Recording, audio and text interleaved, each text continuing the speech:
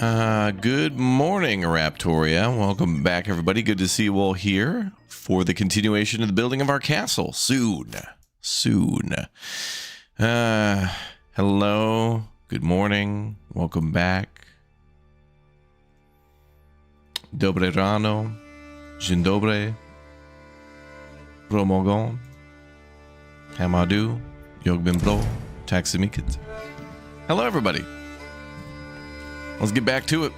Let's build this castle, y'all. Oh yeah, OSHA. Well, gotta be OSHA compliant for our castle. Yes. Asking the important questions here. What's for lunch? That is a good question. I don't know. I'm craving something edible.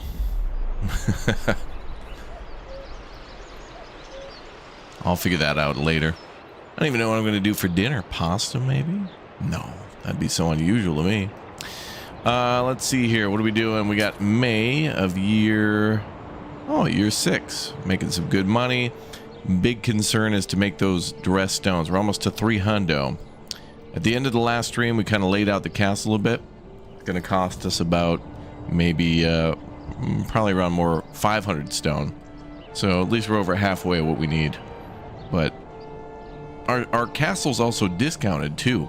Like, we went down the perk line that gives us well, it says cheaper, but I don't know by how much. Maybe it said 30%. Let's see.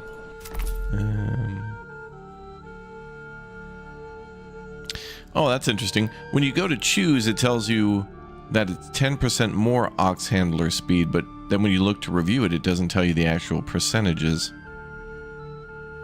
I think the improved stonemason station is 30% faster. Ox are 10% faster. And then I don't think it tells you the reduced cost for castle planner. And then decreased labor speed for hunting and fishing, which is totally fine because hunting still takes place really quickly, so it wasn't even that big of a drawback at all. Edible food, such extravagance. I know. Quiche? Maybe. Yeah, we'll see. I already had a little breakfast, so, but I look forward to, the end of the day. Oh yeah, we finished our second farm, too. We got a lot of rye to go for rye bread. Very nice.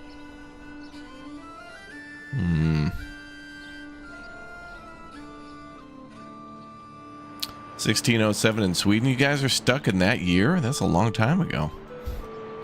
Oh, he means 4 o'clock. Okay. I gotta get another granary up too. That's what we're building there. Oh, we finished it. Hell yeah. Alright. So we're having problems getting everything stored. So I'm gonna have some more people, you know, try to go pick up whatever is being damaged.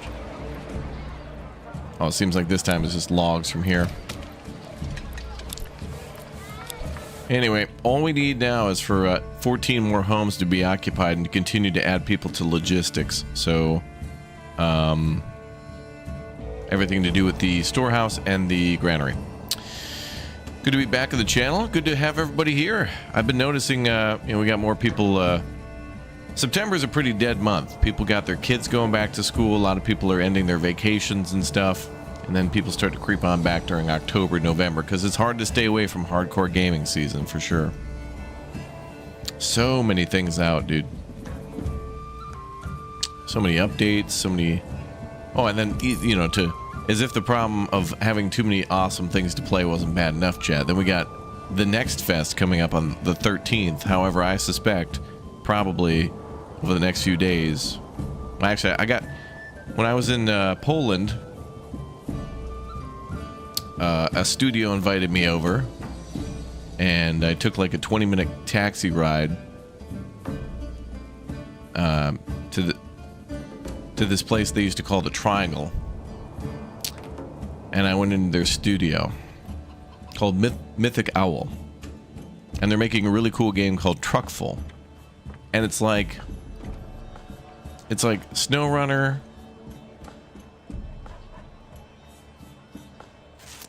and some other game. I can't. It's like Dredge and SnowRunner with a splash of Dave the Diver. But anyway, you drive a truck around doing deliveries and stuff, and it's kind of like that cat one we played too. Easy Delivery Co. I don't know. I'm looking forward to it. So all these devs, of course, before the demos come out, are sending us keys for demos. So thankful. That's great. We got more time to look at games and find out which ones are cool. All right, pantry's full again. The pants are full. What are they full of? Goats? Wait. Pantry is full, but pantry is empty. You lied to me, game. Oh, it's the forger. Oh, that's a problem again. But yeah, I think what I'm going to have to start doing on this channel chat is I'm just going to have to do trailer videos, because there's just, I want to tell you guys about all these games, and there's not even time to play them. We'd have to have 6 streams a day and 6 videos a day. There's no way anybody could do that. No way.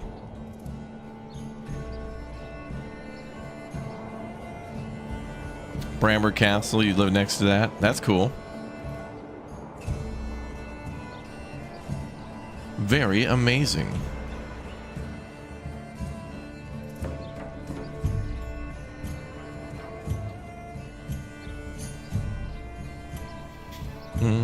What's up, Magic Girl? Welcome back.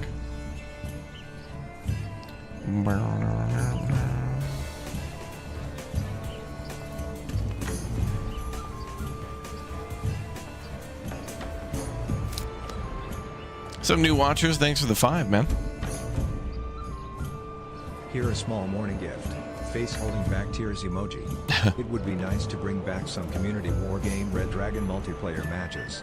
Have a nice day, Raptor. Smiley face emoji. Thank you, dude. A lot of people are calling for content that's from like 2014, 15, 16 of like Men of War, which is kind of older, or like Assault Squad, and War Game.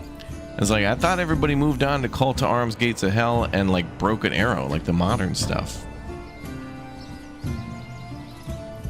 But maybe one day, maybe we'll go play War Game. I have a feeling though that I'd only want to play with the community, because anybody else who probably plays that, it's just there's so few people who play those old games now that to win in the old games is just a checklist. Like there's a series of 26 different ways to play, and you just fall into like a flow chart of how to play. But with the randoms, that'd be fine. Randoms as in like, you know, random people from chat.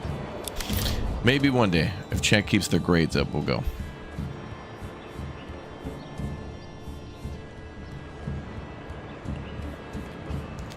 We'll see. Thanks for the 5, dude. A Red Alert live stream. Well, I'm glad you mentioned that, because we're going to be playing a Red Alert game today. You'll see.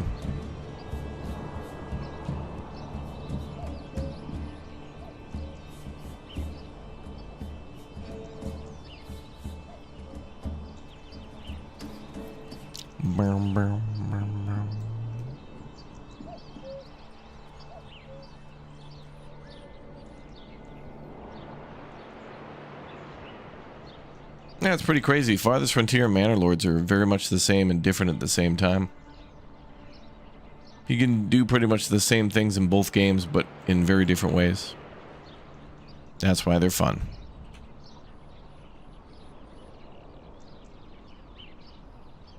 Play Kessen? That sounds familiar. That's probably something Uthris would know about. Did I hear you right yesterday when you said Half-Life 3 is on the way? Yeah, you heard me right, but I was kidding.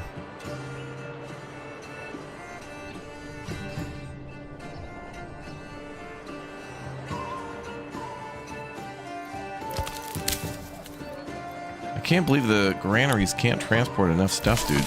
It's like this granary isn't even storing anything. Is it all just at the market? Yet again, granaries and food don't seem to be working right. We've got like overloaded granaries and nothing at the markets. I mean, overloaded burgage plots and such. But I'm not sure. It's an old Chinese strategy game with heroes and stuff. Oh, like, Dynasty Warriors? Like that style?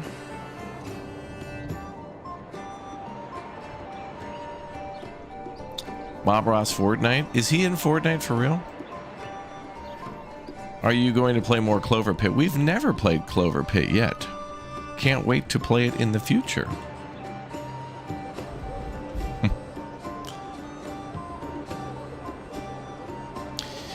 Yeah, that is true. I like... That is one thing I want Manor Lords over Farthest Frontiers, the wild animal attacks and having to fend against mild threats. Like, there's no threat at all until suddenly there's an invasion, then it's like you gotta stop everything. But it would be cool to have the hunters have to go out on patrol for stuff. That's always nobody.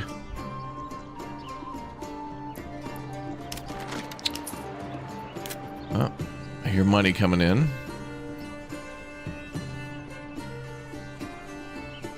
How are we doing on rough stone? 44. Well, I want to build another stonemason station then, but need more people. It's the RTS Dynasty Warriors. Oh, really? I couldn't imagine how that would work.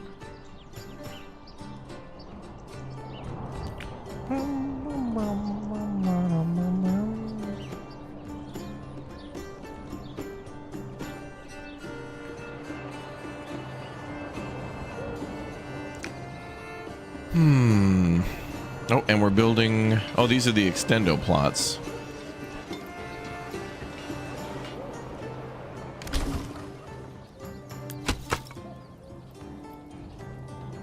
Oh, we have so much charcoal.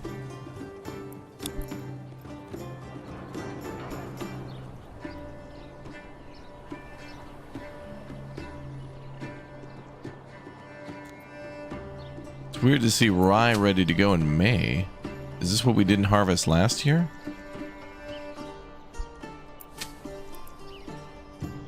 Predicted harvest 19. 22. 65. Holy crap. 101 days left to harvest.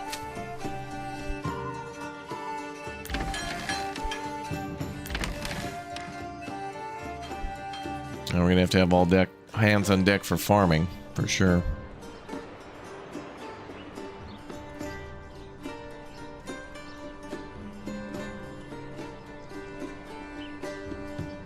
I'll never see a poem as lovely as a raptor stream. Wow, that's poetic.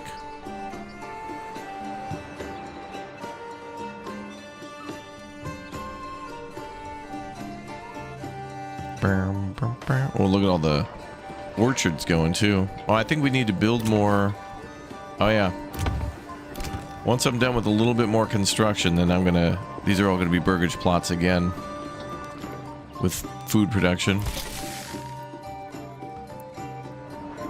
And we may as well upgrade the granary again too and put more people in there. And then add another granary. Ooh, what's this?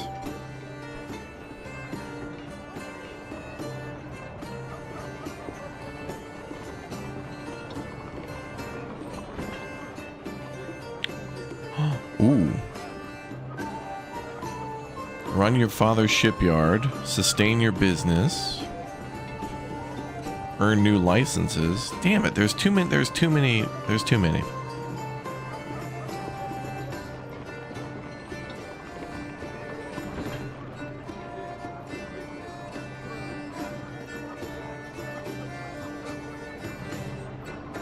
Too many.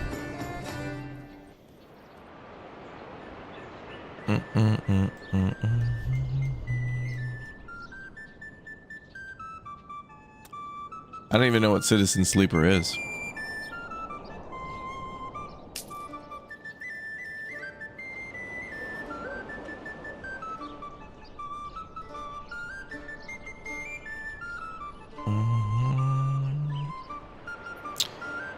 We might actually get to start in the castle today. We'll see.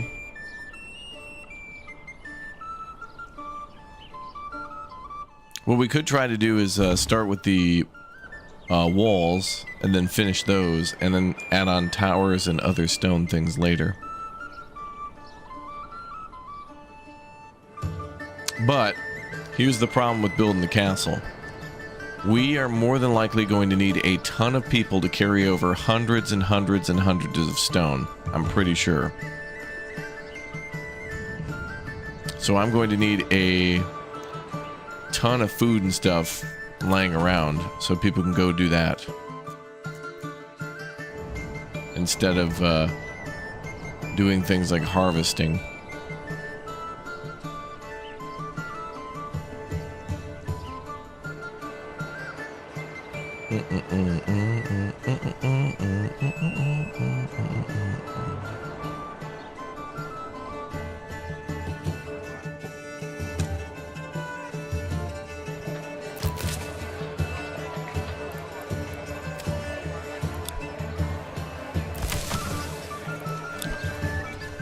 Flute guy's popping off again. You know what I should do? This granary should just do herbs. This is just gonna be for the forager.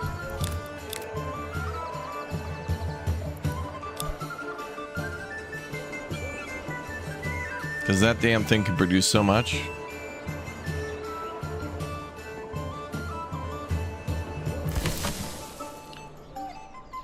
A little far away. I prefer to build it down there, but also I guess it's good to be up here because this town does have a market. So granary to market there, and then granary to market here. Yeah, they're not that far away. Not bad. That's what we call farm to table. What's up, Emma? Good morning.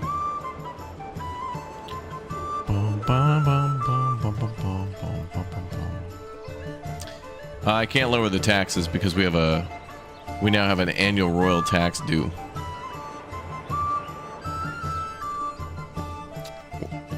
We're just gonna keep things steady as she goes. Things are going well.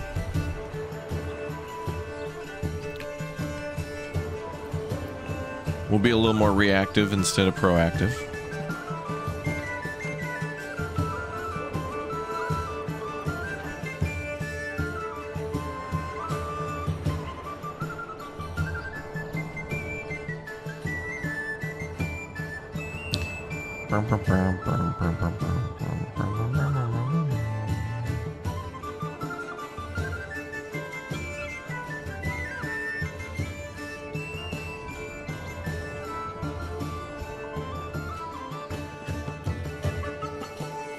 Damn, this song is great. I'm gonna convince my friends to to have this played at their weddings.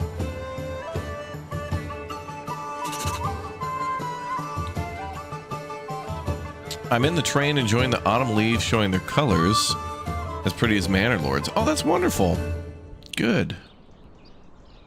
Appreciate when a viewer tunes in on the go. We got a viewer on the go. More wood is needed. Yeah. Well, that's another thing too, is that I'm starting to try to prepare more planks too.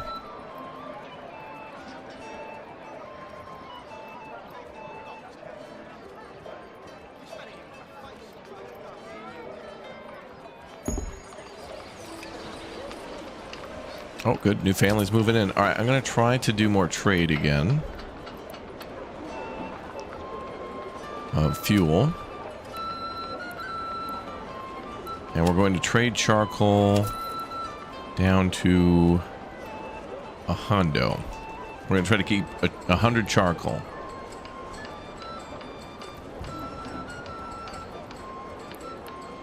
And for firewood, we're going to keep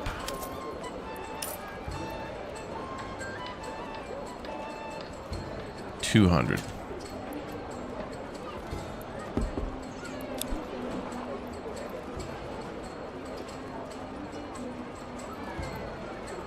Good.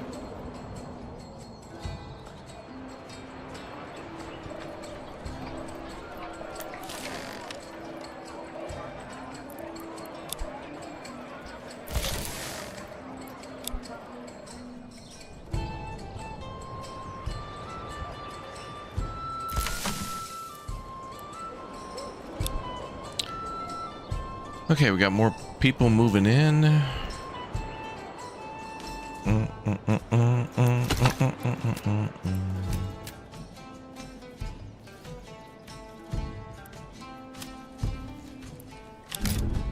Actually, you know what? I'm going to keep these people free.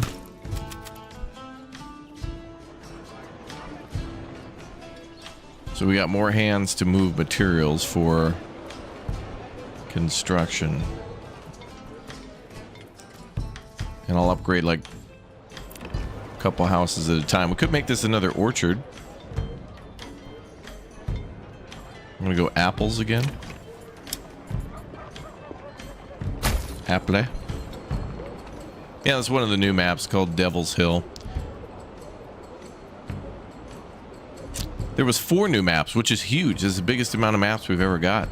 So it's Devil's Hill, Divided, I think it's Jagged Cliffs, and then a lake called Lake Lem. And I hope to see more river maps. That's one of the things that I want in Farthest Frontier that we haven't gotten, and I don't know if they'll drop it for 1.0. We'll see, but like a river variant. Like I really want to build a city on a river. It's the same in Town to City as well, that beautiful little cozy city builder. I either want to build on the coast, which I guess there is kind of a lake map that lets you do that, but I want to build on a beautiful coast or on a river. I want to build like canals and stuff, you know, a canal city.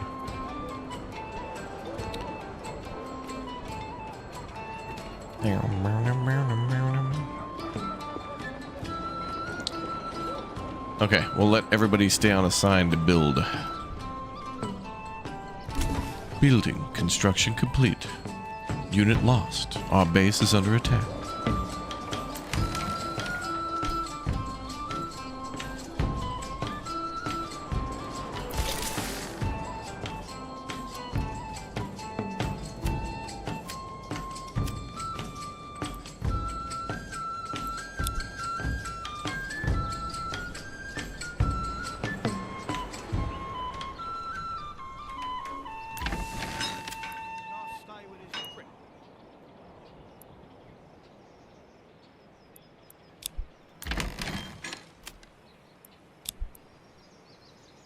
I think 2 oxen are enough to plow all this, but we need 16 people to be able to harvest it.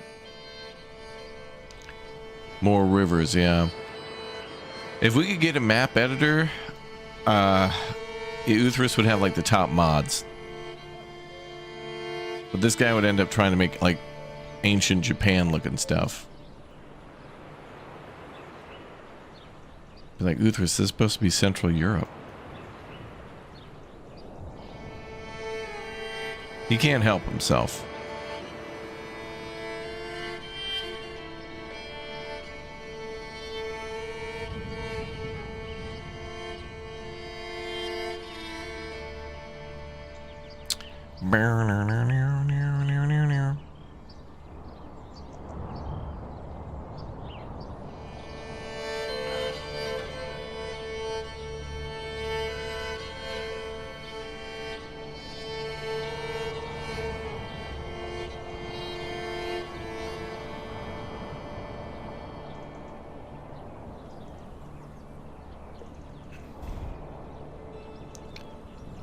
Yeah, Japan mod for this would be amazing. Same with Farthest Frontier. Yeah. Totally doable.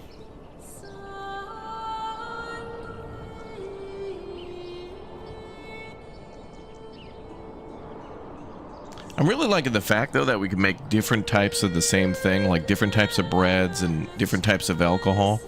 I feel like more games need to allow you to make more of kind of the same thing to then have different production chains to keep up with demand. Where it's like, well, you know, we're out of ale, but we still have mead and cider, that kind of thing.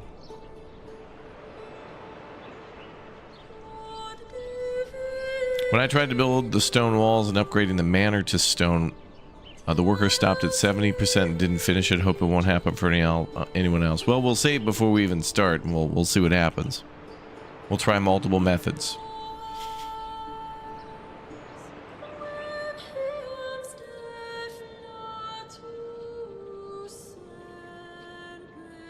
We will be ready. Actually, now that we have more workers, let's do more dressed stone production. Let's make more stone.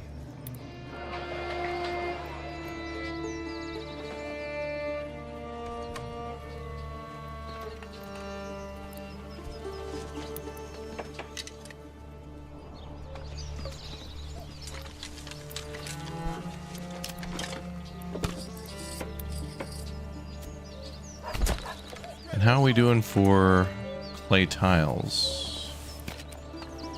Well, like 20 there? Roof tiles 29. I'm thinking about like upgrading the church, but we don't have to anymore since we know there's problems. Oh, by the way, Greg tweeted out that there were some issues with the game, but I don't know if they were fixed. I don't know if there was an update. Let me just check real quick.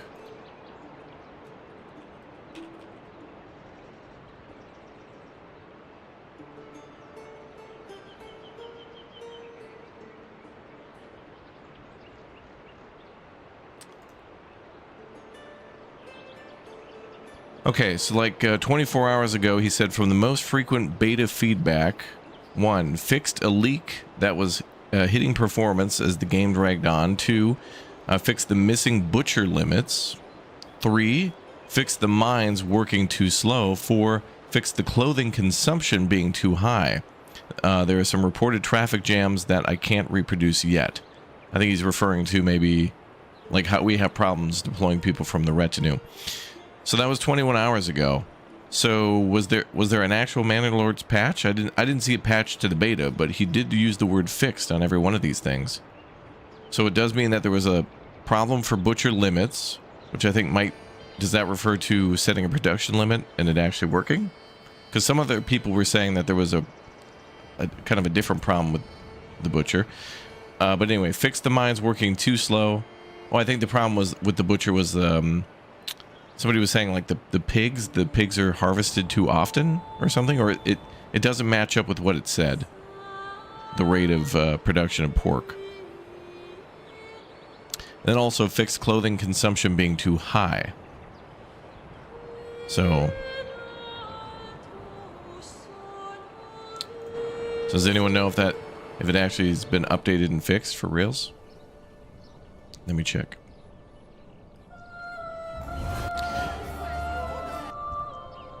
Because I'm at about the point where I'm going to start making clothing. Yeah, the latest update... Yeah, okay. The latest news is just about the previous beta on Steam. But anyway, keep giving the feedback. Like, for example, construction getting caught at 70%, although that could be a different... That could be related to some other issue, who knows?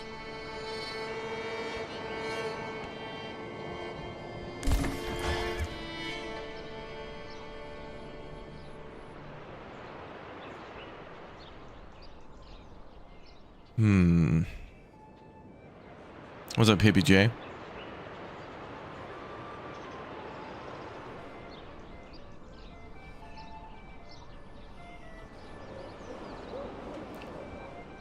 Yeah, for my updates on Steam, I usually make it so I have to manually hit the update button, so that way nothing sneaks past me for an update if I have something installed.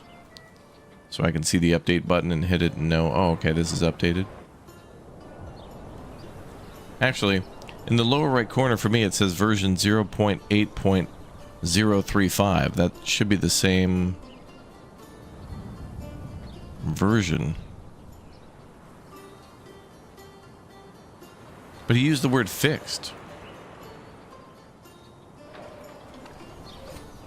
Like maybe he could have used different language, but maybe he meant that he was getting save files from people, finding these issues and fixing them in a build that he's working on, getting ready to deploy. So he was able to recreate the problems, find solutions to them, but hasn't yet deployed the update, maybe?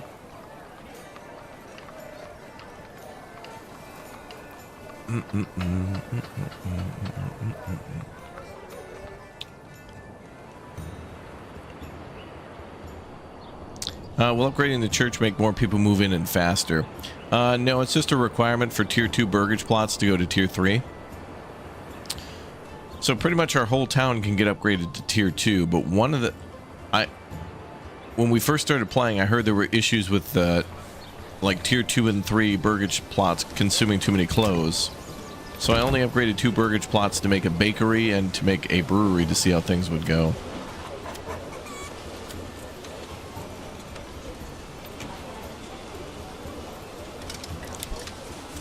That's a tier 1. Here's a tier 2. So I'm not even providing any clothing. I am going to make a cobbler at a certain point, so...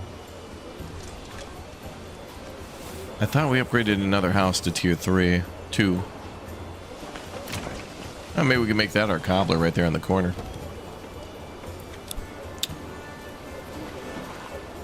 I got 82 leather. We could sure start making some shoes. I'd hate to upgrade to a cobbler though and start making shoes and then just have it still be broken. I was kind of waiting to like make anything until I knew the problem was solved. So like flax and weaving and wool and leather working, I was going to wait.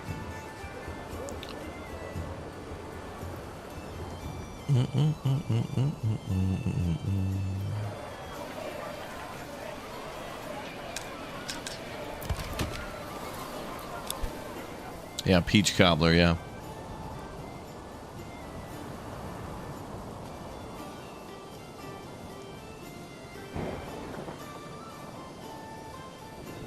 Each region can have a retinue of 24.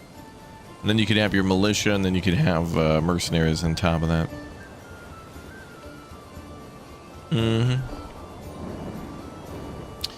Well, I guess a good way to test and see if this is fixed or not is to like turn on the clay mine and see how long it takes them to mine the remaining clay.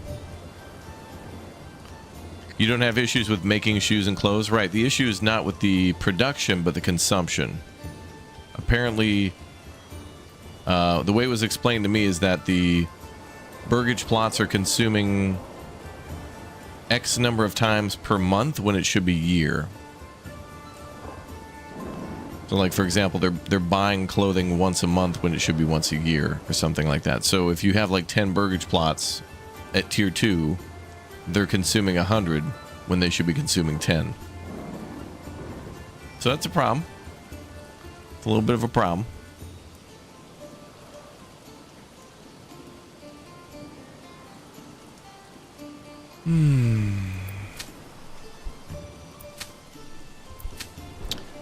Can't wait to get sheep.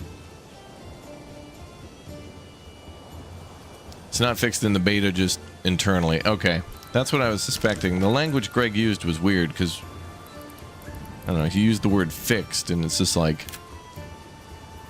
he should say, you know, I'm developing a fix for...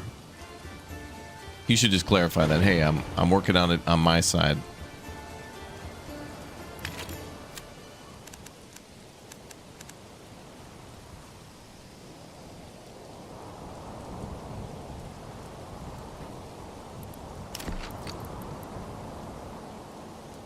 Now, wait a minute. If we do... Okay, there's a sheep farm. And there's livestock trading.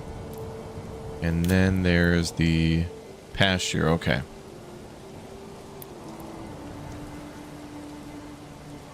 I guess I could lay this out because...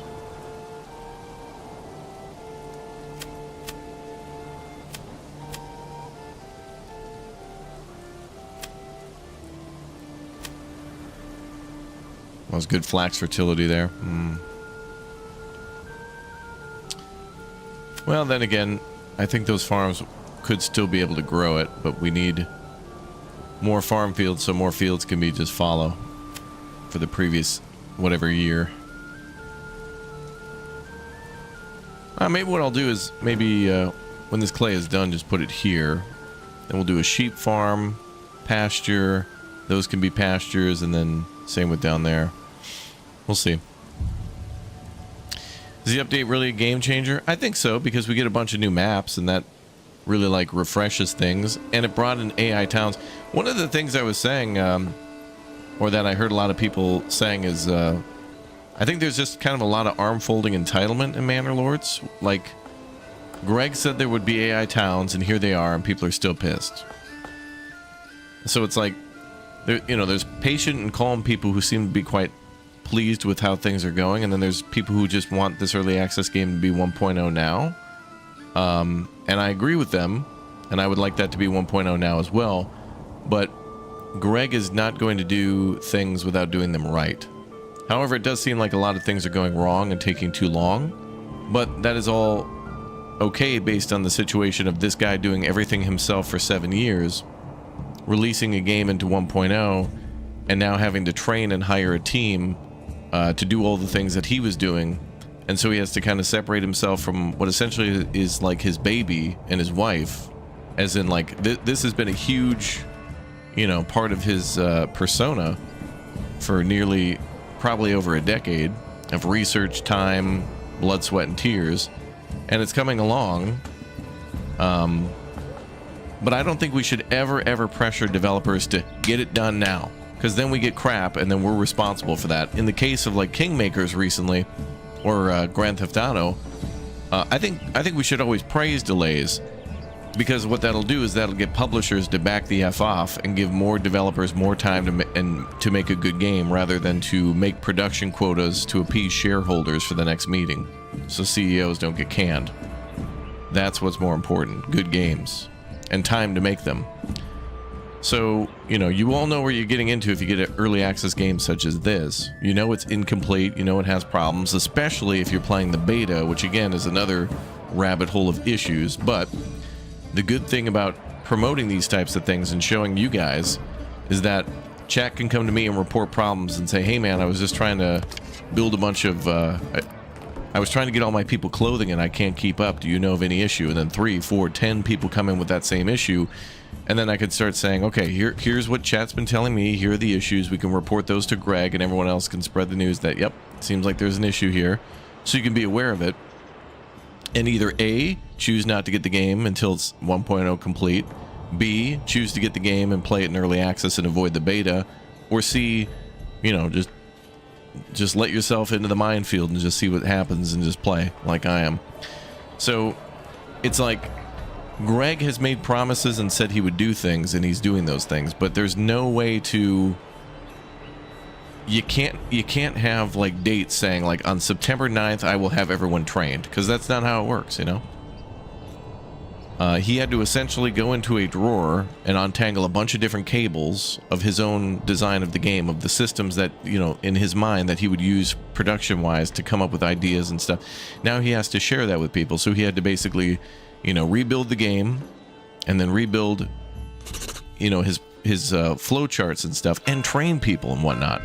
So when I put out my, this changes everything video, the immediate pushback was, this changes nothing. He's, everyone's a paid shill and all this stuff. And it's like, man, you couldn't have a more cavernous cranium ever, dude. It's not the antithesis of that. This does change everything. Like, Greg is literally changing everything. Like, I spent 45 minutes going over all the patch notes that Greg laid out, talking about how he went from a one-man army to a team, how he went from a nobody to the most wish-listed game on Steam, released it, and is now adding four new maps that now have functioning AI, by the way. Like, the AI can build a city. It's not fully functional, but it works. It's there. You can see it. It's in action. It's doing it on itself. It's still got a long way to go. But this is, one small step for man, one giant leap for Greg kind. This is big. Yeah, you're right. They're used to immediate gratification. They're used to, being in their crib and tapping their iPad and getting immediate gratification from a blinky light. And it's like, hey, back off. We all want this game to be good, and we all want it now. Those are what we want. But logic tells you that you can't have that. So just be supportive, give feedback, and be patient, and reward and applaud each milestone. 7 Days to Die was in early access for 10 years.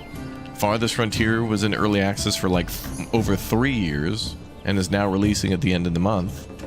And even past that, you know, chat, I don't even think City Skylines 1 is complete yet, right? They're still making content for it. They're still making, like, there's literally still actively funds, money going towards, you know, creators to make maps, which is available content that you can buy on Steam for City Skylines 1. And because of that new content coming out, then mod makers can modify that content, and it's a beautiful cycle. And it's the same with like American Truck and Euro Truck Simulator. One of the best models I've ever seen, and I don't think Greg will go down this way, but one of the best things ever is when a developer will make a really good solid core 1.0 game, and then they add a ton of free content for that game, and then there's also DLC on top of that. So it's like if the DLC comes out and you're not interested in the DLC, they still provide a free update to get players back into it. And that's a really great way to then keep a community going and telling everybody, hey, we're still working on stuff. Money that you're paying us to go towards this project is going towards the project to add more stuff. And you know, sometimes it gets a little much, you know, Paradox and Frontier with endless DLCs, but it is nice when they add free updates and stuff all the time too. But I don't think Greg will ever do that. I think what will happen is 1.0 will happen. There'll be a lot of people happy with it, a lot of people still disappointed, but Greg won't be done. Like 1.0 is not end of journey, moving on, cashing out. Like, you know, 1.0 doesn't mean greatest creation, full masterpiece, inarguable masterpiece. No, you know, come on, man. Like 1.0 is not the end of the road. Even if this were the greatest game ever and everybody loved it, I don't think Greg would stop at 1.0. Even if this thing had 10 times the content, there's still a lot of people that wouldn't be happy, and Greg would be one of them, because he would be adding more stuff. Be like, I'm not done, dude. I want to add all these like historical units now, and I want to add all these other, you know, I want to be able to add trebuchets and catapults, and I want you to be able to produce different ammo types for them. Like, he could get that meticulous at a certain point. But first, we must take a look at the broad picture, you know, this big thing. So Greg's setting goals for himself and trying to achieve them. And as he said, Greg probably has a stack, and he says this in his latest post, where it's like, he probably has a stack of all these things that he wanted to do that just technically couldn't work out, weren't fun, didn't make sense. And then, you know, you have 100 ideas, you got to boil it down to 10. So that means you got to come up with like 1,000 ideas just to have like maybe 100, and then the community doesn't like 50 of those, so now you've only got 50 ideas. And it's like, oh, Greg's so lazy, he only came up with 50 ideas. No, he came up with like thousands before. They just didn't work out.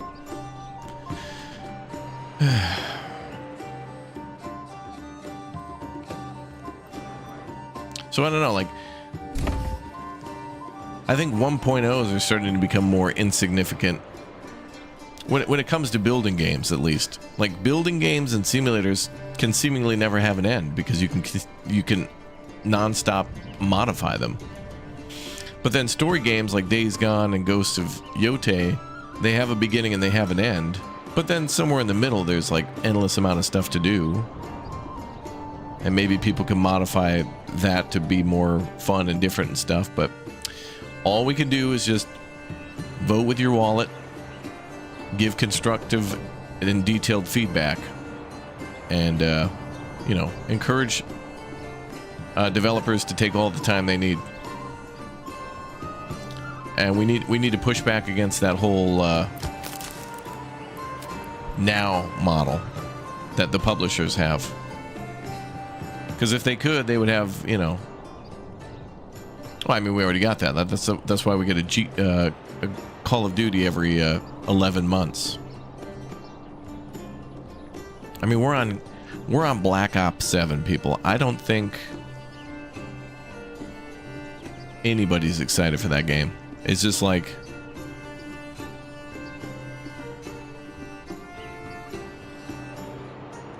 I mean, you know, it'll have a story, people will play it for a week, and then it's dead. And it'll be the same with Battlefield 6, and Battlefield 6 would be a great game, but we're on 6, you know? And it'll be fun, and people will love it, and it'll bring friends back together who haven't gamed in years, and that's a beautiful thing. But that too will have its, you know, It's life. And then everyone will go back to Battlefield 3 and play the F-18 mission again. That's how it goes.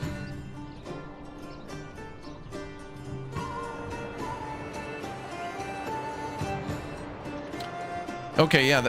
So that would be interesting, actually. Having side quests in this game would be very cool. Where you could set your own policies and laws and stuff like that. Kind of like Henry when he's the bailiff of Privoslavitz. That'd be kind of cool.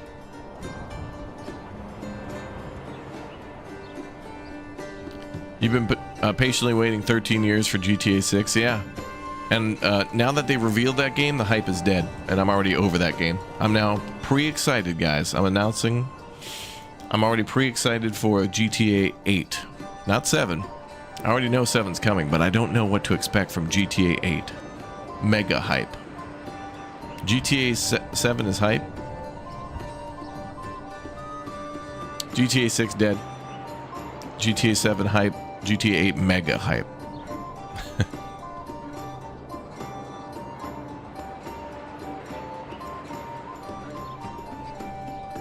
But anyway, you hope every game is great. You hope every game works out. And that's not always the case. But for unique, new, and innovative games like Kingmakers, it's like, take all the time you need. Looks like a lot of fun. Go make it more fun. And by the way, folks, we got, I say it every day, we don't have enough time to already play the good games that are out. I mean, you could look at, you know, I think I could list 10 games, and I think 3 of them would probably interest you, and those are like maybe 40 to 60 hour experiences each if you really wanted to get deep into them. I mean, there was Borderlands, then there was Dying Light the Beast, then there's Ghost of Yotei, then we got Battlefield 6 coming out, but that'll be, I don't know, maybe a 10-hour campaign or something like that, I don't know. I'm down for the experience, though. Which gaming company should I buy the stock? I should probably buy a 25 subscriber bomb on Twitch. That's a pretty good gaming company, I heard. Yeah. GTA 7 might take 20 years to make. Well, let's be honest. These games aren't going to take them that long to make. It's how long can we milk the online live service until people get bored and we have to make another one. Because remember, for Grand Theft Auto 4, they made the Ballad of Gay Tony, and they made, The Lost and the Damned or whatever.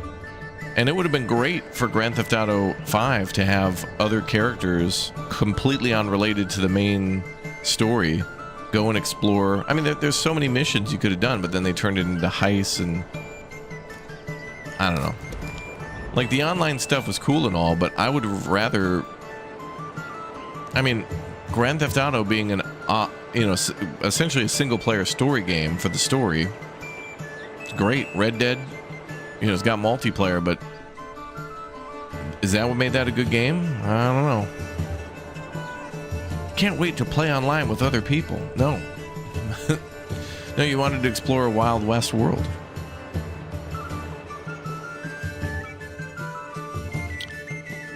Oh, well.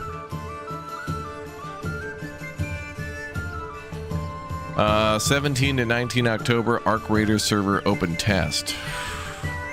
Wow.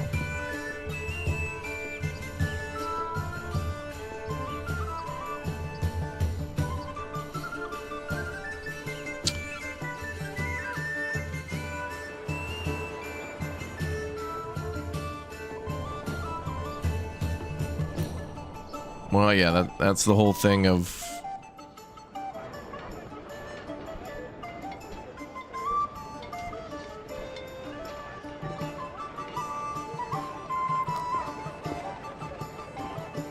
The new goal is to make nothing last and to finish nothing. They want to sell you cookie dough that burst into flames on the drive home. But hey, $80 cookie dough. You make it, you do it, also pay us, also it's broken. Genius business model. Truly is. Multiplayer missions in GTA are actually really good and adds a lot. I completely agree with you. You are 100% correct. But because of those being like that, we didn't get like more refined single story experiences because it was just a quicker cash out.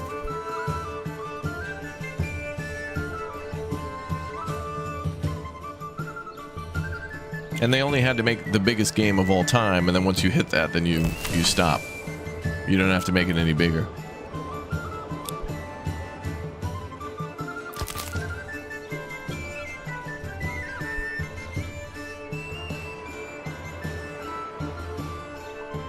Flaming Hot Cheetos Chips Ahoy. Oh my god. That's another thing that's insane, is all these brands just like cross-pollinating. It's like, I can't wait to drink Doritos Pepsi. Yeah, I don't want to chew anymore. That's a waste of my time. I want to drink my calories. Can't wait to drink Flaming Hot Cheetos Pepsi. I mean, they did it with the frickin' Oreos, right? Didn't they do an Oreo Pepsi? I mean, just imagine being too lazy to pour a Pepsi and open a thing of Oreos. No, I need it liquefied and I need it now. They shouldn't even sell it as a drink. It should be an IV bag. It should just be directly into the bloodstream. Why waste time? You know how long it takes your body to, you know, absorb something? That's don't have time for that. Directly into the veins. It should just be right there.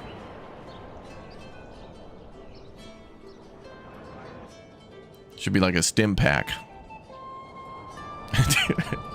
Diabetes plus Ultra, yeah. Oh, yeah, call it the Ultra Plus Mega Edition, yep. As a live service, yep. Yeah, I heard the Oreo Pepsi wasn't good anyway.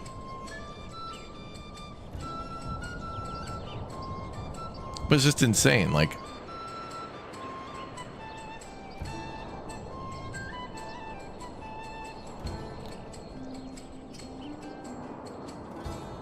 Alright, anyway. I'm gonna stop complaining. We got good music playing now.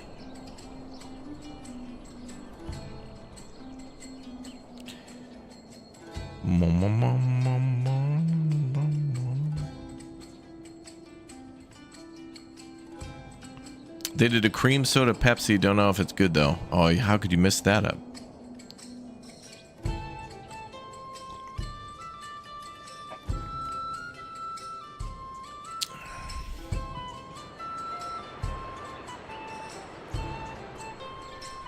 Okay, hunting is done for now. Foraging, I'll add another forager. 3D Doritos were amazing though. I think I saw like a couple of years ago, and I think they discontinued it. Didn't they have like a 3D Dorito that was like a big mozzarella stick? Like it looked like a big 3D Dorito. It was covered in that dust, that Dorito dust, and then inside it was just like mozzarella cheese, and they probably called it, chat, a 3D Dorito popper. When everything, if anything's named a popper, add 400 calories. That's all it is. This is my vegan water popper. Oh, 400 calories now. Doesn't matter. Vegan, locally sourced mineral water popper. Oh, 400 calories.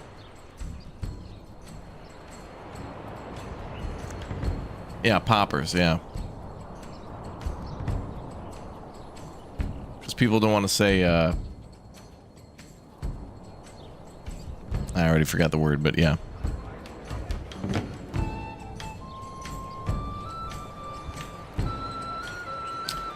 You stay away from soda? Yeah, me too. I'm kind of done with sodas now. It's been about 15 years maybe since I've really like bought one, you know? Like if I'm at an event and there's like a pizza party and all they have is Pepsi, I'll drink that or whatever, you know. But I don't actively, you know, buy it. Or, you know, you go out to like a fast food place or whatever when you're in Japan, you're going to Lotteria and all they have is cola. It's like, all right, I'll take those.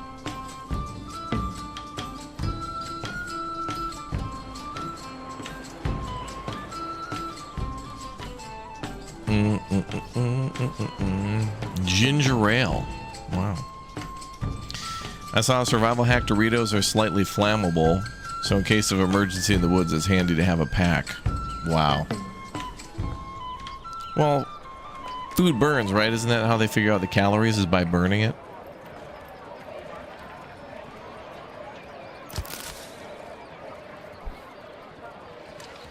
I love this. Look at this. Here's another problem. Game bad. This changes nothing.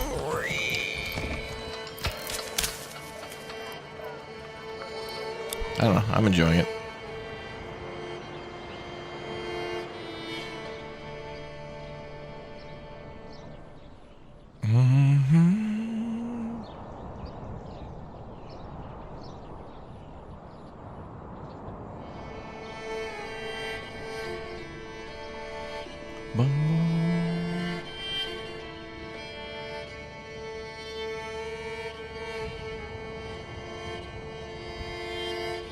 Oh, did we finish that other stone thing? Okay, this is going to get built too. We're building another stonemason station so we can double the amount of stone we're pumping out.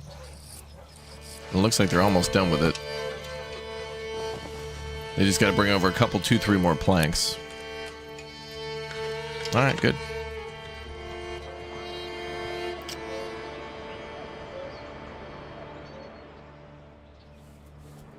Fritos are super flammable. They'll hold a flame like a candle. Wow.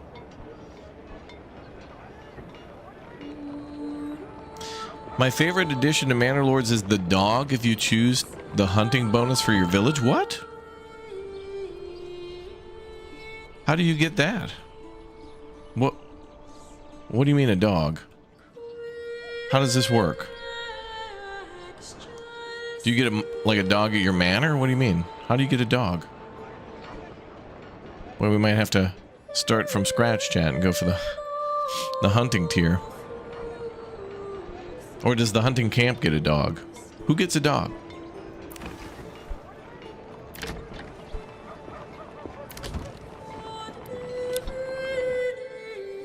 Prague drift. Prague is lovely.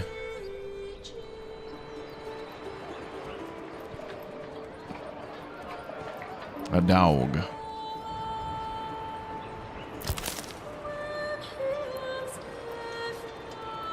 Hunting camp gets a dog? Really? Cool.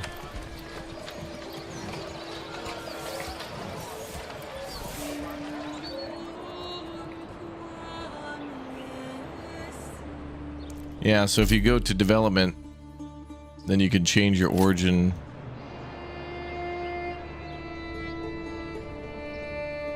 to hunting background. Can you pet the dog? Ooh, that's a good question.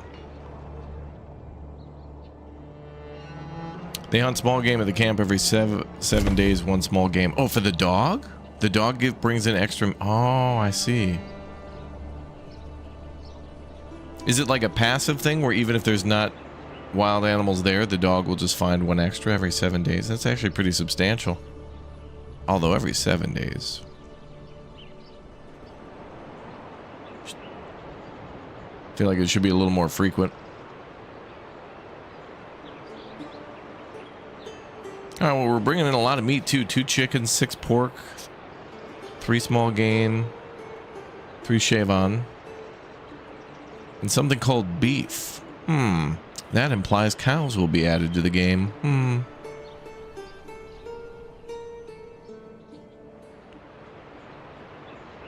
Are there kitties? I haven't seen any yet, but would like to see some more animals added to the game. But that'll happen. That'll happen. Okay, did this finish?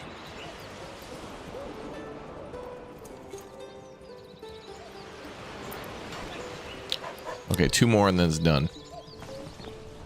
Charcoal burner's working overtime. Love the art for the charcoal burner. Look at that. It's beautiful.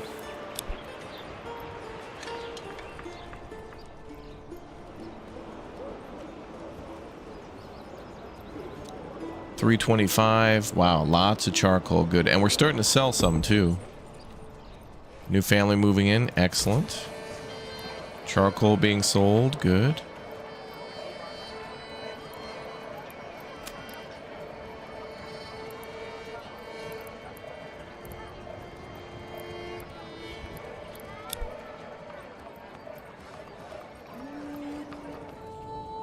We're reducing the number of planks.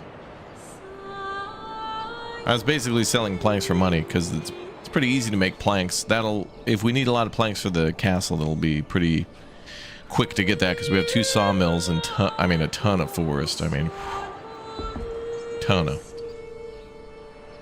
This game does show a lot of promise. Yeah, there's a lot of paths forward with this game for sure.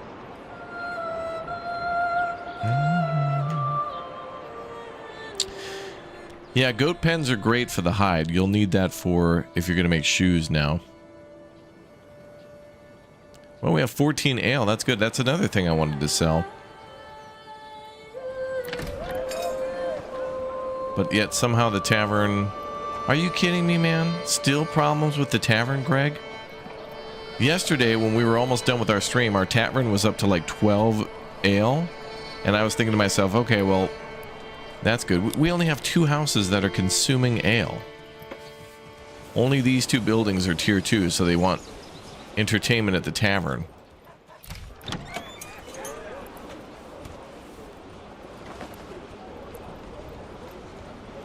I'm gonna set this guy to overstock 15. I want that tavern to be completely full and then export all the rest.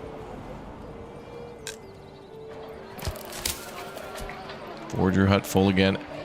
I'm gonna have to have like 8 forger huts and just have the like the forger hut itself is gonna have to become its own granary for berries.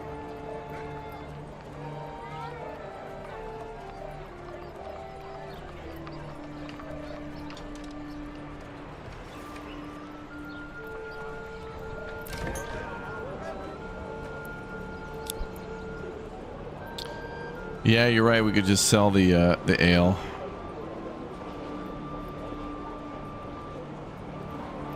Yeah. I mean, when we're ready to go to tier 3, we'll turn the ale back on when things are fixed.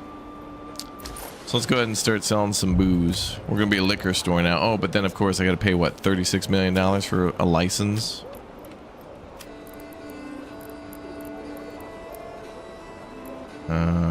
Commodities.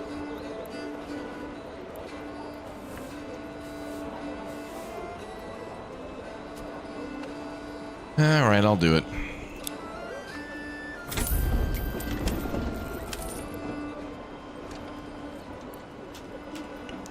And then eventually I want to start making shoes.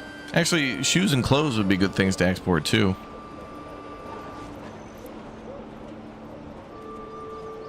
But one step at a time. I don't want to overload our trade stuff.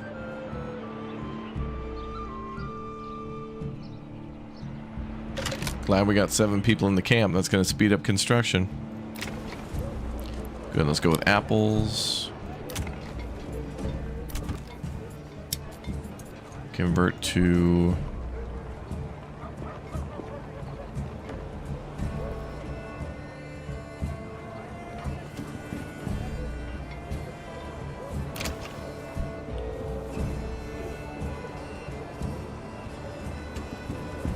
Let's get more hides, then we can make more shoes.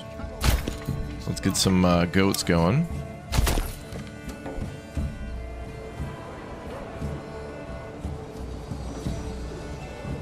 We'll need more eggs.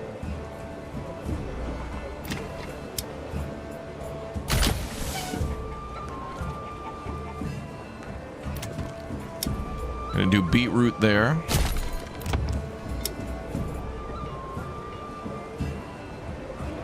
More animal.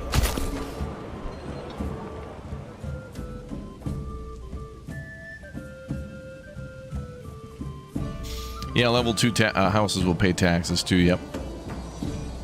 And I'll be adding more level 2s because I got to make a cobbler, and then I'm probably going to make a butcher at a certain point too.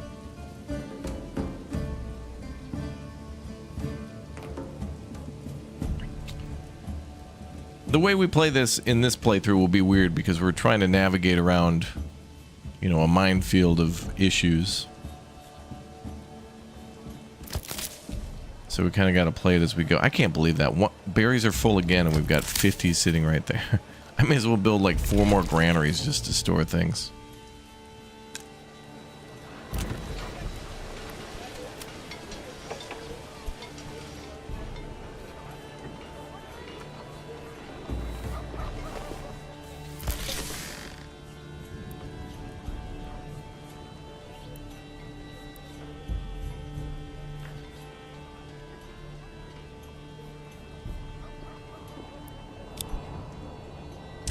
Well, we got a bunch of construction going on already. I'm going to hold off.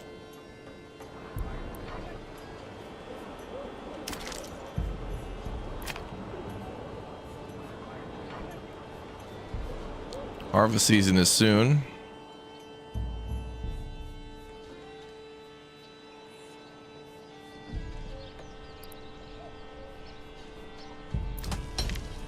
How much clay is still there? 89.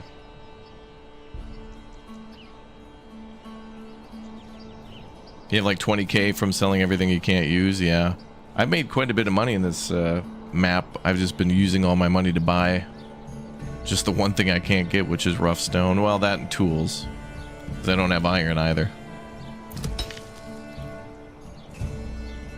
Is there wine to be made from berries? Not yet, but that would be a great addition to the game.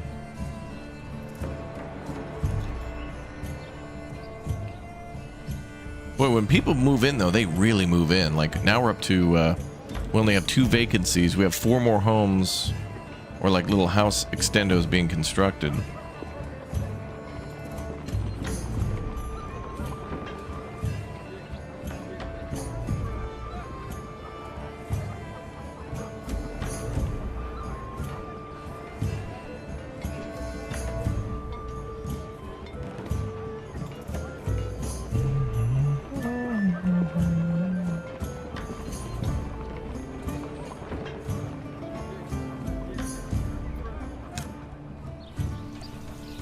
And another house is full? Which one?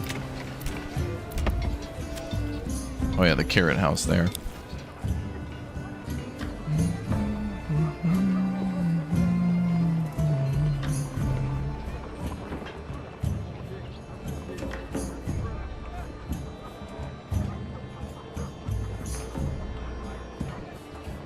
Let's see.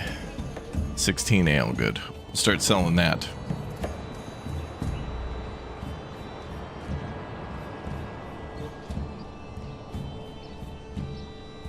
Yeah, what we need Manor Lords is a Kenworth mod, brother.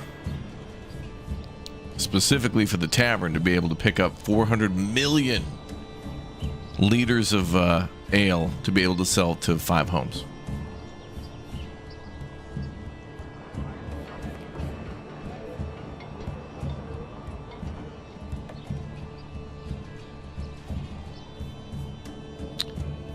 No other bandit camps yet. I hope another one shows up. It'll make paying taxes easy. At this rate, if one bandit camp shows up, we make like somewhere between like 150, 175 gold. And then we just, you know.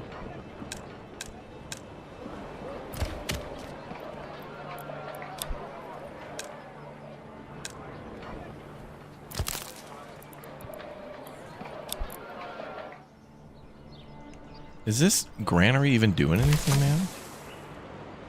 Nothing stored. 3 people work. 3 families there. Common goods stall abandoned. That. Why are they work? Oh, I think it just. Is that pointing to the stall or just the marketplace? That's. Oh, that must be the marketplace because it's right in the middle.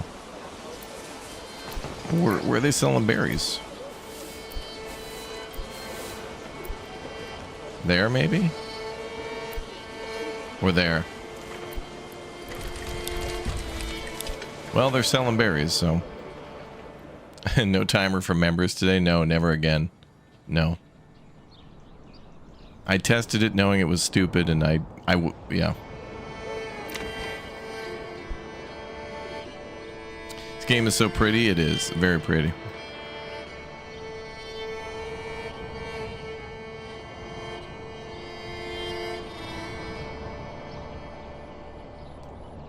Are the crop yields okay? Yeah, they're pretty good. I think what this means here, where it says estimated resource 19, I think that converts to 19 bags. They just have to process it, thrash it. So then that'll be 19 bags of grain, and then I don't know how grain turns into flour. Like, I don't know the conversion rates. But we're going to be making rye flour and then rye bread. Oh, it's called sheaves.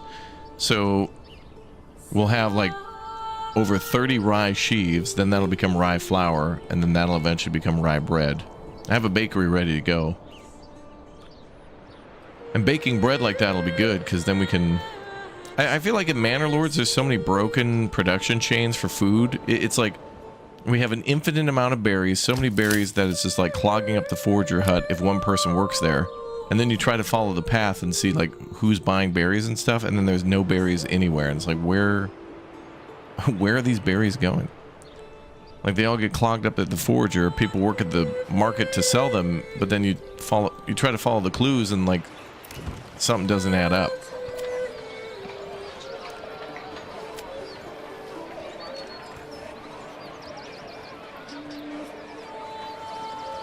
Like, I guess they just need to buy one food and then they're happy. Like, they got beetroots, so they're good. But this family probably produces beetroots. Actually, is there a way to tell? Yeah. That family grows beetroots, so it's like, what the hell? I kind of want this to be a little bit like how it is in... I like how it works in Ostriv, where there'll be a home property, and then they could grow a few different things on that property, and then share everything else left over with everyone else. So it'll be like they'll grow, you know, carrots, berries, and whatever else. And then they'll feed themselves first, and then everything else goes to the granary to then just be sold back to the market. So everybody grows and eats what they grow and eat, and then the things that they don't grow, they buy from the market. So you have a very diverse diet that way. So then you could go to the market to buy honey, and I don't know. Well, that game's more based on the 1700s, so I don't know if that's that idea of having enough food didn't come until later. Yeah, I got an idea. Instead of starving, let's make more food. Yeah, guys, hey, you got a good idea. Burn them at the stake.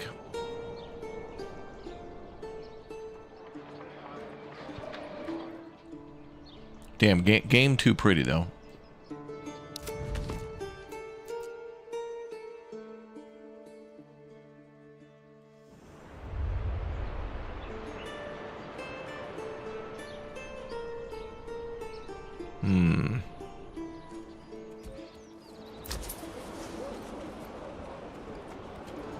Oh, good. We got 14 ale at the oh, perfect. That's ready to trade. Oh, actually, wait a minute. We should, oh, all right, the stonemason is ready. Perfect.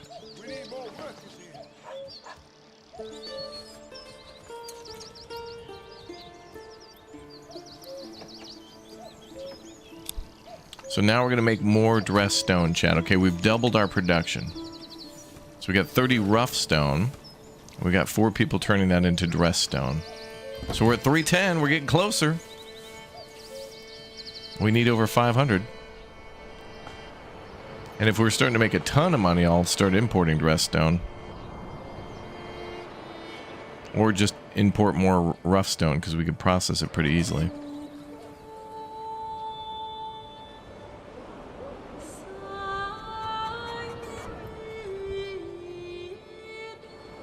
What's up, Brandon? Welcome back, dude. Okay, we need more firewood.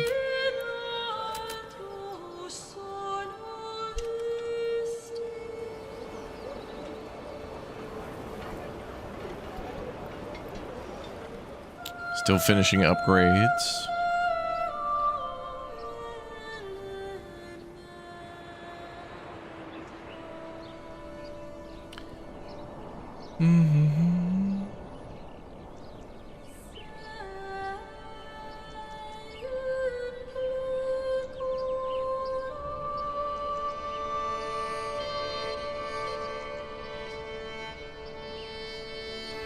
You import rough stone, process it, and then resell the extra. That's smart.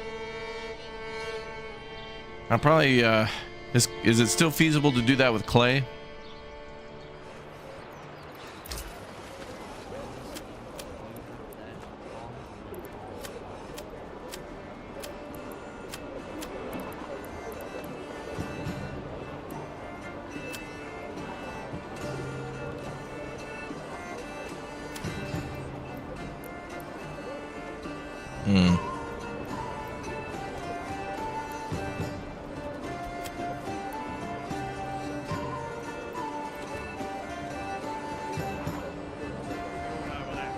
I don't like the gamble. I don't like the whole, hey, pay us 150 to know what the export price is. I don't like that. You'd think you would somehow figure out that information, like through your trade networks. Don't you think you could, like, you know, call on your people who are doing trading to find out what the prices are?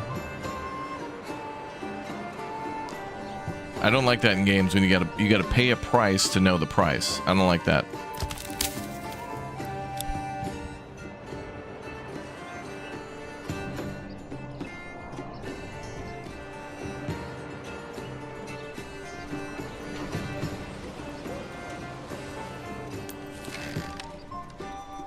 They got dressed stone down here too.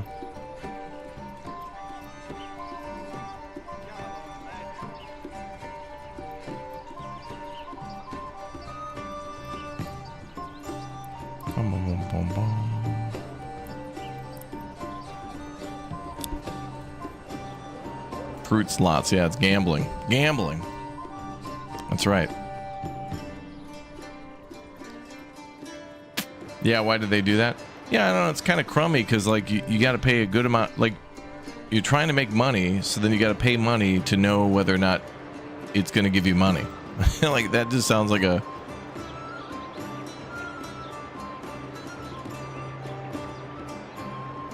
That's like an NFT tier scam.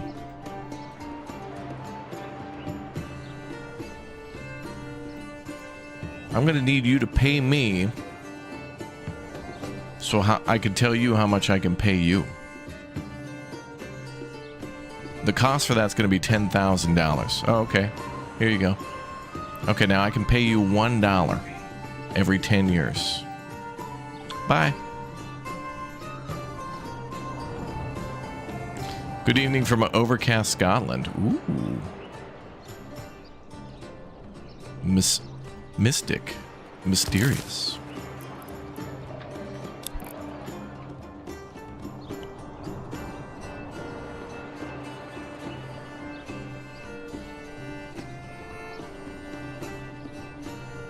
Like a, yeah, early crypto scam.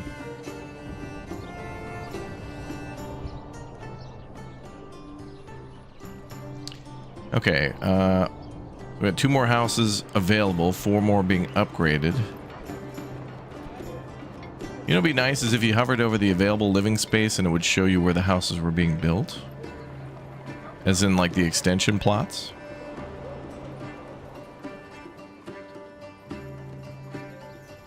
Yeah, we've doubled the production of dressed stone now. So now I've got 4, you know, we got 2 buildings and 4 people working at it. So this one just started, so they haven't made anything yet, but they're just getting started. But remember, our crafting speed on that is plus 30%, so that would take even longer if we didn't choose the, like, the castle building origins.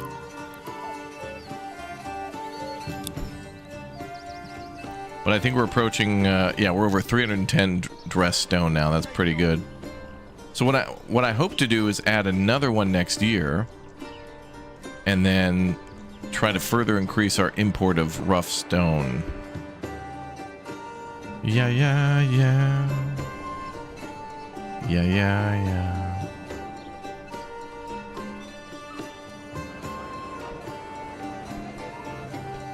Oh yeah, we're going to reach 400 stone today. I think we're going to need over that for the wall. Like, I tried to lay it out a little bit, and I'm pretty sure we're going to need closer to 500. But the thing that's really scary is how long it's actually going to take them to build all that. If it's anything like Foundation, I can remember playing many an episode of Foundation on the channel where it was like, I laid out a monastery, and we had to wait like 5 or 6 episodes just for everything to get delivered before it was even started construction. And then I moved on to other projects because I got bored waiting. Okay, harvest season has begun. Good.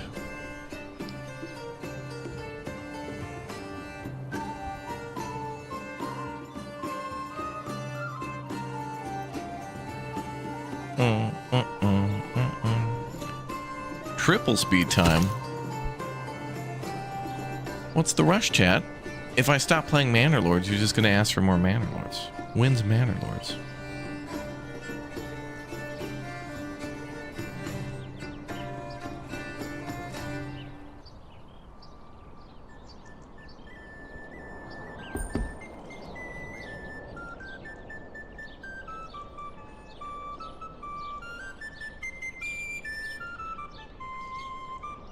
Yeah, people want their castle. I know. Hey, look, I'm excited to see it too, but I'm also kind of worried about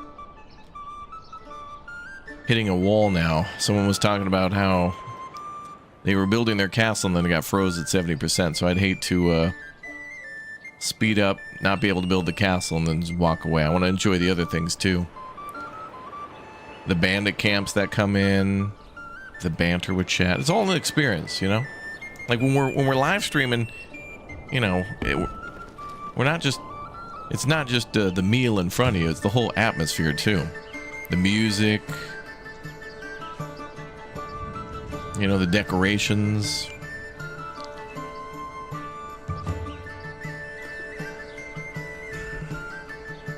It's like we're going to a Chi-Chi's, chat. Do those even exist anymore, Chi-Chi's?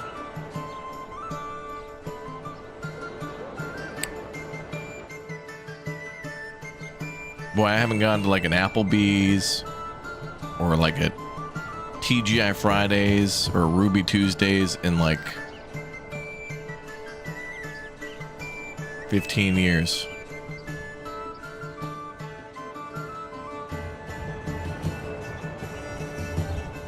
I don't know if I want to.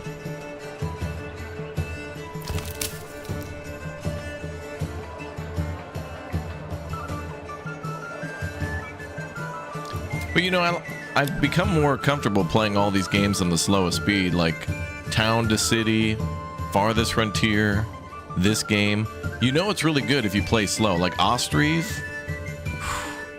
Oh, and Farthest Frontier is really misleading. A lot of people will play Farthest Frontier on like top speed and plow right into a wall and then have to restart, especially on a higher difficulty, and it's like, no.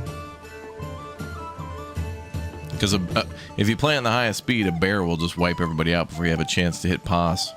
You'll start with, I don't know, 10 people and 5 will be wiped out by a bear. Chi-Chi's, the celebration of food. Do you work for Chi-Chi's? Are you in Chi-Chi's marketing?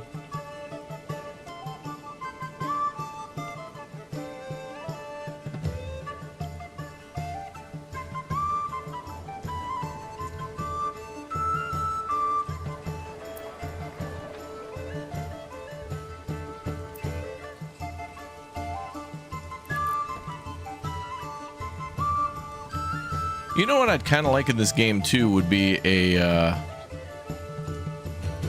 when you click on a building, I'd like to hear a sound effect, you know?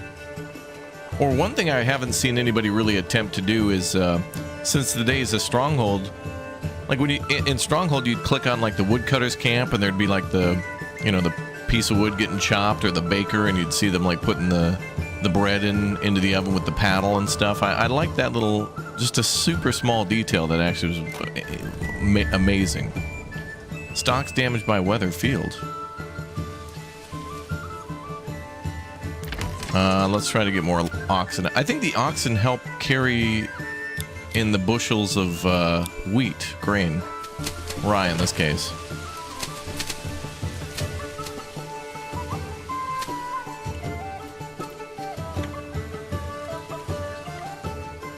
You used to get deep fried ice cream at Chi-Chi's on your birthday? Wow.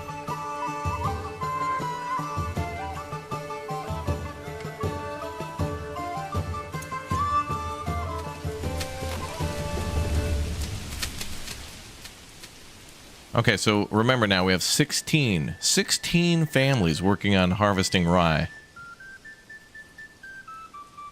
So we should have more than enough to fire up the mill in the winter. Ooh, we're at 314 dressed stone. Let's go.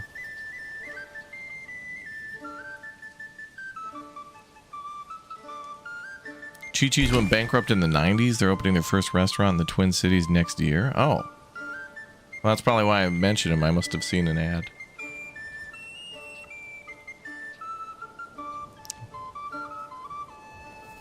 Well, not an ad, but somebody mentioning a Chi-Chi's.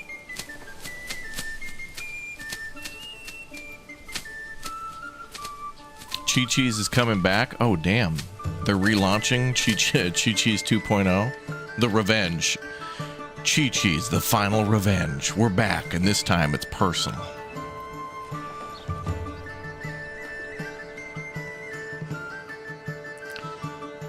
Am I planning on playing Arc Raiders? I'm not planning on it, but I might play it. It all depends on what happens.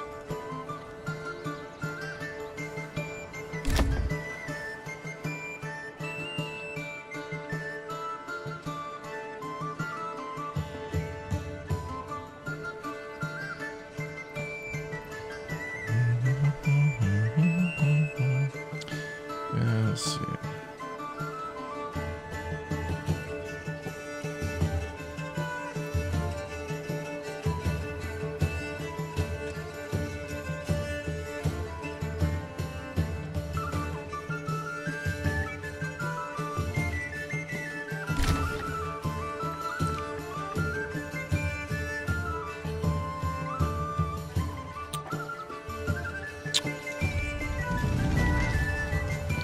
Oh, October 6th? Oh, then Chi-Chi's is back. And so are the Bandits. Bandits are back. Where are they at?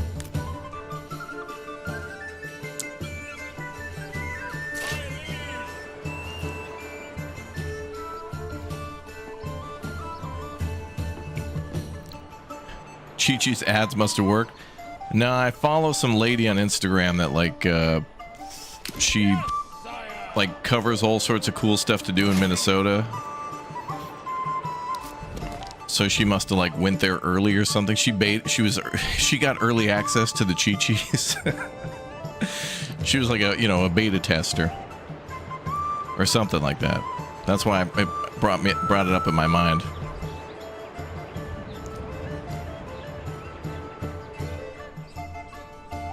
And she'll do all these things that, typical sponsored lady Instagram account where it's like, guys, today I'm teaming up with Pledge because they're really good at their pledge to you to make clean wood, yeah, in one video.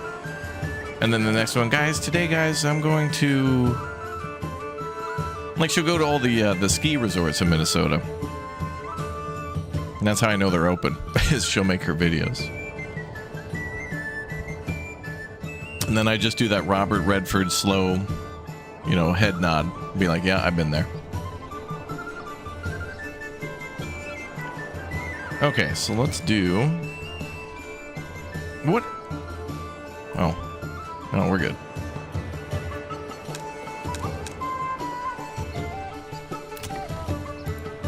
This carrot house is still full. Well, the good news is at least we have tons of food. And most of it seems to be, wow, look at that. Apples, pears, and lots of vegetables. We just need more protein, more meat. Okay, so we got 16 rye there and nothing there, but they're probably working the field and then storing there because it's the closest. And the pantry of a farmhouse is like 1,200. That's crazy. So I'm glad I built a granary here for like overflow. But also the malt. Oh, look at the amount of malt we have. 132. I could probably build another brewery and export even more booze. And then, chat, we could start making the following. Whiskey, beer, tequila, more beer, more vodka, more whiskey, and more beer. Or probably just more ale. So what are we at for ale? 8? Okay. I think we got to make another brewery. And I think I'll build one down here. In this town. So it doesn't have to go as far.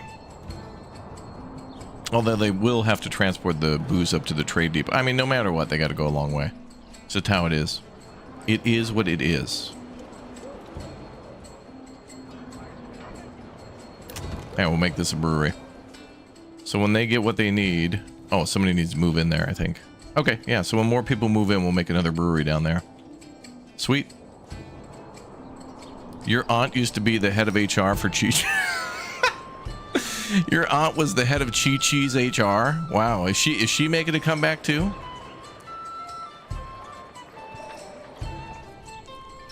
Like you come into the room and she's putting on like the camo paint and stuff. They're calling me back in for one more mission. I got a paradrop into our only Chi-Chi's.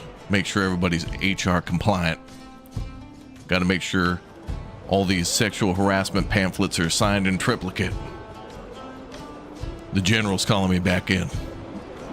Okay. Be safe, Aunt Becky. You don't know what safety is until I provide it. Do you understand me? You will address me in a clear and present tone. It's a scene from Commando. She's locking and loading, but on legal, you know, she's locking a pen in, you know, double checking her briefcase, make sure it's locked and loaded. It'll be like that scene from Metal Gear Solid 3 when Snake jumps out of the back of the C-130, checking her oxygen tank and all that for her Halo jump. Yeah, I told them I was down, but they're pulling me back in.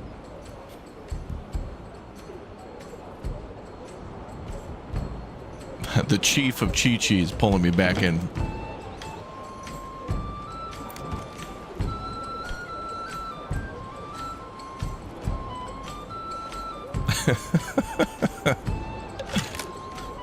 I love it.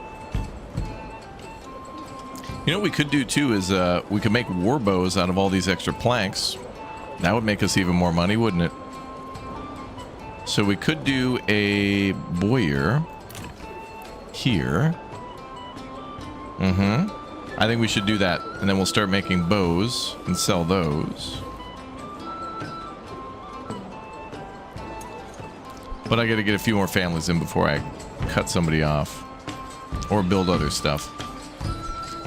So anything we do, you know, is going to try to be to make money, increase production, population, and money, so that way we can get more materials for the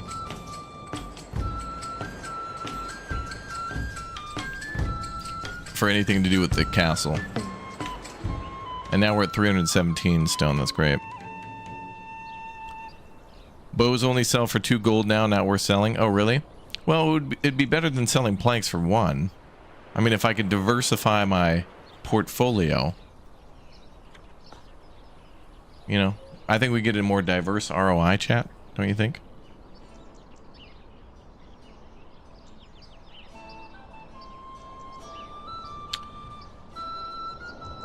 Oh, Chi-Chi's has sent me an email now.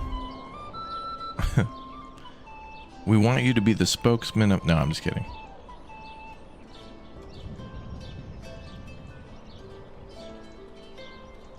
I have to check my email every once in a while because, like, in the time I've been streaming, I've gotten 14 emails about new demos.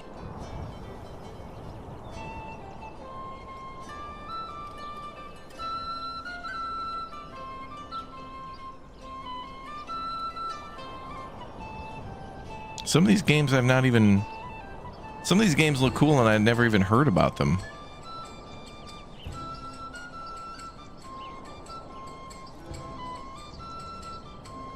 Or I haven't heard from in years, like Autobahn Police 3 is getting a police trap, like speed trap DLC.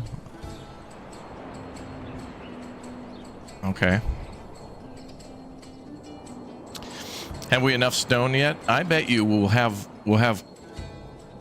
the next time we get a new member, we'll have more stone somehow magically. I think we got 2 new members. If we can get it to 5, we might get 1 more stone. I bet that's how it'll happen. How many planks does it take to make the bow? 1. So if you had 100 planks and turned it into 100 bows, you get 200 bucks. As where the planks just sell for like 1 coin. A game called Detour that looks excellent. Really?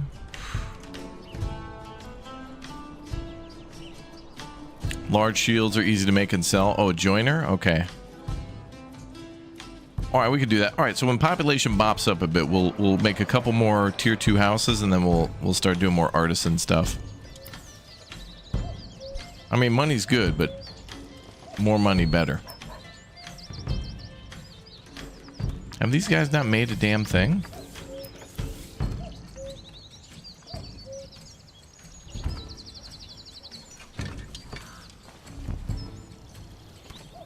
Nothing produced in the last 30 days. Why?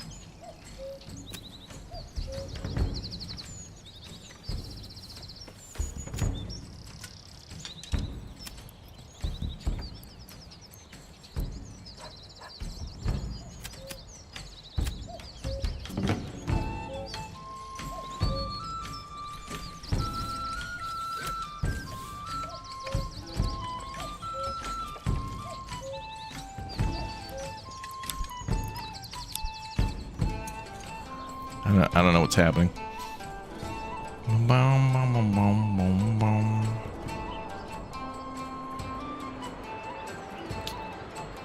Greg has mentioned that the beta, he's working on fixes for the beta for certain issues, but don't know anything further than that.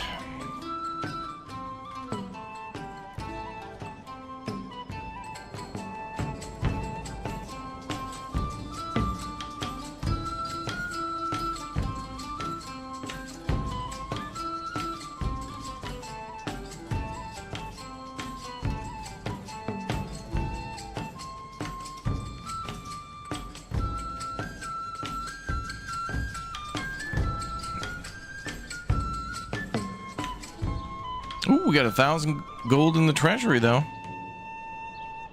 Perfect. Oh, yeah. Hey, we gotta go kick some bandit butt. Did we make it? Okay, let's get a little closer. Bum, bum, bum, bum, bum. You know, Emilio, you're more than welcome to buy the game and play it at your own pace, rather than telling everyone else what they should and shouldn't be doing. You do have the freedom to do that.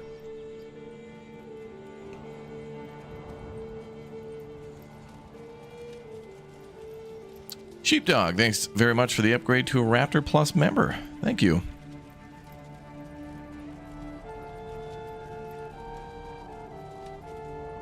Yeah, this is the beta. Experimental beta.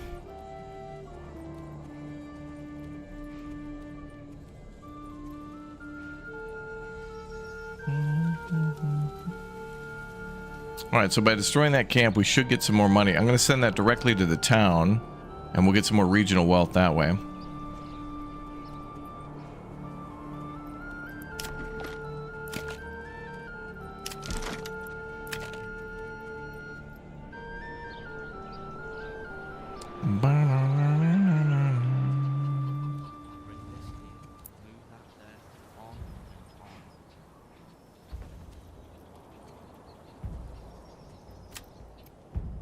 I don't understand, though, why productivity is 0 at the stonemason station number 2 we just built. We have more than enough rough stone. Well, we went from 30 to 17, so maybe they're supplying their station with materials. I don't know.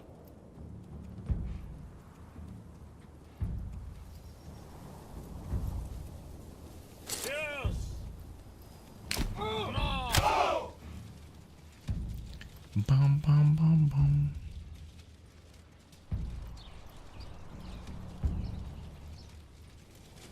Stay together.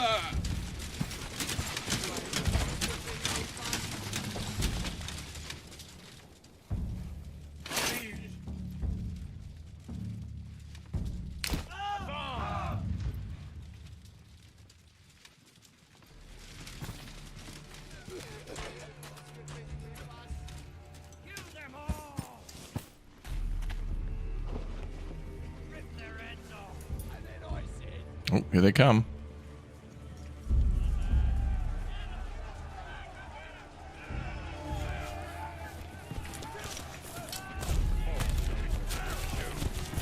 Can I play Factorio? I mean, I have before, but I need an adult with me if I'm going to play that. It's got to be like Elmox or Bradford.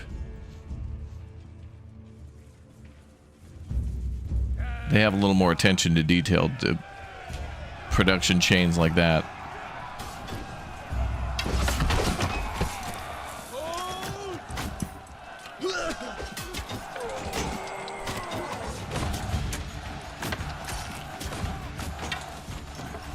Dude, block parry, dude. He's gonna hit you with the unblockable. Come on, man. All right, we got him. We win. Ooh, and another person moved in. Double victory. Oh, they're giving up. It's over. One more and they're done. Yep, they're done. It's over. There it is. All right, let's go get that money.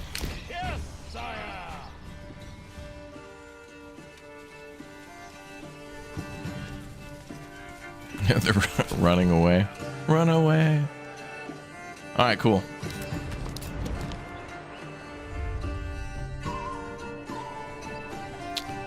Hopefully another camp shows up. I would love to have that money.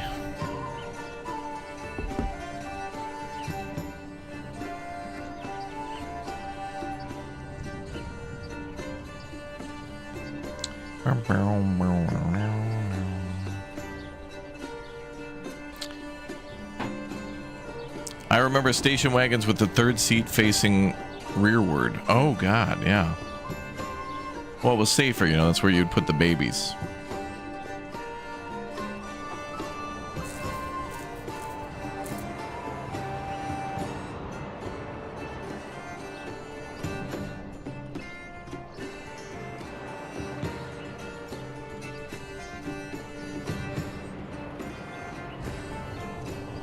Yeah, essentially the enemy has just wooden clubs when they attack you. Couple, 2-3 may have like a sword and maybe a hammer, but that's mostly clubs. Everybody in the club.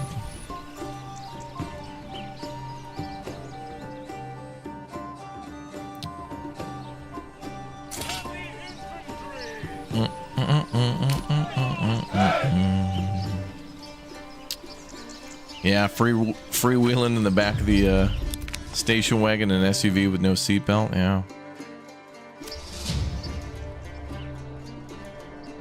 Called Darwinism.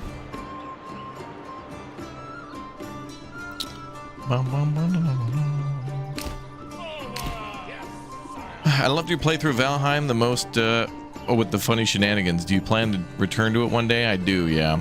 More likely closer to 1.0, but I know Booster's playing right now. Booster invited me to play, but I mean, I was so busy I couldn't even respond to the message for a while. This is so much new stuff.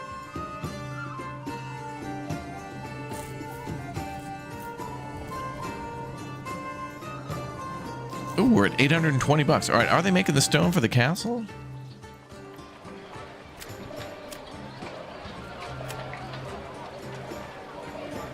What's interesting that, oh, I guess that little green triangle must be the fact that there's a bonus for production. Because what that looks like is it's like they're not making anything now, but like it's trending up, like it's going to go up. But nothing's happening. Oh, it's because they're out farming.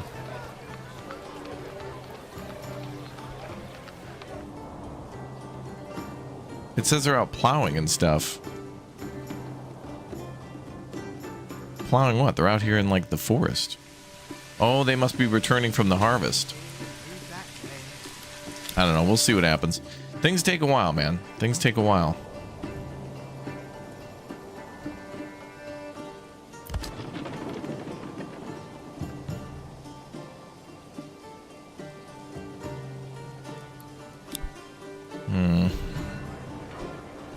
Survival of the fittest, for sure.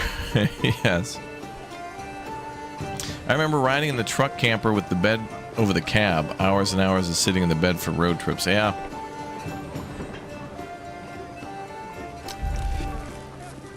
Mortgage plot level 1. Things exposed. 31.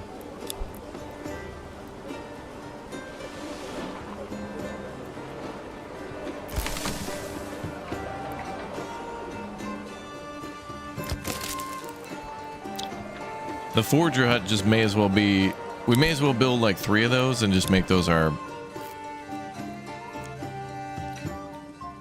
almost like a granary. Like, I think if we went 1 year where we harvested a ton of berries, I bet the berries would last almost 2 years. Before we had to harvest more. Probably more than that.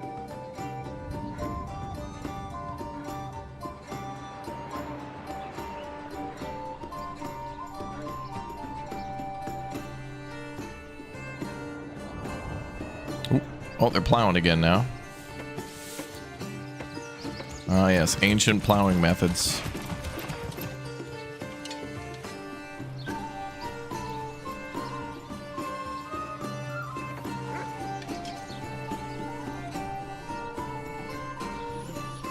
But I only see one ox plowing. Oh, I guess they're planting seeds? Oh, they're doing it by hand. My guy, we have 4 oxen. Just go use them. Put everyone else on PTO. Peasant time off.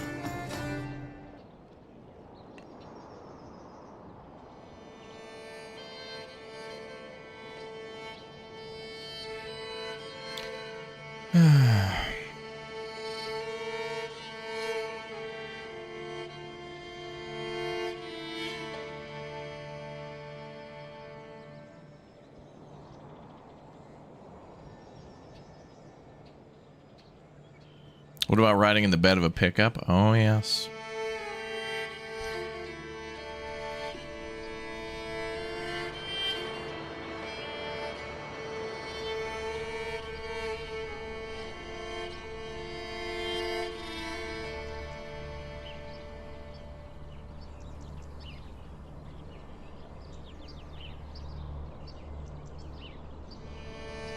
Riding in a pickup bed still done around here in Alabama? Oh, for sure.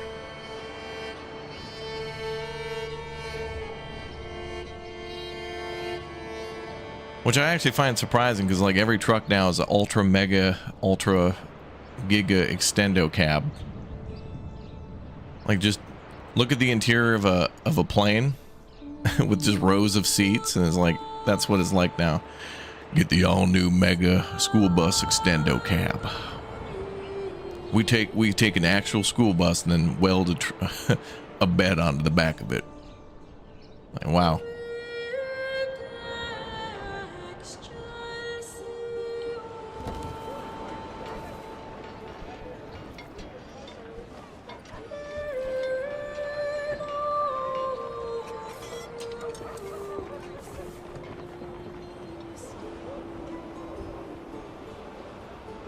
This looks nice. Okay, so now, all right, so we're waiting for a couple more plots to be upgraded. Oh, nice. We have 5 more plots for people to move into, plus 2 on the way. The Titanic cab. Yeah, forget about the Extendo crew cab. We literally take the entirety of the Titanic, rebuilt it, put wheels on it, then added a truck bed.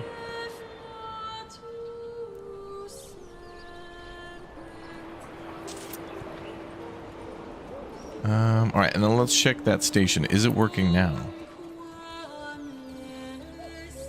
I don't know. I think a year's got to pass to see if it's actually functioning, and if not, that's another thing we got to report to Greg, where it's like, Greg, I'm trying to build a castle, my guy. We're at 323 stone. That's actually way more than I thought we'd be at.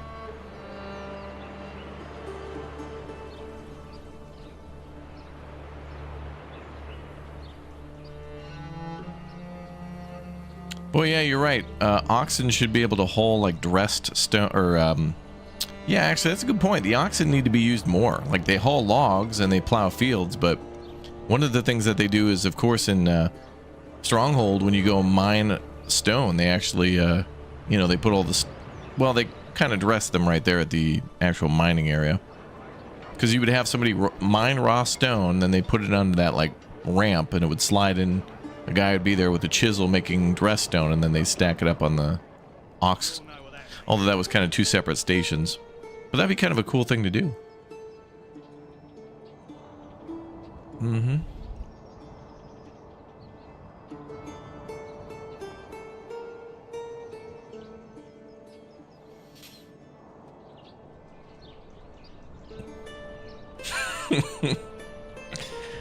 Oh boy.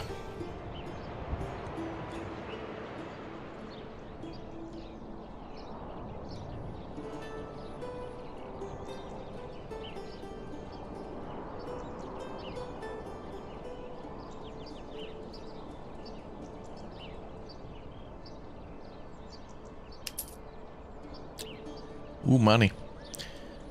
Okay. Now wait, are we selling the ale? Is that...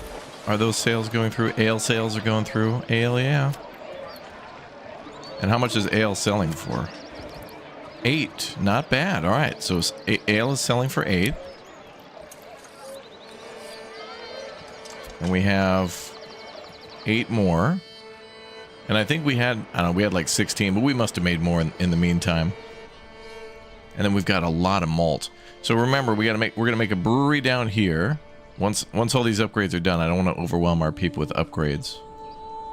And then we're gonna probably do another brewery up here, and then a boiler and a A shield maker. We got to diversify. We want to diversify, people. We want to diversify the portfolio.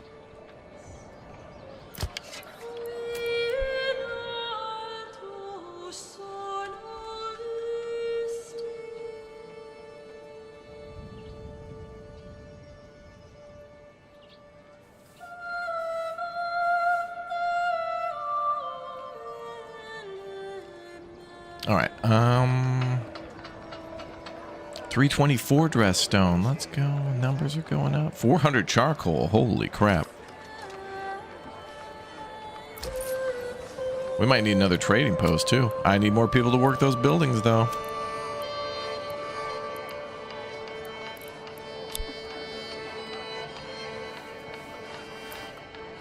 Oh. All right, the second station is actually working. Okay. So both stations are now functional. Rough stone has arrived at station 2. Beautiful. All right, that is beautiful. And then how are we doing on rough stone? 30. Okay. So we just got to keep importing. Love it. I love this for us. I love this.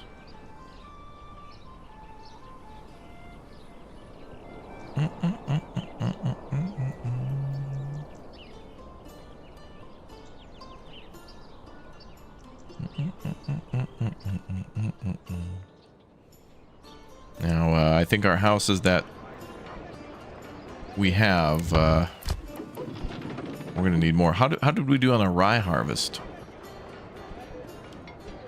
Rye is at 14 rye sheaves. And they're making... Oh, look at that. Okay, so it's converting to rye grain right now. So we got 13, 12, 11... Okay, so they're Oh, wow, that's taking place quite instantly. 73 barley we've got. Wow. So we'll have about 30-something rye grain.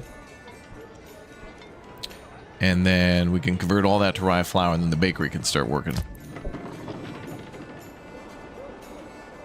So I'm going to go ahead and reduce the workforce by 4 on each.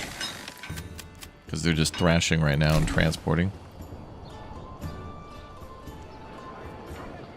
And I want more hands to do the work at the mill. And hopefully we start selling bread now.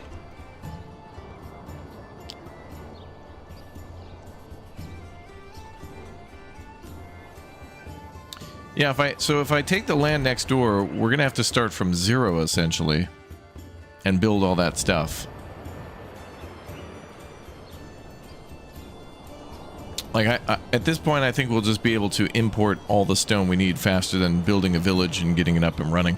Because if I build a new village, I'm also gonna have to export some stone over there, or at least rubble. I'm just gonna stay focused on one. I don't want no trouble.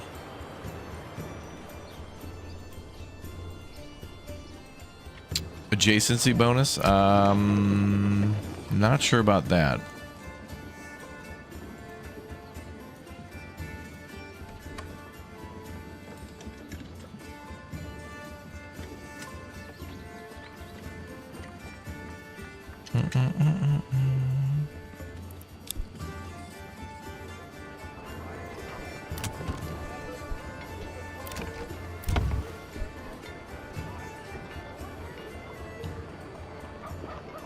One more upgrade happening there. Wow, we got 7 homes. Beautiful.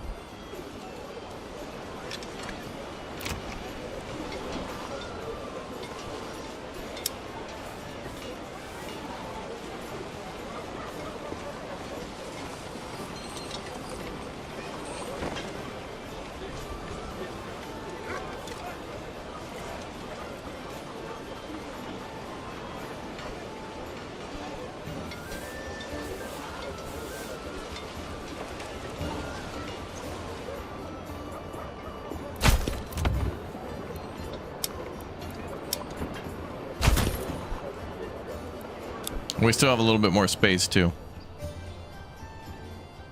So we have a few more homes that can upgrade further so we can get up to like 8 more people.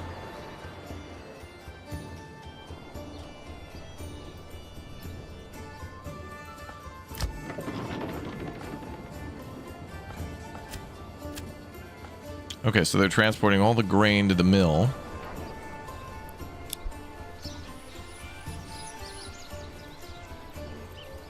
Then we're going to start making rye flour and bread, and that should be another great food. Berries are done.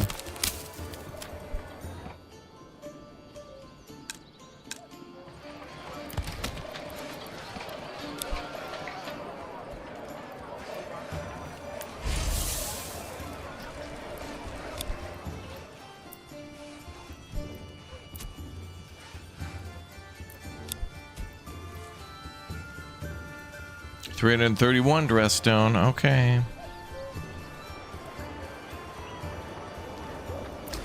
Let's do...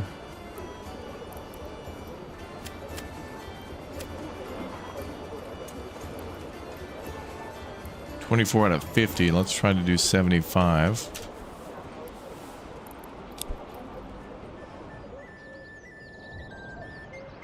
And then...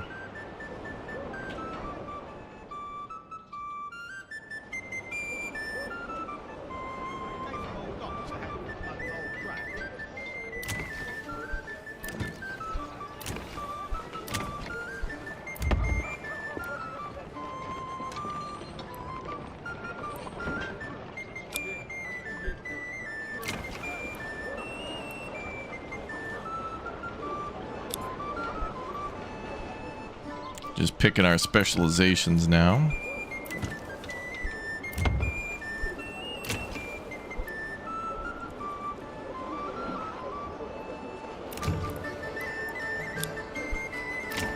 So I want more goats so we can do more hides for leather and then shoes, and we could probably try to export those too. So we'll need a cobbler as well. So we'll need cobblers, we'll need joiners, bowyers.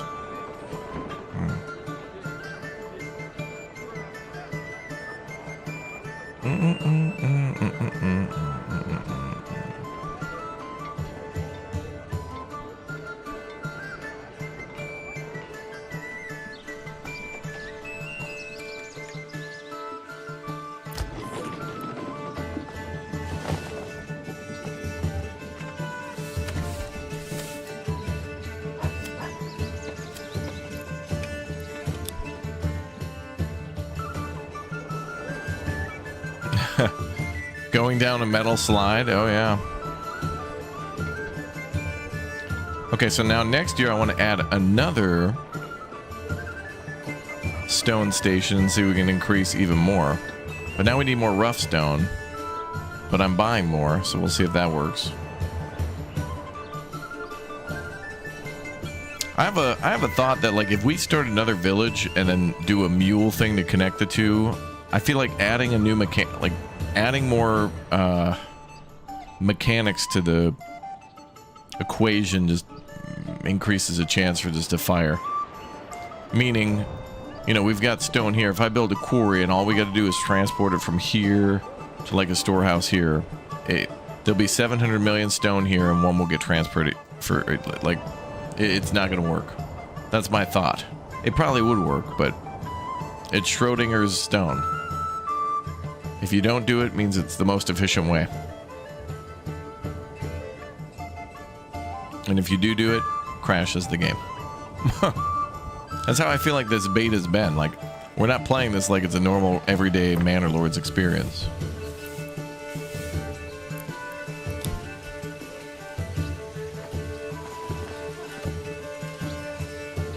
Wow, lots of food and stuff, too.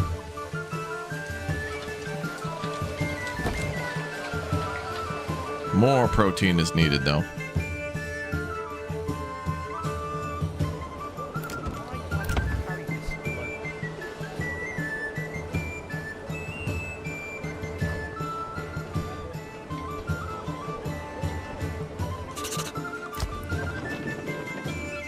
Making that rye flour. So now the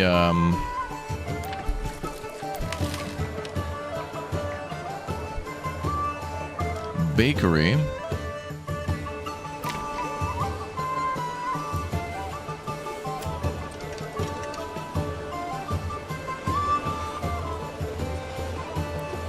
Bakery should be able to finally function. And we're getting there. Ooh, more people moving in too. Beautiful.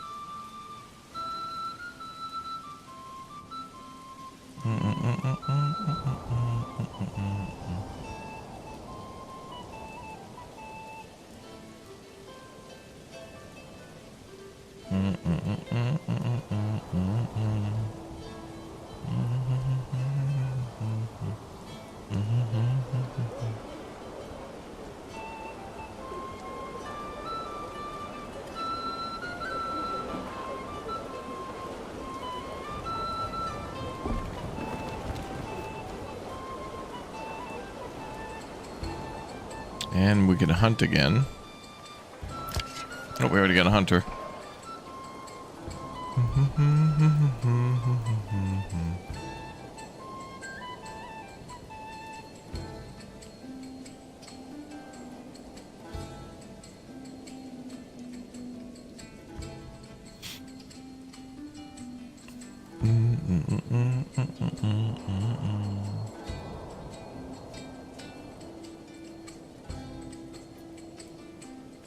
Good coin.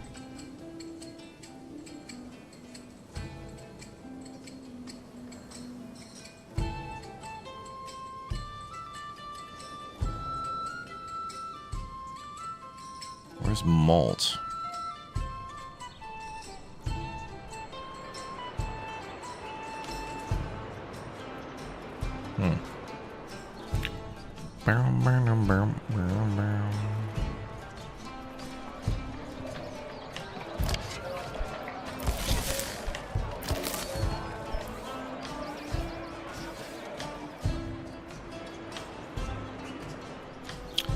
Okay, so these 9 unassigned families should be bringing planks down to these houses. So we can get some upgrades. Can you trade with AI towns? That is a good question. I don't think we can. You kind of just put things up for sale, but I don't know if you can choose your trade partner.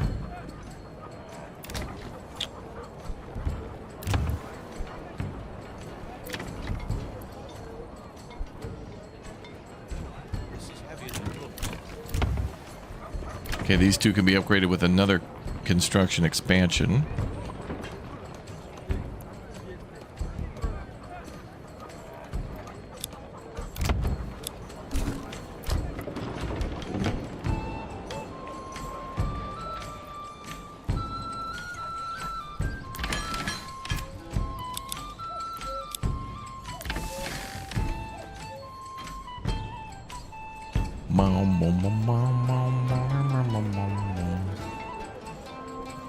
Can you make rye whiskey, brother? I don't think so. Not yet.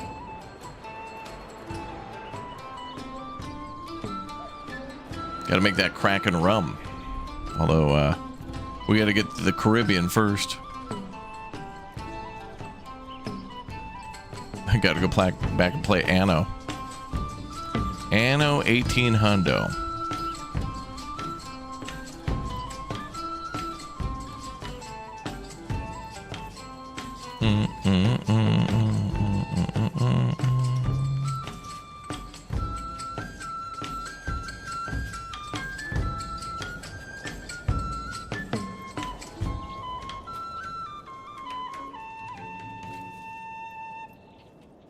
Tavern banger.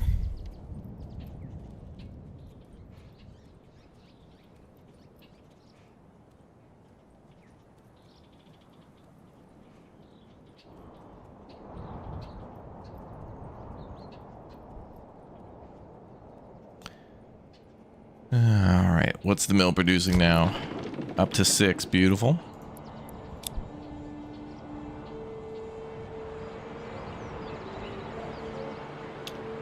And 20 rough stone still.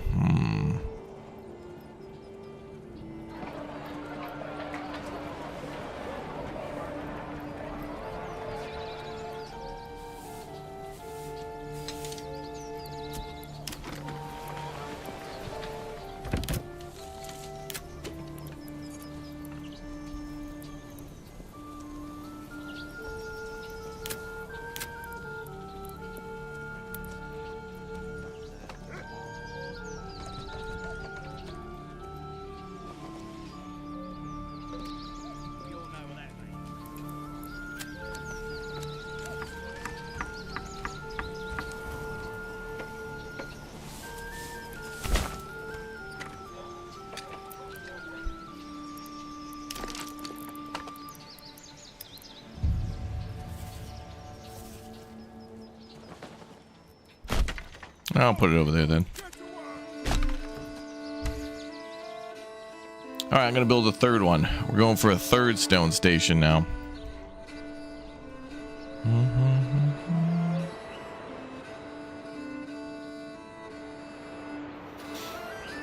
You want some live videos of me next to castles? Well, I went to Trotsky Castle this year, although there's not anything there.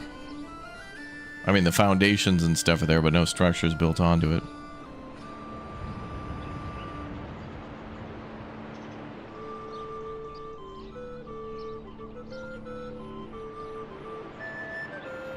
More stones, yeah. I'm thinking about building like another trade depot too, but I don't know, I always feel like in Manor Lords, if you try to do something to correct, like to expand or correct a problem, it always doesn't work. But I thought about that with the stone thing, and it just took a while because they were working on the harvest, I guess.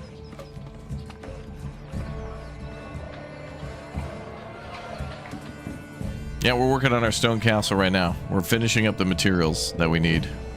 We're gonna need a lot of stone because we're gonna build a big castle. I think really what the game thinks you'll do is like build like a small little castle, maybe a tower, but like this whole hill is gonna be a castle.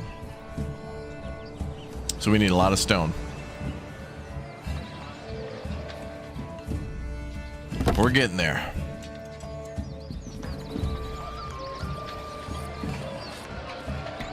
Build a Chi-Chi's, yeah.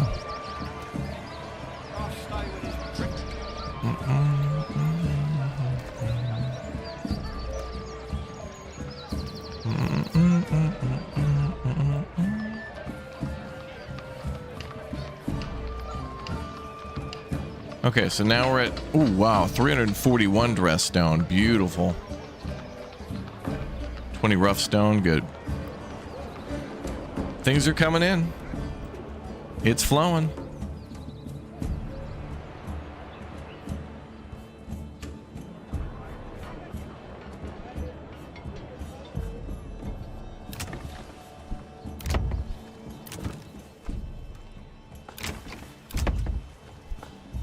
Two more spots to expand up through there as well.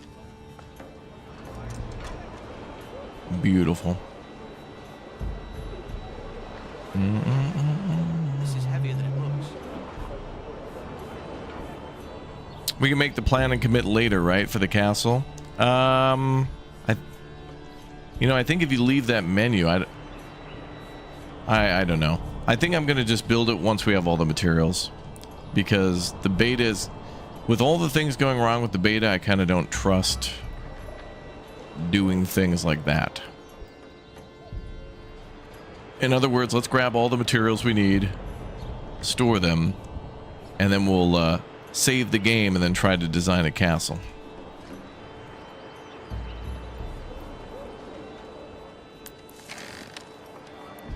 Oh, look at that. We've stored all the 143 dress stone nearby. Beautiful. A lot of the materials are up here standing by.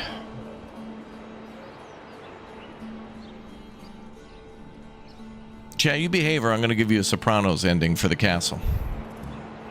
You behave.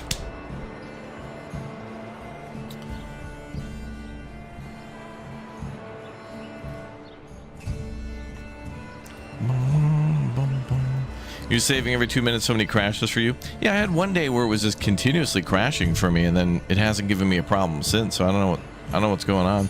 Also, I have a problem with my retinue getting out of the manor, so I'm just keeping them outside.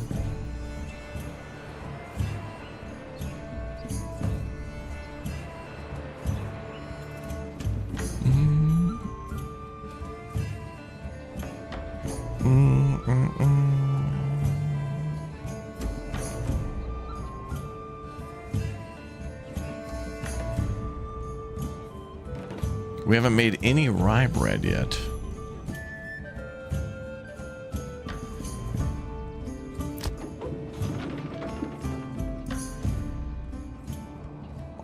Also, this says we have 10 rye flour.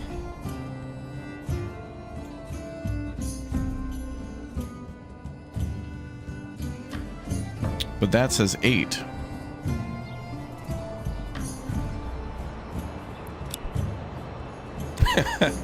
Yeah, we'll do a members only stream for the castle. All right, I'm going to do that unless we get one more member.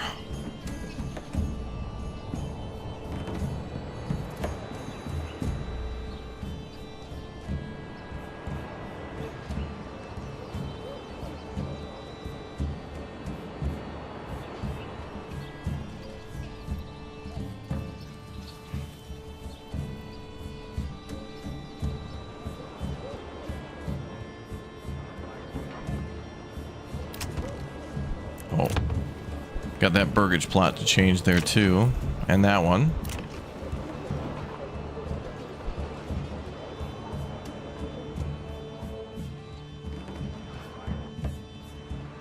And then back to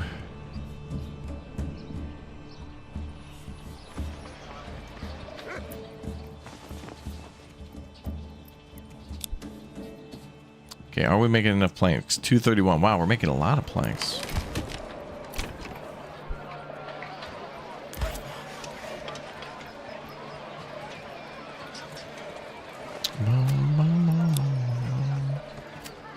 Oh yeah, that's the surplus tab. So 14 rye flour. Bum, bum, bum, bum, bum, bum, bum.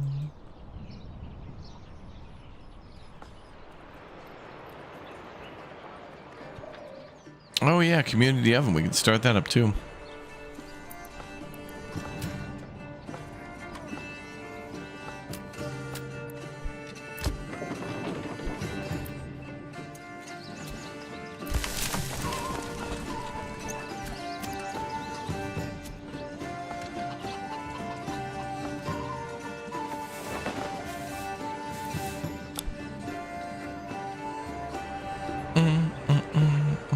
All right, so we should have a baker up here, and then the communal oven making stuff too. Bum, bum, bum, bum, bum, bum, bum.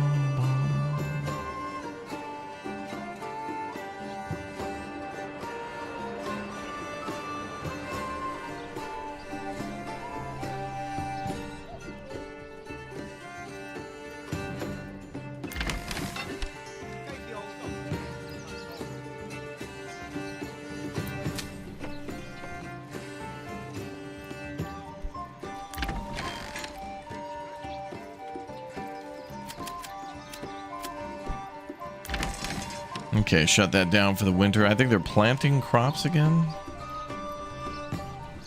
Oh, they're still plowing.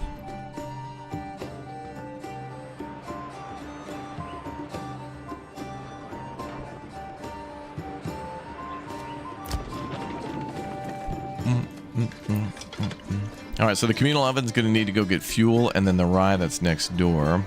But that stuff should be close. And then fuel... 315 for charcoal. Beautiful.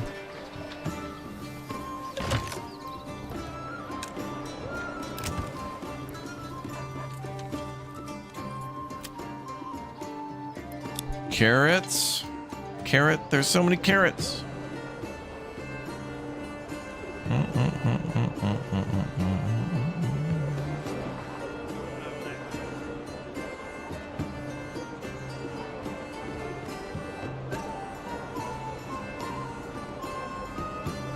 I think Manor Lord should go down for Music of the Year award, followed by SnowRunner. Manor Lords has some pretty lovely music. I hope we get more. A lot of games have really good soundtracks, and then they just need to bring more of that. I always want there just to be a free update with new music for every city builder.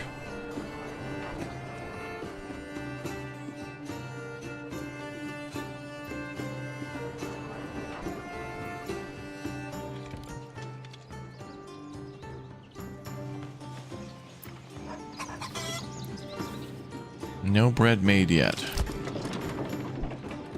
Soon. On the Gwent soundtrack.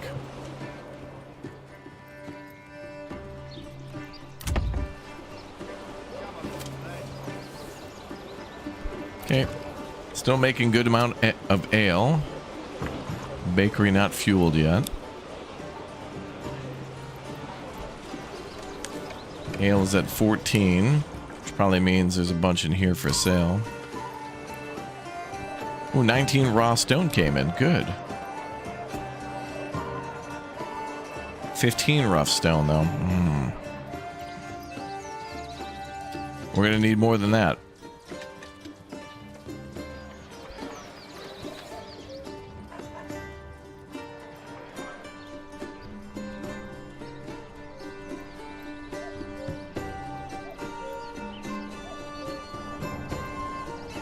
$344. What, 344? We were at like 317 a while ago. Now next year we want a triple production.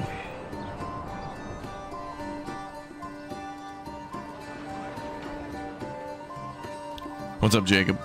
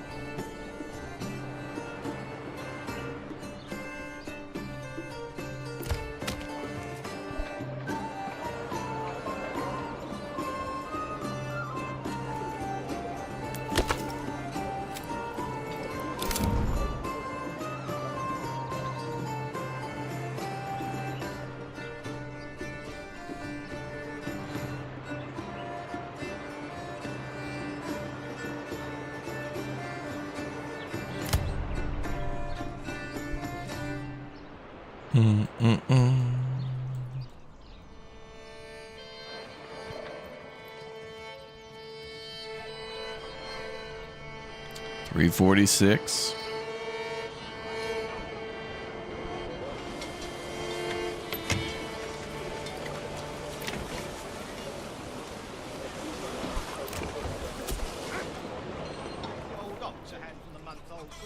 $191 planks. We're using a lot of planks, selling it and upgrading with it.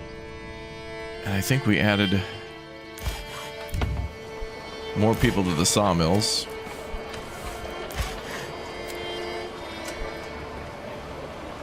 We did.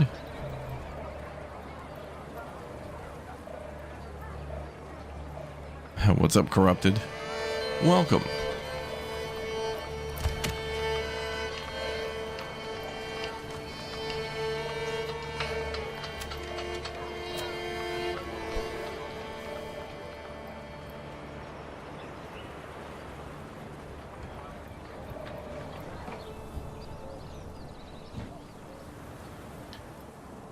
Okay, ready for hunting again. Oh, wait.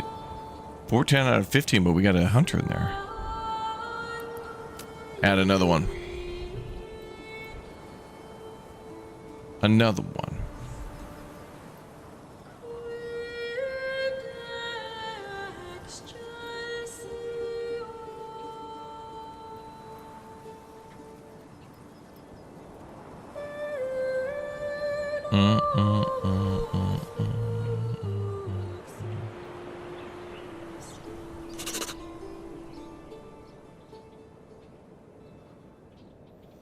Tax payment due in 96 days.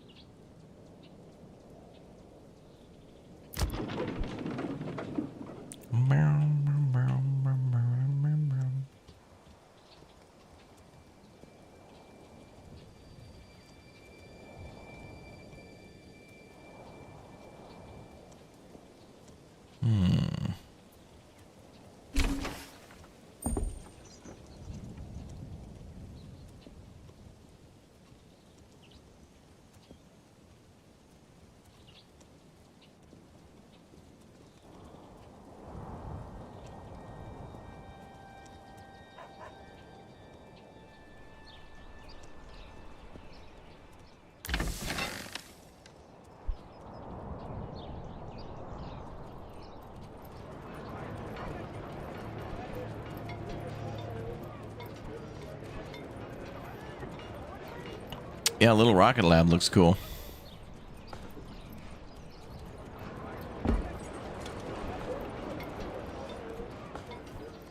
More people moving in.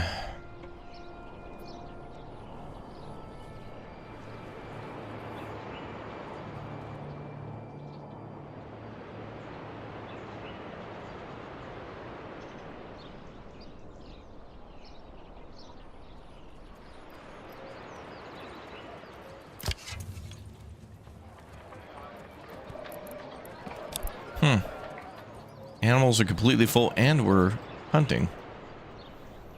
Yeah, the farming will be okay. I'll turn up and down the numbers. I mean, we have a ton of stuff in storage. I mean, what do we got?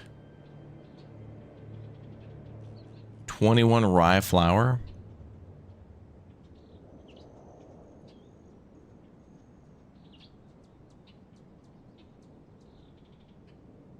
With 11 more grain to go.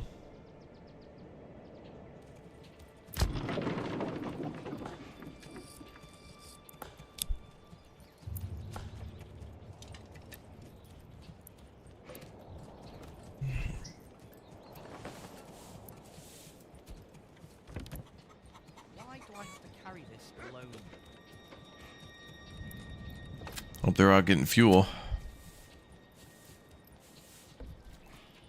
Seems like they're doing a lot of, oh yeah, getting fuel supplies, transporting, okay. So it looks like they're getting everything set up for the communal oven. So that'll be some bread.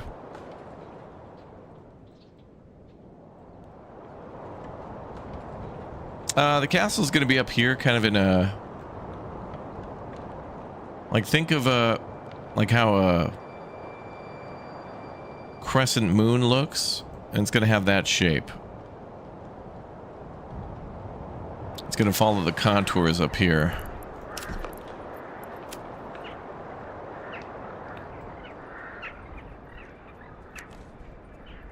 So it's basically gonna go like that, and then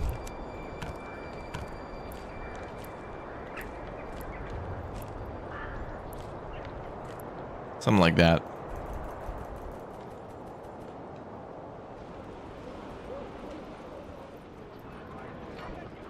$350 dressed stone. That is beautiful.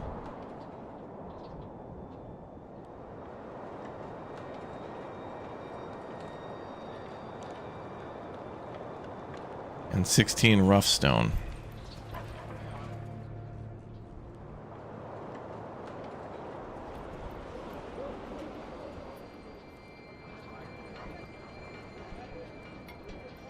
Two months of food, that's good. And we got hunting going, so that's even more food.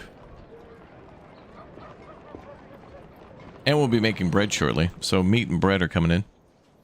Gonna open up a Subway, the world's first Subway.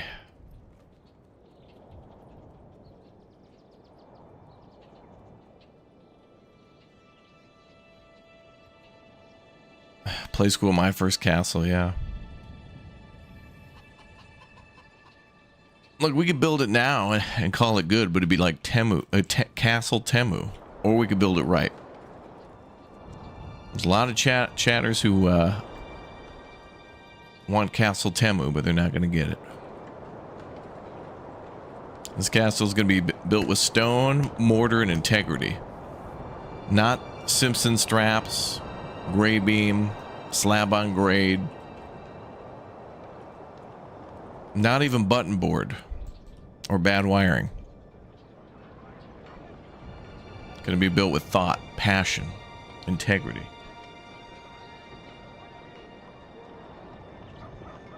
And a commitment to excellence. Not Wily's castle, where Mega Man keeps breaking in.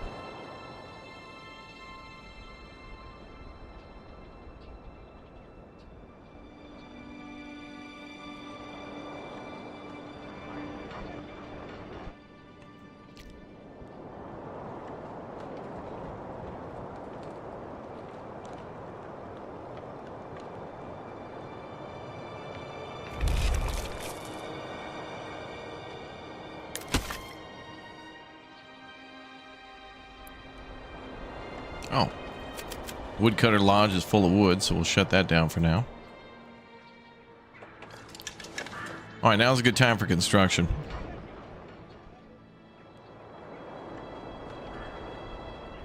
Ooh, and that's nice. If you hit tab over the farms, it shows you exactly what they can produce. 42, 75, 59, 42, 37. Wow, that's a lot. Yeah, Takeshi's Castle.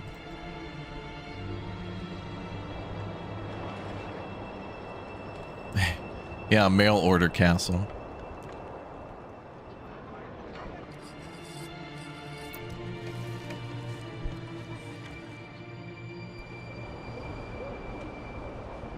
High tan.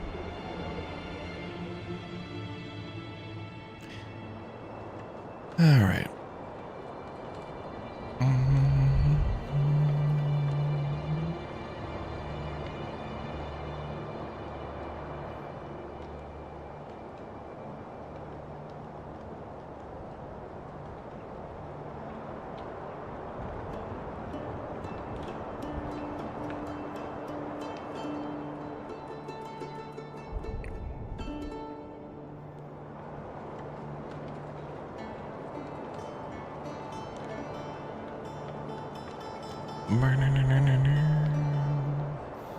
Members only stream. I told Chad if we didn't get one more member, it was going to be a members only stream. That's what I told him. This is a lovely stream we have here, Chad. It'd be a shame if something AI YouTube Shorts were to happen to it.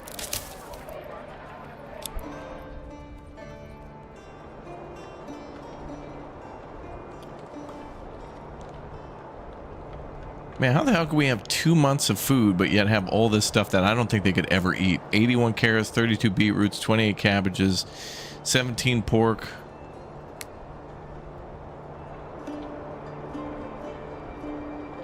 And this is showing surplus. Now with 61 carrots, 29 beetroots, 27. That's still a lot.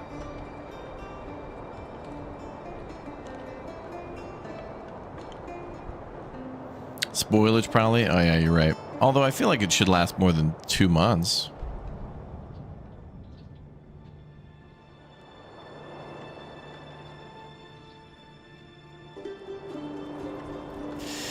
I've often heard that icy is the easiest word to spell. Looking at it now, I see why. Wow.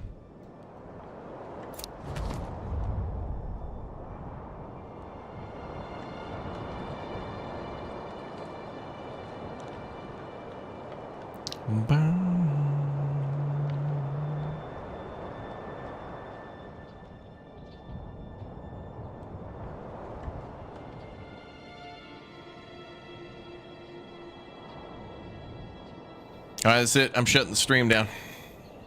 We didn't get a new member. Okay, we got a new member, Tyler. Thank you very much. Appreciate it. Stream time extended.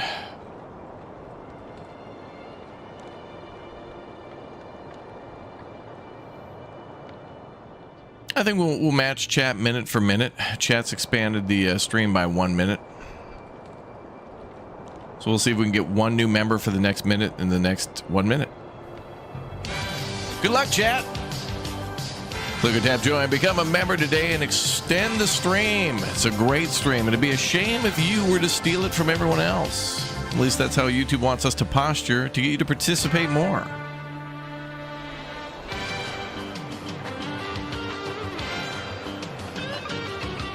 Good luck.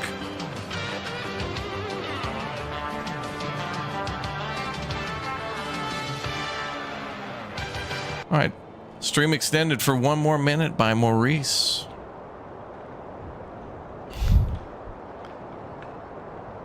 Thank you, dude. Thanks for the gift bomb. I wonder if I could do this. I wonder if there's like a...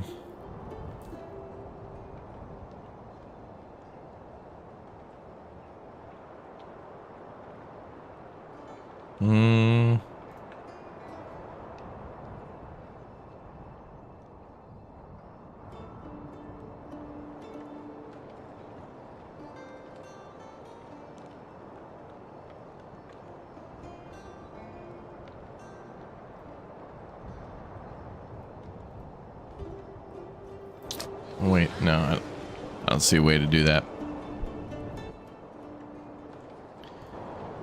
Raptor, what did 50 Cent's grandma say when he showed her the socks he made for her? I believe it is G-Unit. G-Unit?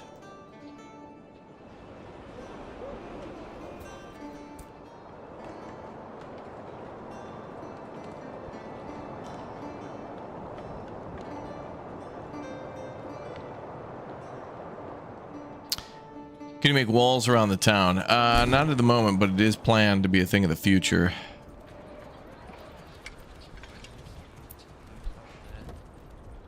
Big Greg's got a plan for it.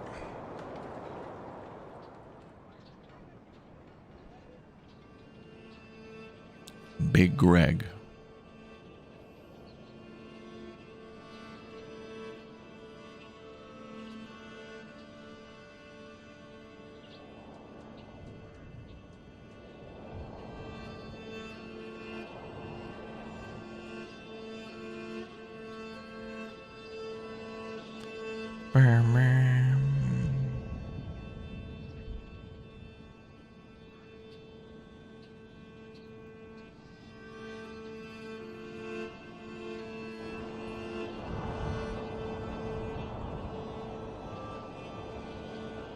What's up, San Leroy?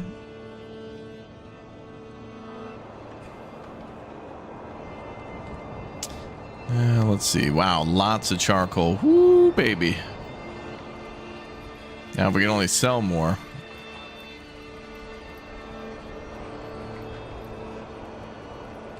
Can you just make the castle walls that encapsulate the town? I think there's like a Bailey limit now that's tied to your something. There was a change in the patch notes that limits the size of the castle, but it can get bigger based on your something to do with prestige or influence or something. I don't know if that's implemented yet, but what I do know is we're coming up on chat's next payment. 1 minute remaining to become a member before the end of the stream. These payments are coming up quick. Prepay now. Become a member today. 50 bomb, 50 minutes. Let's go. Standing by. Content will continue after this hostage negotiation.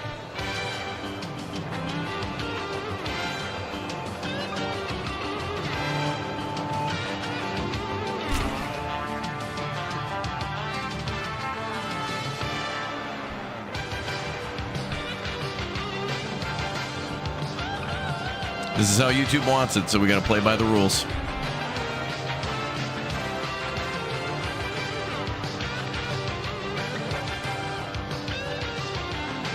Or we could do the Sopranos thing.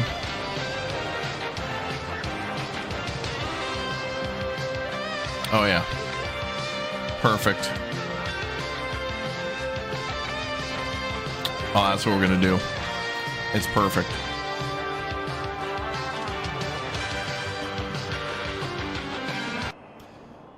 Okay, let's see.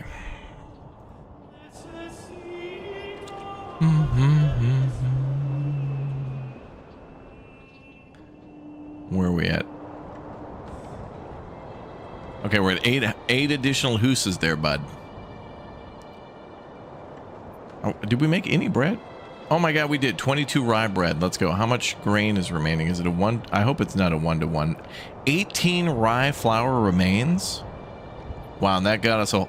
Making that much bread brought us up an entire extra month. That's crazy. That means we can get all the way to March. And probably extendo that because they'll make more.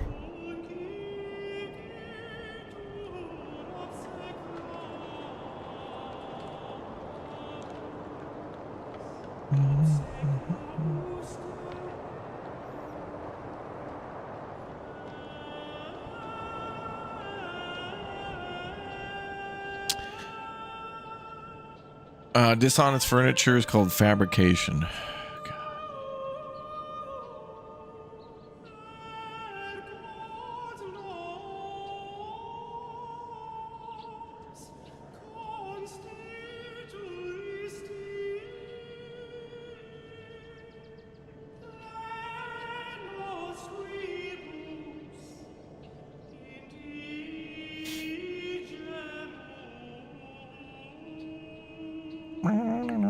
Saved my town, yeah. Rye bread is boss that saved your town. From what? Local bandits? Well, 44 rye bread now. How did we just double that? That communal bread is crazy. Wait a minute. Hold on. What's the bakery doing?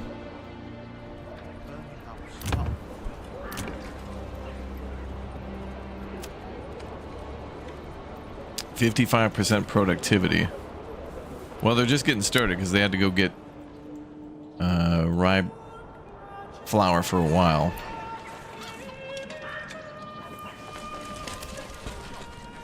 %48 effective. Oh no.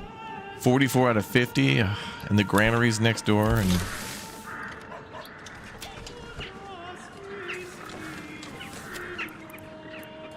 of course nobody to go pick up.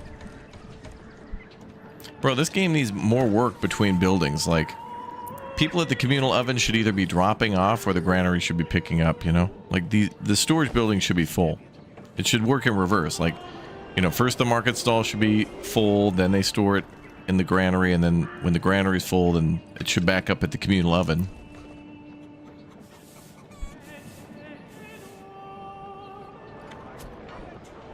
We're almost up to 60 rye bread. This can bring us up to 4.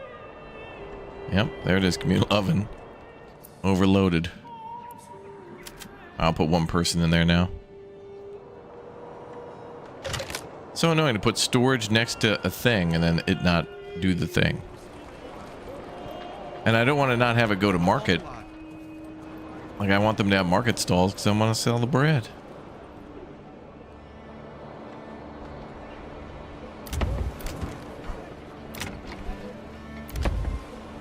Okay, let's go with more goats and more goats.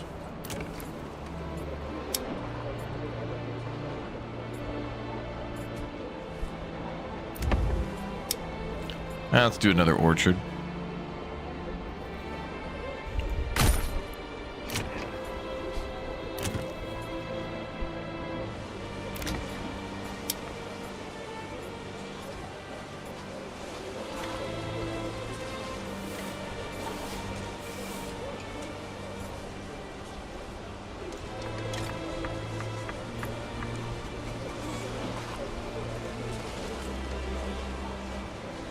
Alright, we certainly don't need any more carrots. I think we'll do apples again.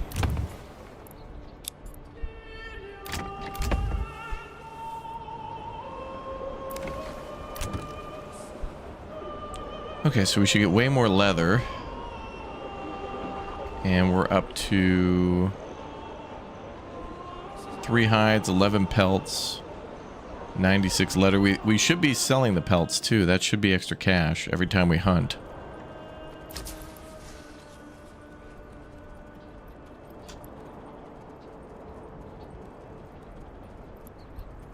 Yeah, transportation and stuff just takes... It's too long, too inconsistent, too inefficient.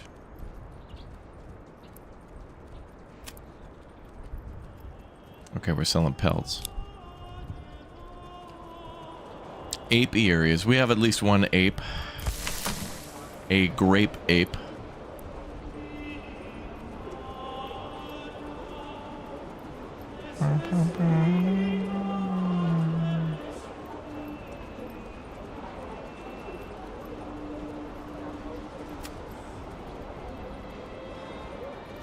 What's going on here? Cold. Oh, they're giving a cold indicator here, but now one up top. Okay.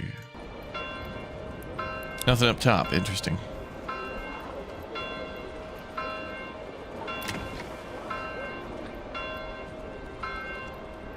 Oh, good. Well, we have 2 homes here that would be perfect for tier 2, so we could do another brewery.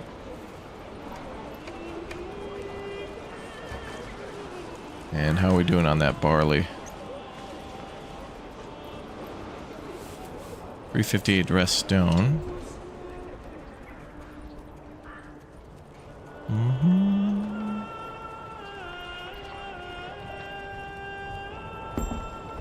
What difficulty we play? Standard. Whenever we play a beta in this game, I think we're going to play on standard because so many things are broken that it's like you can put it on the hardest difficulty or the easiest, and it's on beta difficulty because when there are systems that should work and could work and they don't, you know.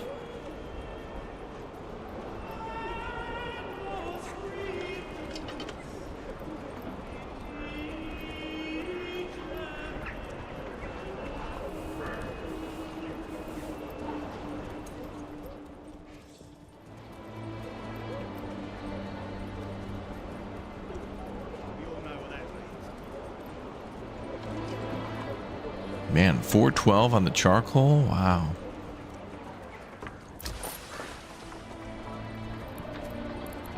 See, like, we're at that point again in this game where, like, the first few times that we played, it's like you need a trade depot per item. Like, we're making so much charcoal that I just literally need to have one trade depot just sell the charcoal. Because, like, you have to have all these people go pick up the charcoal, then bring it to the trade station, then bring it to the border or whatever the trade area is, and it's like,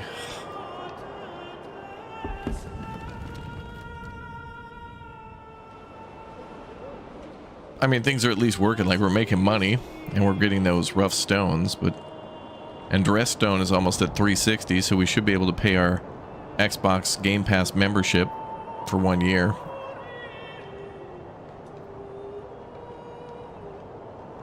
And we're out of rough stone. Okay, so we can't import enough rough stone.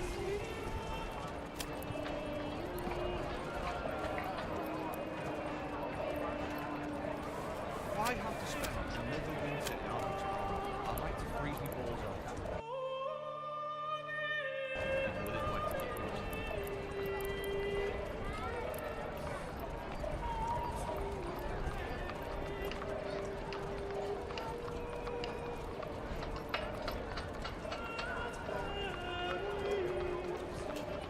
Let me set that to 30.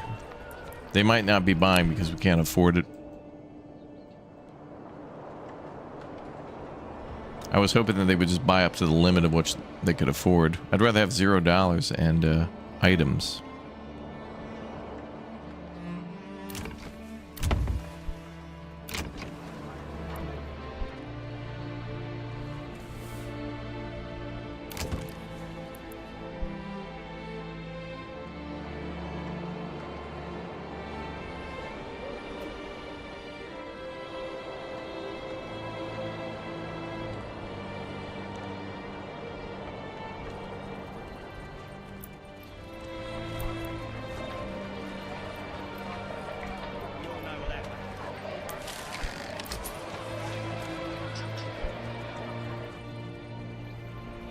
We got $1,000 dues. That's good.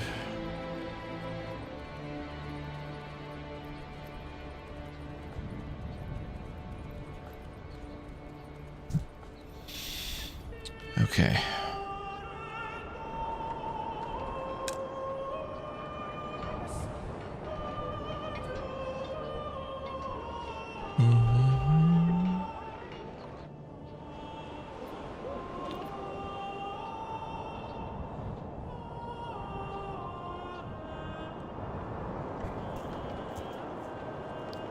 $42 more stone? Maybe.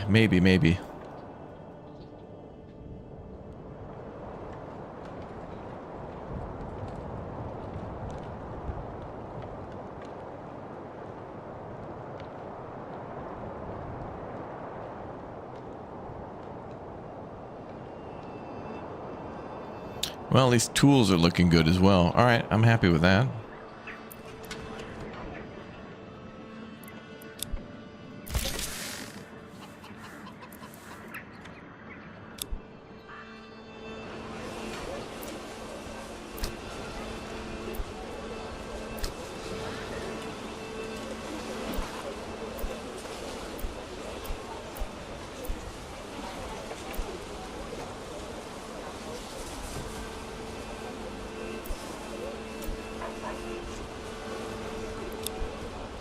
I don't even see bread making it to the markets. I have no idea how it's doing that.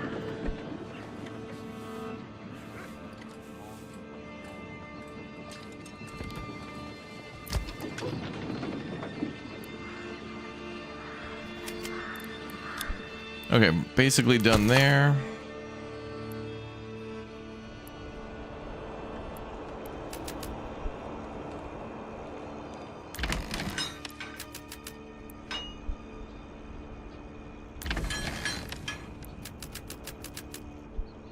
Almost back to the spring again.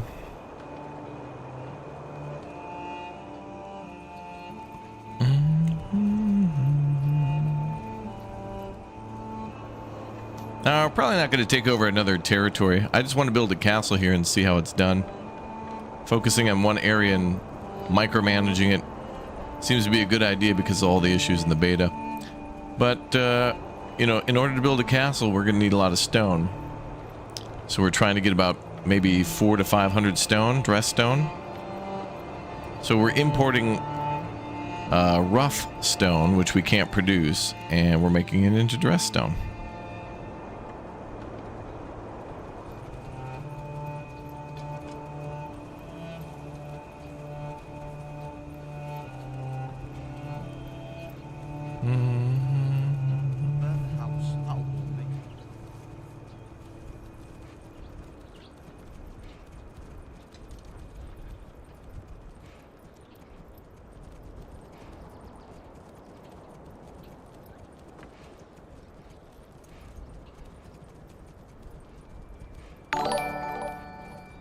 What? Lusium, thank you very much for the 22 months. Thank you.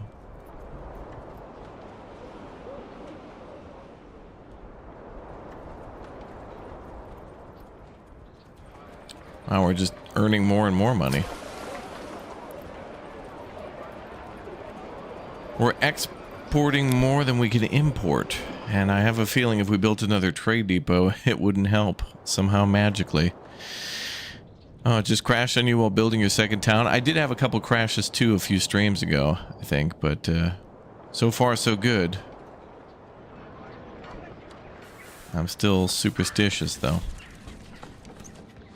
Is the bread spoilage... Ooh, spoilage medium at the communal oven. That's bad. This is heavier than it looks. But of course, nobody to transfer things across the street.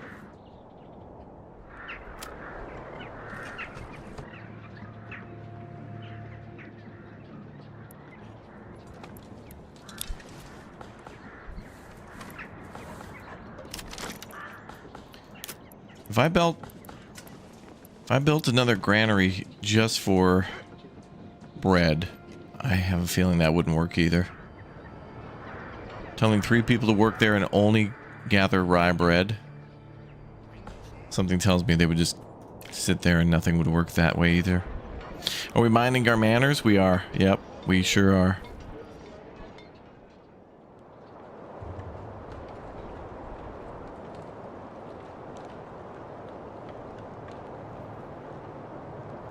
Logistical issue? I guess technically, yeah.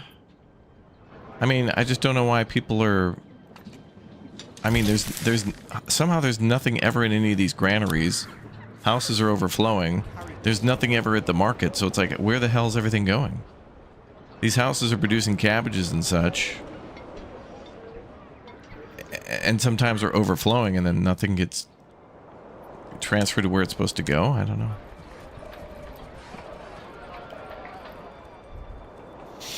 Bandits ransacked an AI neighbor, burned a fourth of their homes, and the game crashed. Yeah, I heard that too. So whenever I see bandits, I think the AI armies invaded and we were about to lose our AI neighbor. So I rushed to block them, and it paid off. We got their attention and called out some mercenary armies.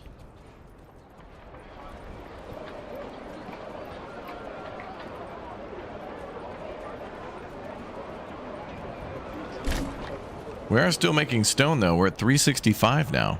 Can I stay with the street? Pretty sure the storage system is bugged. Really? Well, now this is good, though. The stonemasons do have rough stone. I mean, they're still able to work. I'm building a third one.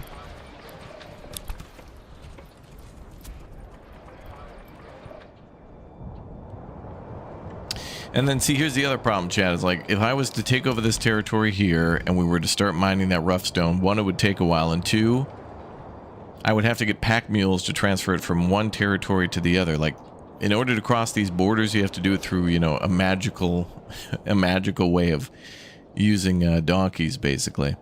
And then my thought would be like, so we would have to transfer. So first, surface deposit would have to become.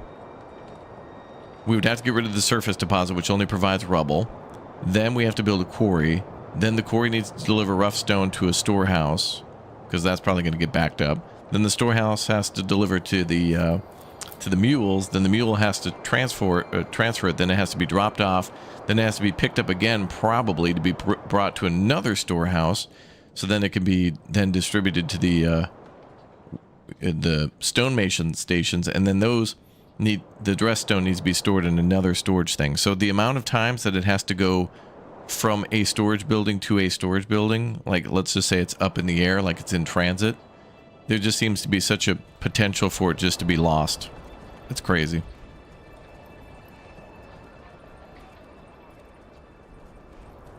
Yeah, it's going to end up like the forger hut. Yeah, like we have a granary literally next to the forger. We've got 6 families working there. And there's 7 bags of barley, which is like, we don't even need that. That's probably going to be transferred back down the hill to go to the malt maker to help to make ale. It's crazy. So crazy that I'm about to do this. Nope, never mind. I thought I was going to sneeze. But I did not. So it's like all the ways that we could maybe make this faster, I just feel like are futile. Chat's got some good ideas, but I just think the game's going to tell us, no, no, no, no. It's like, just import more stone. No. Just build a new settlement. No.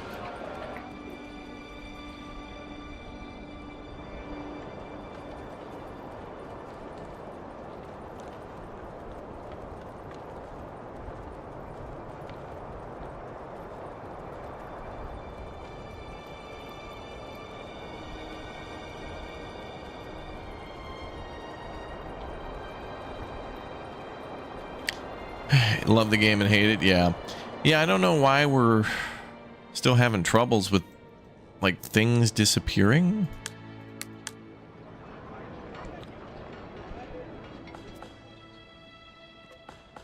Like, I just don't know how these are. Like, we have 60 rye bread, and so like almost 50 of it is here, and another little bit must be up at the bakery at the top. But then it's like, how is it getting distributed? Like, one way I would like it too is if the people of the town, you know, could go to the I don't know, go straight to the bakery and pick up their food. Like, if somebody's hungry or if their house needs something, they should either go to the market, which should expand distribution, or they can go directly to like the, you know, like you go to the bakery to get your food, or you go to the you know, the butcher to get meat, or you should also have the option of the market. But I feel like that should be the market should be how it works, ideally, but there should also be backup ways, you know?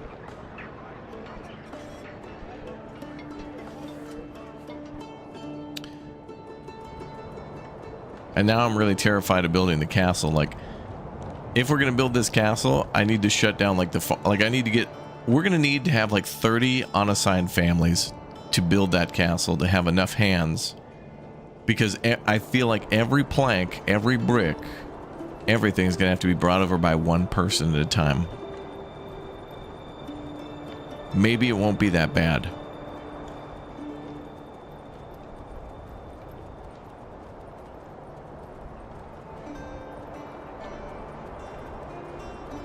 But I only know of one thing that could make it better. And that is to become a member today, guys. Click or tap join and become a member and join the #1 community on YouTube. Perks, emotes, a badge next to your name highlighted in green, and much more. Coveted shout out for me. And Chad, if you click or tap that join button, stop missing out without a doubt and become one with the #1s. One's in the chat. Let's go.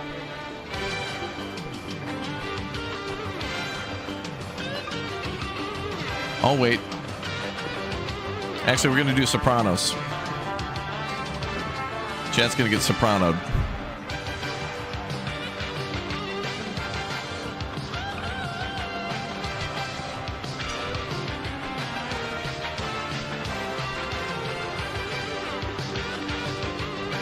All right, fine.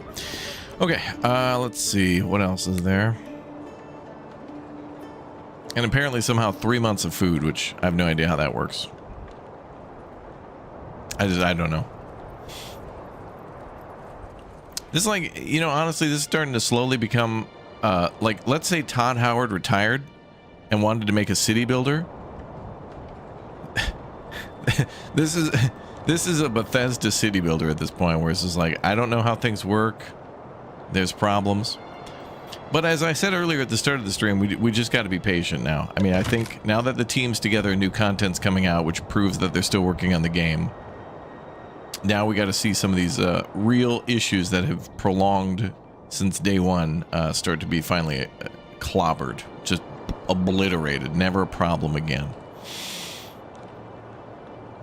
Thank you, Victoria, for the gift bomb. Appreciate it. I am storing materials next to the castle, right here in this building. We're starting to store dress stone and planks, and there people who are working here are transferring that stuff over.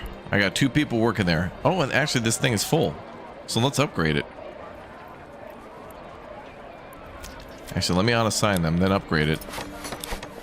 Okay, so that thing's going to store even more. I'm going to upgrade that to a large storehouse, and then we're going to get even more material there. So more dress stone and more other things are going to be stored there.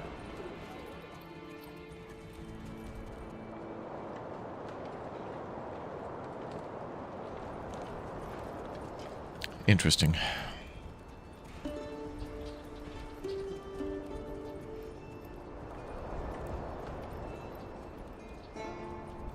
Did I harvest enough orange cones for the castle construction? Yeah, we got to outline the construction area.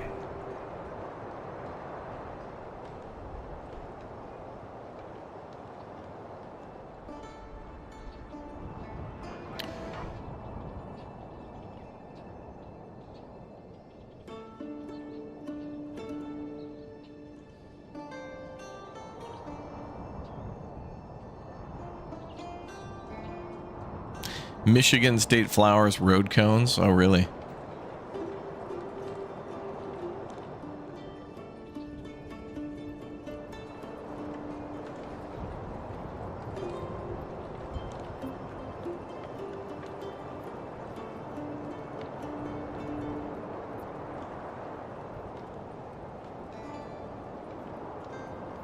Okay, we don't have rough stone again, so I'm going to go ahead and reduce the workforce here to 1 guy until the damn trade depot starts pumping out. We got rookie numbers for rough stone. We got to get those numbers up. In fact, it might be a viable tactic to cancel all these other trades just to make sure they prioritize importing rough stone.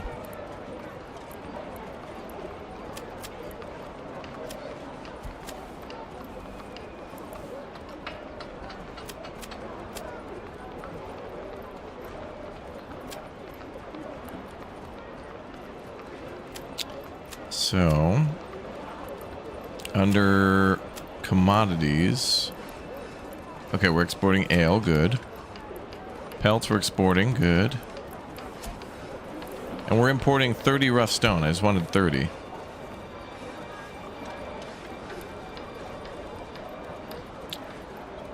All right, let's establish a trade route too. After paying to establish a trade route, a dedicated traveling merchant will regularly visit the region to trade this specific type of good, increasing the frequency of transactions. But I already feel like we're not even hitting the the maximum frequency for just the regular import. So it's like the current number of imports is unknown, but hey, pay money for yet another unknown figure of possible frequency. But all right, we're going to pay for that. Because now we can produce much more rough stone into dress stone.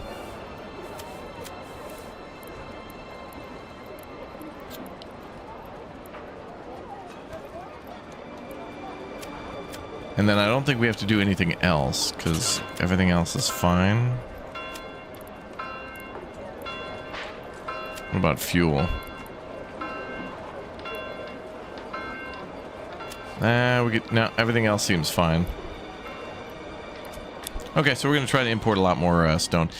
And how the hell? How are people cold? We have over 406 charcoal, and like storage buildings everywhere to distribute it.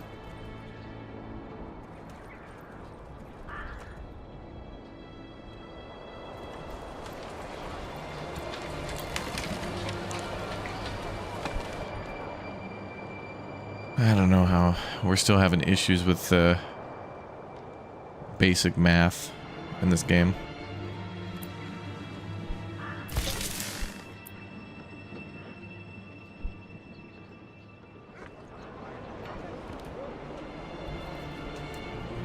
This is heavier than it looks.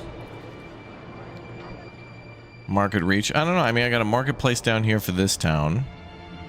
And then I've got 2 markets here for this town, here and here. Like every little section has a market. I don't know. Also, what could happen is people can move in the winter, and then when they move in, their house has nothing, so they're just immediately hungry and cold. But the hunger seems to affect them slower than the cold, which is immediate.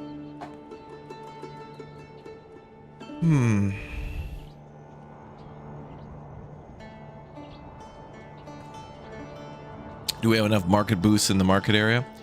That's a good question, but I feel like to get more market stalls, we need to build another storage area or granary. But then if I do, like, are they even distributing the stuff? Because we look at this and it's like 0 out of 500. And then we look at the market.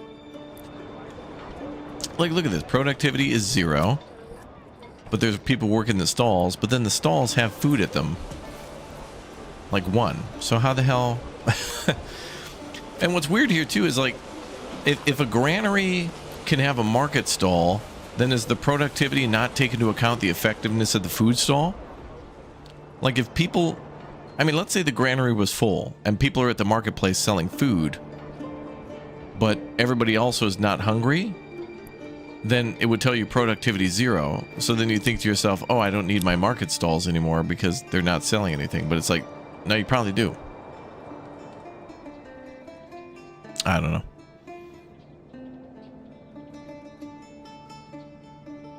I don't know. This game's crazy. So now we're really starting to see the issues of like, if I would have branched out, the problem would have been multiplied, and then we'd have all these cities like, we'd be trying to unravel this mystery in multiple cities. But here we're laser focused on one, where it's like, where is the stone? Why is the bread not being stored? Who shot Mr. Burns? You know, questions we've been asking for years.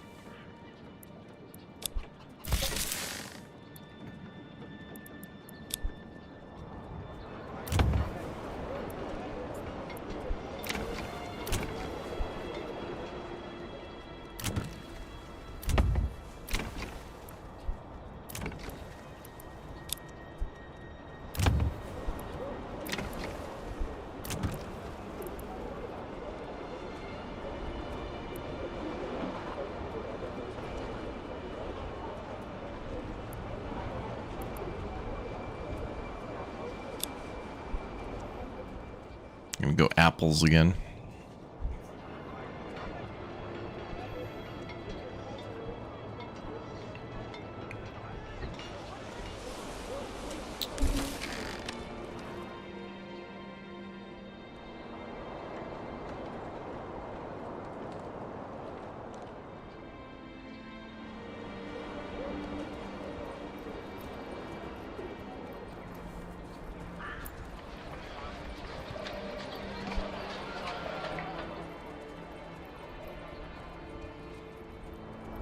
Well, the good news is we're up to 366 dressed stone, and we almost got like what?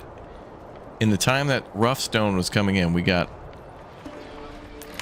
like almost 100 made, it felt like.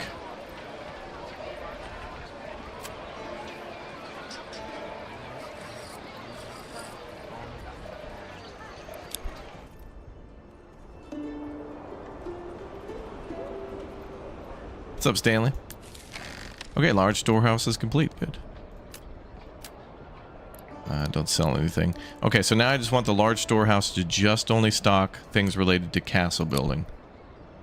And now the capacity is up to 2,500.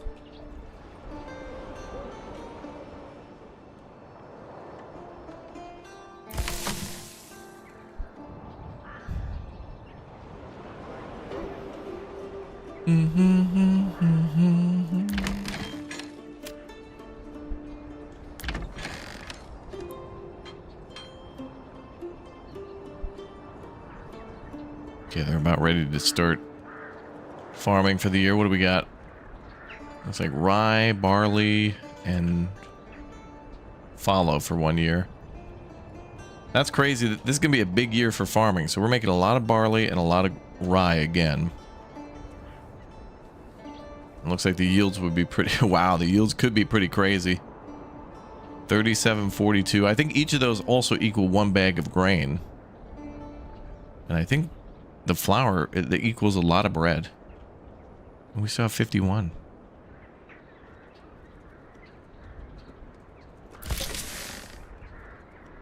Got a person there. Look at this, is working wonderfully.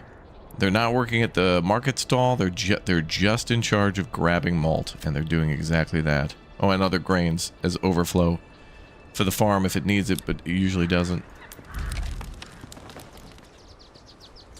And the malt house is doing their thing. What about the productivity? 60%, not bad.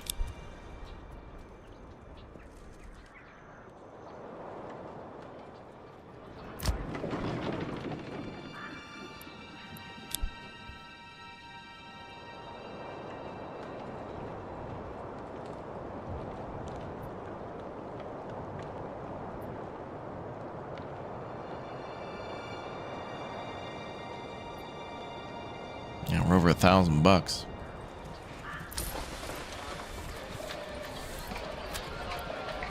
So let's see, we're importing tools, rubble, stone. I think we can go ahead and do no trade on that now. So we don't really need it for the moment. Okay, I'm going to stop some trades so that way we can focus on other things. So we will need tools for maintenance, otherwise things will fall apart.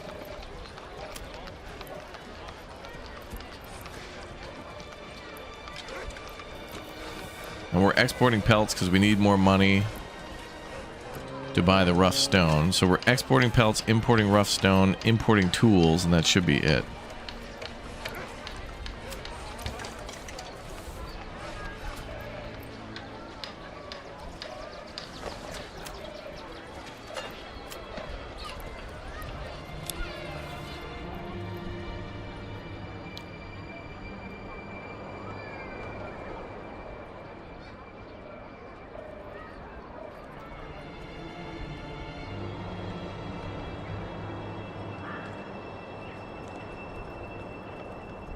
How effective is the brewery?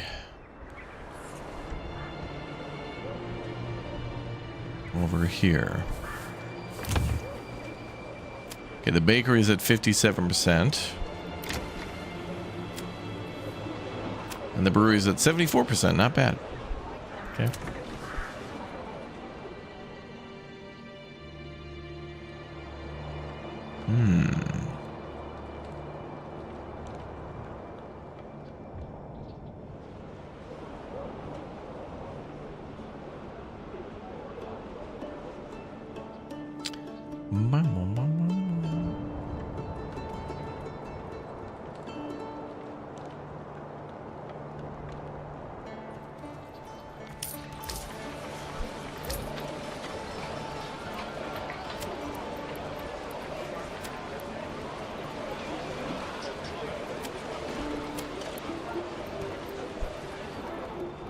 And I think turning off planks might let the price go up again.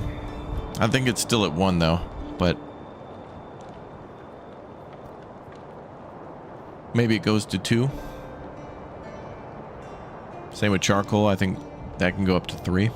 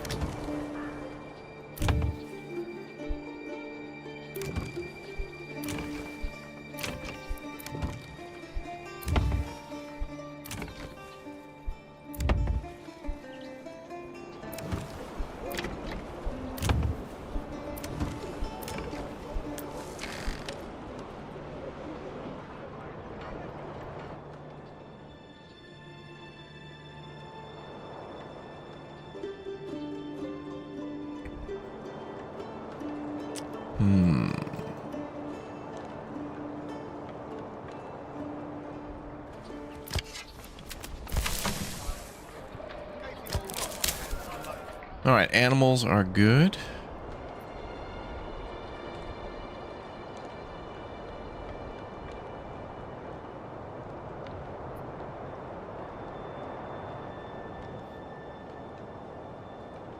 And we are just standing by. Wait, what year are we in? I think going into year 7.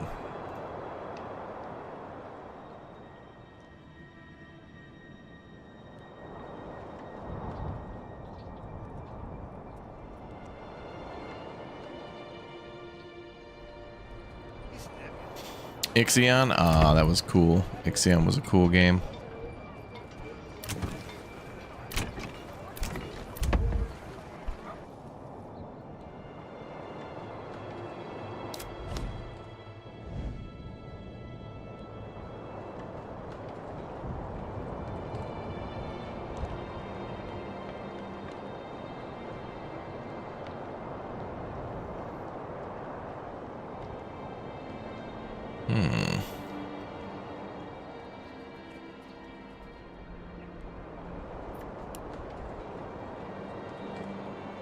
All right, well, all I can do now is basically speed up time and kind of wait for these choices to all play out. I mean, I think we've set everything up as best we can for growth and for stone import.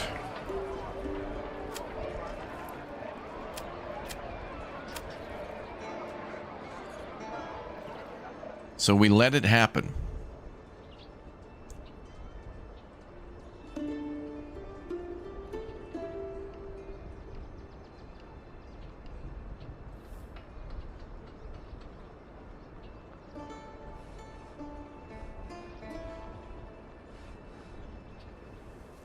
Mama.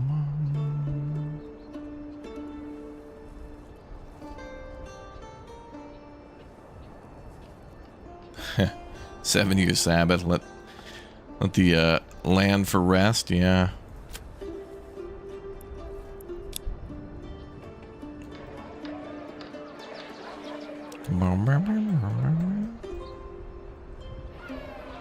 Winter is over. Yes. Now it just comes down to please give us rough stone so we can like finish.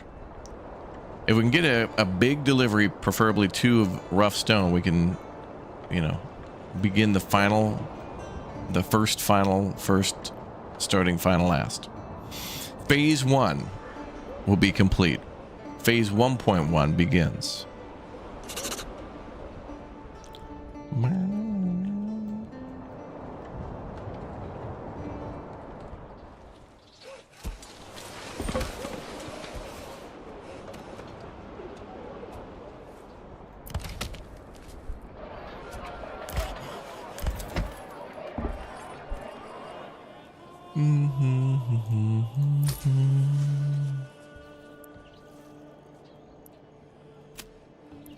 And we even bought, remember now, we bought the import for that stone. I could also unlock dress stone, but, you know, if imports don't work, we need to export too, because we need money to be able to buy those things. But 280 to buy that, plus it'll probably be, I'm guessing dress stone will probably be 28 per stone import.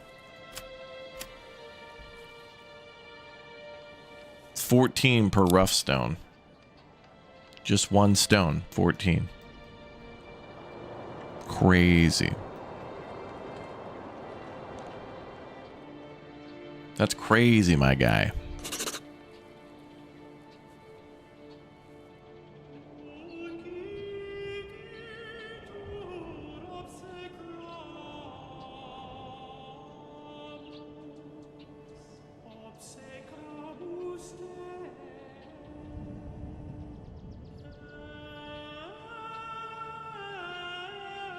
You can make dress stone from rough stone. You can. That's why we're importing it. If you didn't know. Oh, now we got bandits.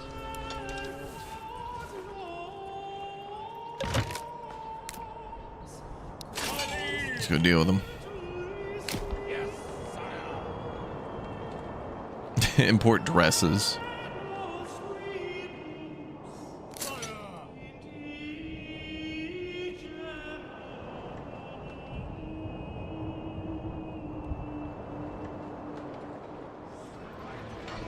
Oh, good. And we have our third stonemason station up. Okay, so all that rough stone we want to import, we're going to instantly turn it into dressed stone, but we just got to get the rough stone. Where is it?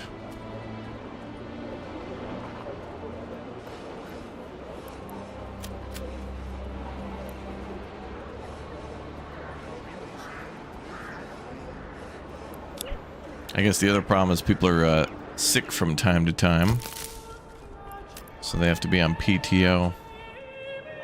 That's another thing that hurts production too, is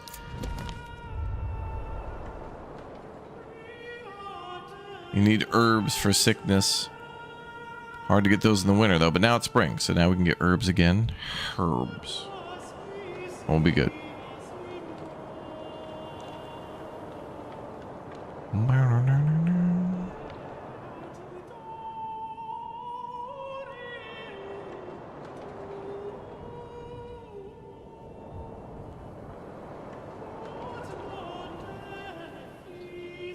Okay, well, the good news is when we destroy this bandit camp, we'll get some money.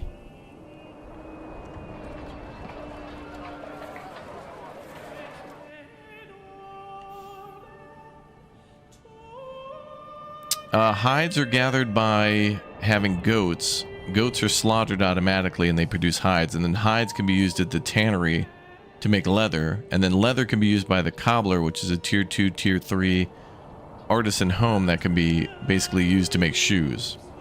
Pelts from hunting can just be directly sold. Pelts and hides and leather are all different things. So pelts are kind of a passive income from the hunting camp, which is nice. It's a good way to make money at the start. If you find a rich deposit of wild animals, that is a pretty good start. Because then you can start hunting right away and stack up some money in time for your trade depot. Then you can just have your traders like sell stuff for a while. Because at the start you only want to sell because you got to get those burgage plots upgraded.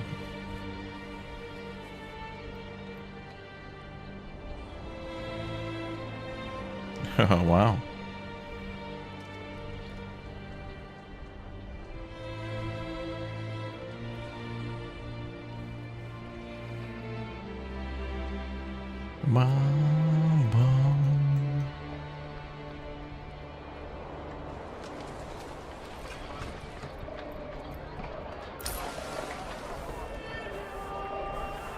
Wow, more ale to sale, though.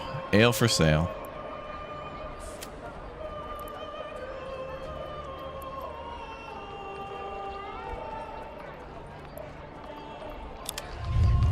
Oh, this is the guy.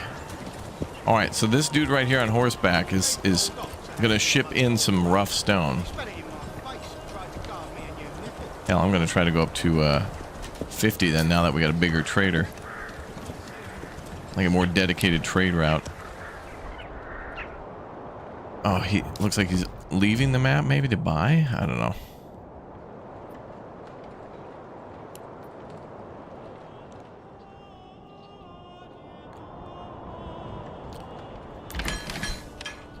So I think we're kind of on autopilot a bit till we have enough materials. I mean, that's good though.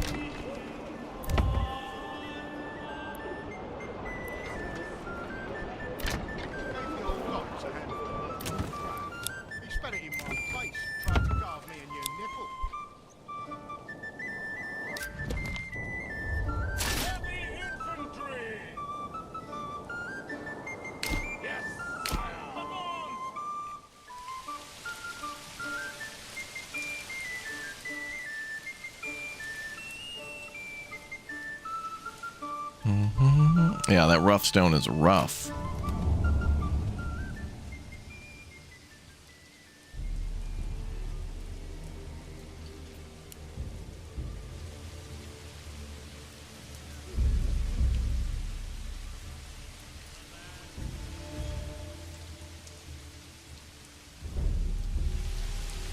Okay, time for battle.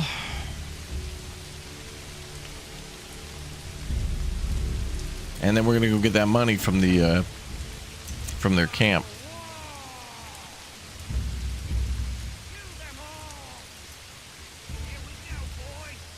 Here we go. Oh, and it's raining too.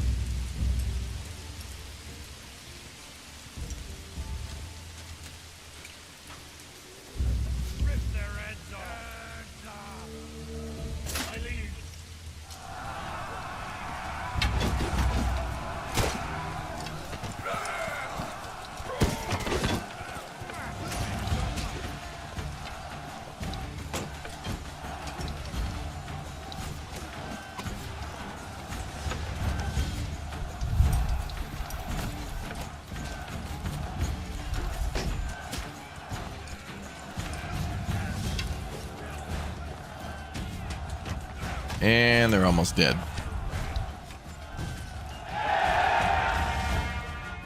Yay. Another win for our troops. Yes, sire.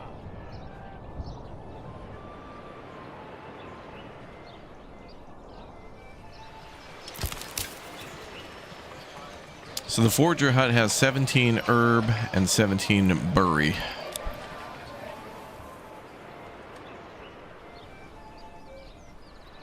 So we should have medicine, and I'm trying to... This granary here with 3 people assigned to it is just for the herbs and the berries.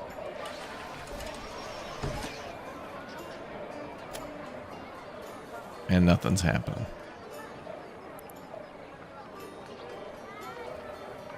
Okay, I'm going to shut down the market and have them just go pick up this stuff from the Forger. So that way that thing should thing should be able to work year round. We should be able to almost get, I don't know, 500, 600, 700 berries with how quickly they regrow. It's crazy. And then also the herbs should work year round too. Guy with the banner did all the work, yeah.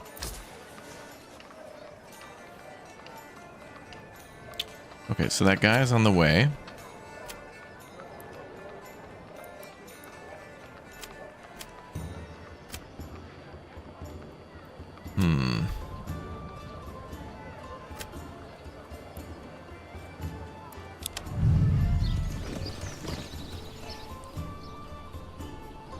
All right, so this guy's like over halfway to the trade point. So they're trading down here.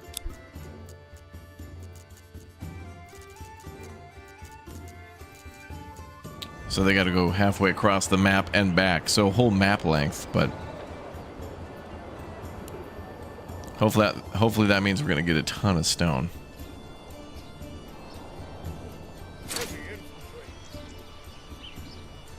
And maybe we'll buy more than 50.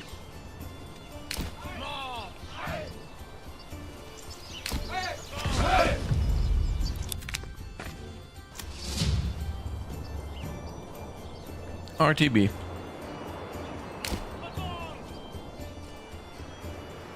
Indian curry. That's a good idea. Let's see.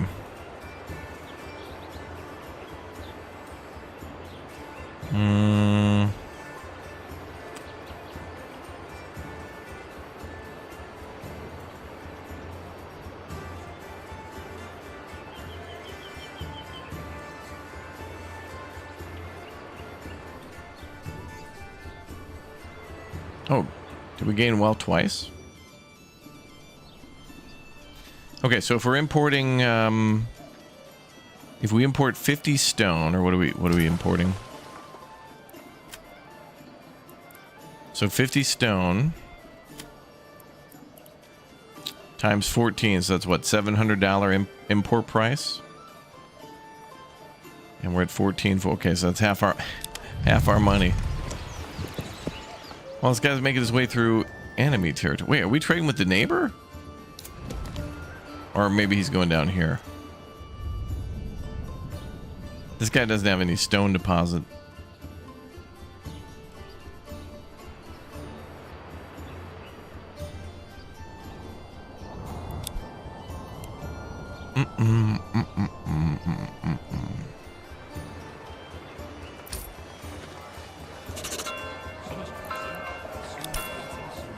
We just need the stone, and then we're going to start construction. I want to do it the moment we got the stone.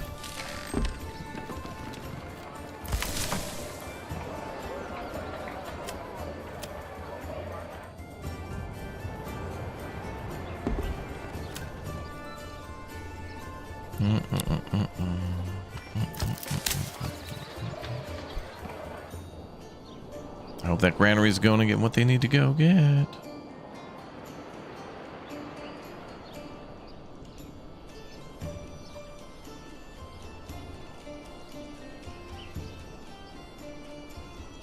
Oh, what's this? Building requires maintenance. Oh, well, that's fine. We're importing tools, aren't we? 9 tools. He should be fine.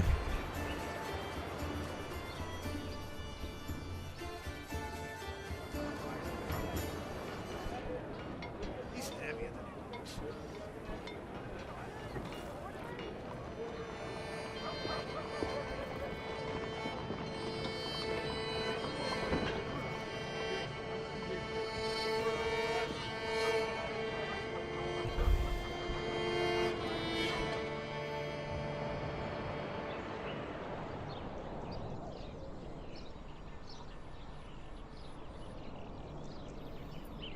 Yeah, there should be information on exports.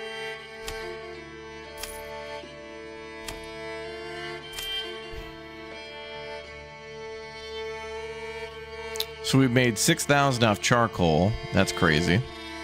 And we've lost 5,000 off rough stone imports. That's crazy. But, you know, charcoal is paying for our addiction to... We're addicted to rocks.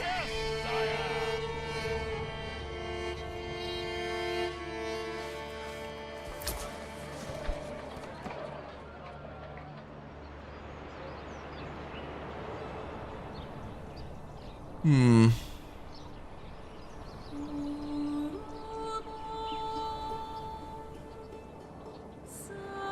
mean, at least we got a lot of money, though. I mean, we're positive.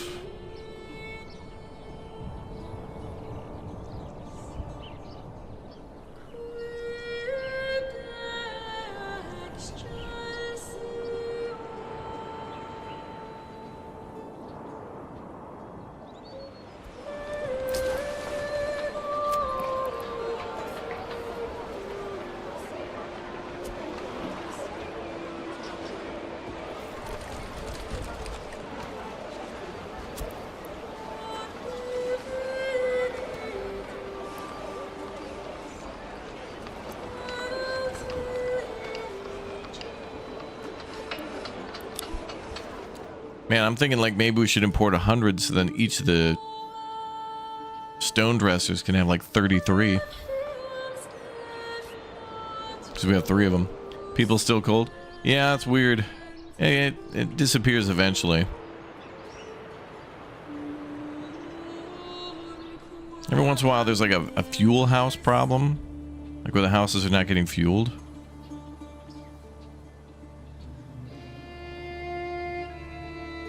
It's fine.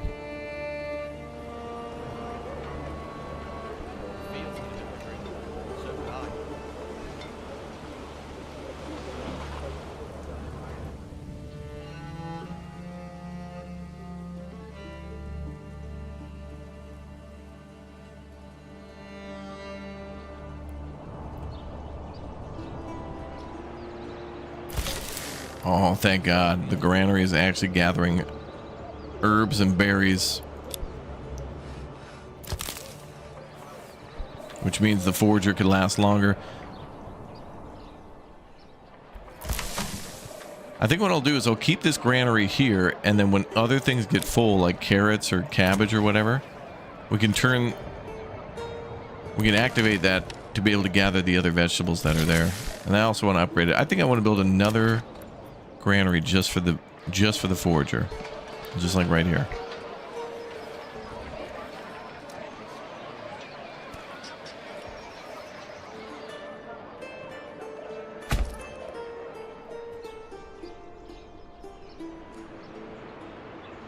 We should just be able to allow that the whole time.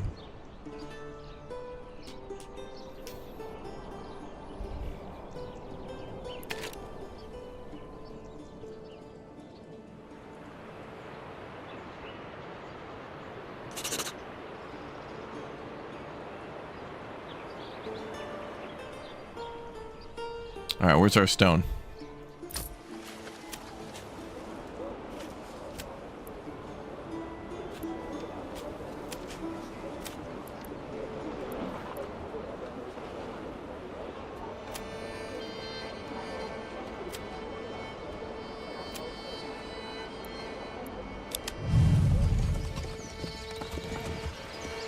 The guy on the way back? Ooh, I think that's our guy. I think our guy's on the way back.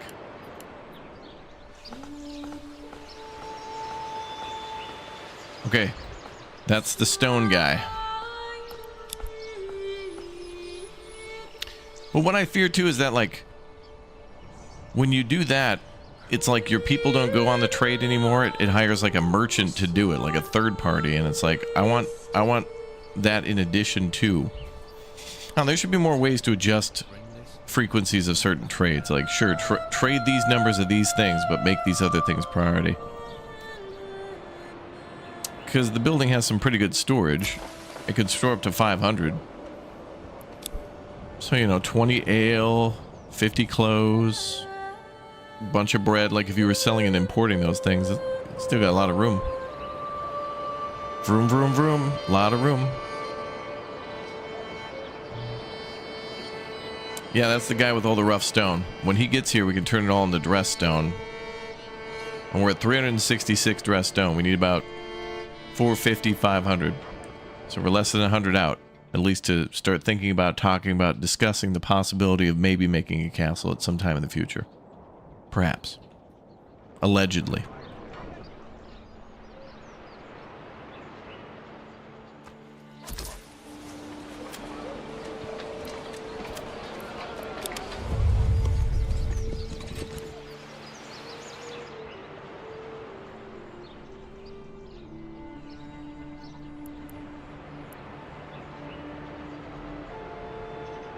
Scammed.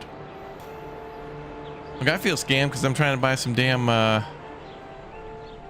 Is he going back down the hill? What? Wait. That's the export of ale.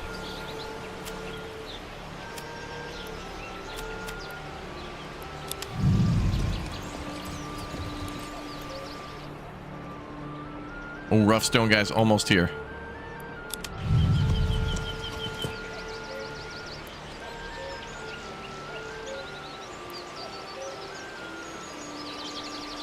Here he comes.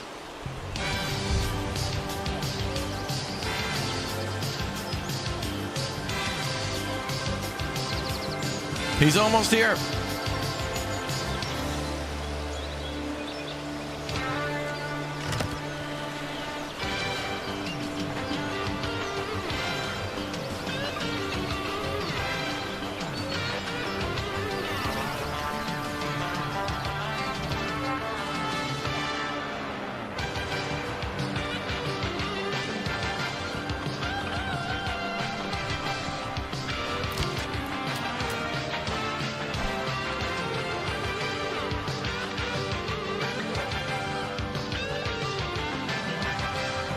All right, we're almost there.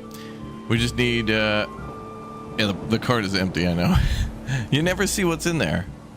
But I think Greg will probably make it in the future so you can see what's in there.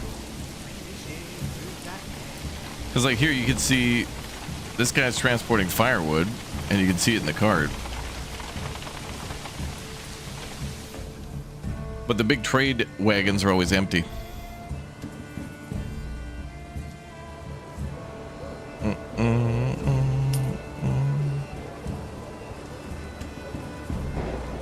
Come on, where's Rough Stone Jones? That's gonna be all right, Chad. If I ever become an indie, like an American folk guitarist or something, that's gonna be my name, is Rough Stone Jones.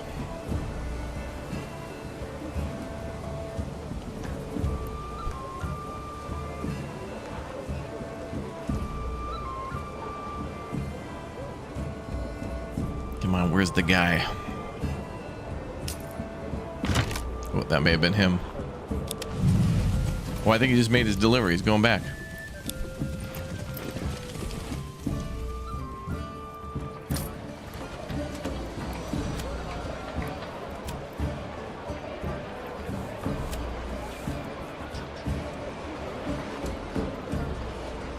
What?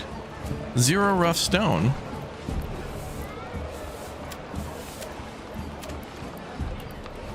Wait, am I clicking on the right guy? Crafting materials, rough stone. I want 50. Hey, what the hell, pal? What the...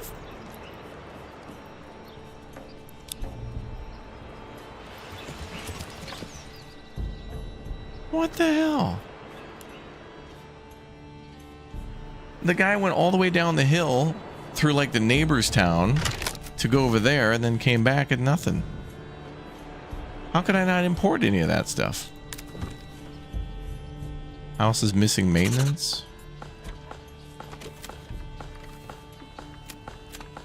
Houses can't be... You can't do maintenance on a house.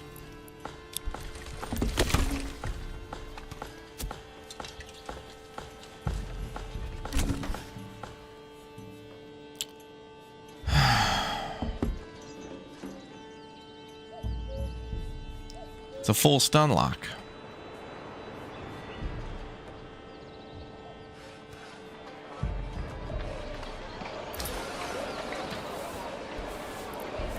Well, we certainly bought something because wasn't money at like 1,400? Yeah. Well, money shifted around a bit, but it was 700 to be able to buy all that stone. Did we buy it? We must have bought it. Okay, now I'm irritated. Now we're gonna just speed up. Oh wait, we have 45 rough stone now. Oh damn it, we got it. Why do we have 45 though? I wanted 50. Oh, because it got delivered to this station, probably. Or it's being delivered somewhere. Okay, turning on all the stonemasons. We've got the stone. Mr. Stone and me. Okay. Speeding it up. Yeah, we just spent like 500 bucks on a delivery. Some of the stone must be in transit between places, but we got it. So now it's at 366 and 45 rough stone. So now it should be either on the way to these stations or being transferred somewhere. And then these guys should come pick it up when it's done.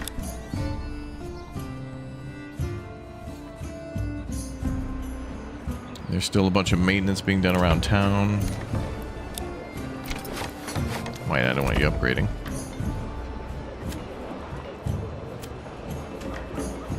Oh, I wanted to add a second burgage plot. Well, that's fine. I wanted to upgrade that house there to be another brewery for export. Okay, so that house is going to be a brewery.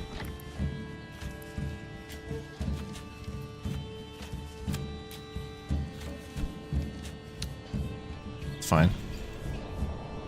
Upgraded houses will pay taxes, so that's fine.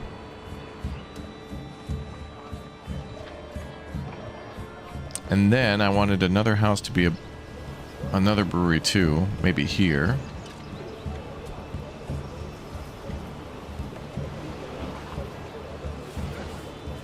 But we don't have enough free workers to do too many things at a time, so we'll just keep it to that.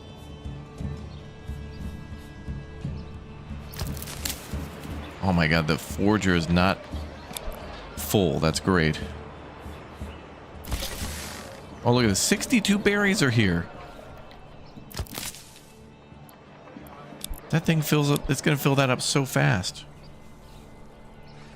And we don't have any herbs, which means that they must be taking them to sick people. They must be getting well faster. Okay, so the stonemasons are going to take a little bit to get their stone. Just needs to be delivered.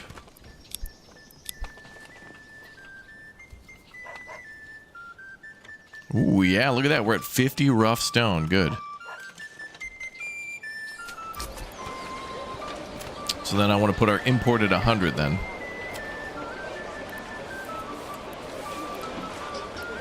Because I'm going to buy 50 more. So that should bring us up to what? 466? And then if we get another stack on top of that, that'll be a little extra for whatever. We could always sell. If we overmake, we could just sell.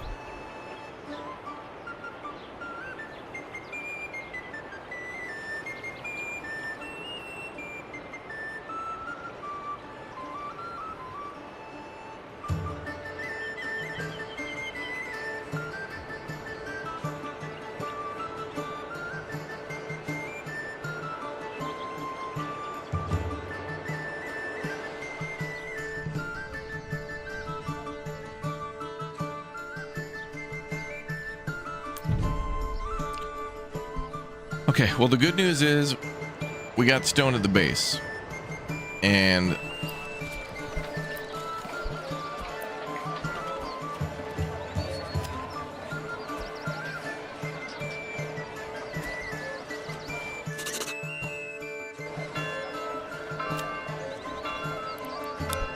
we just got to keep those guys assigned for a while so they can go get the materials. So now, wait a minute. We got all this stone, but it's not at the trade depot. Where the hell is it?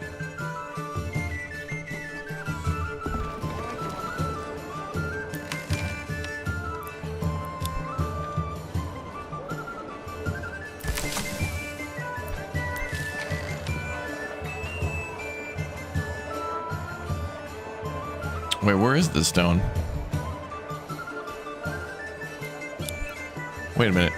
Did we buy it and it's like in transit? But since we bought it, it's like ours, so it's showing... Where could the damn stone be?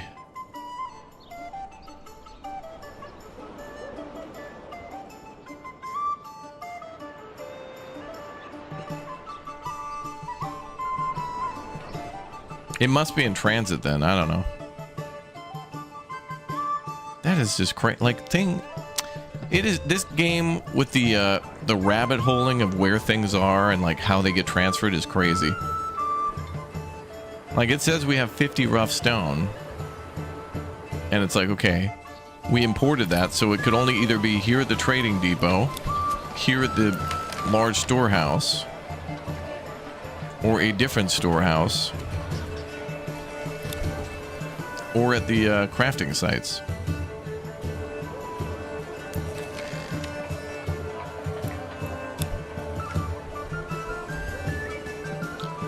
How are we supporting so many mouths with just that patch of farm?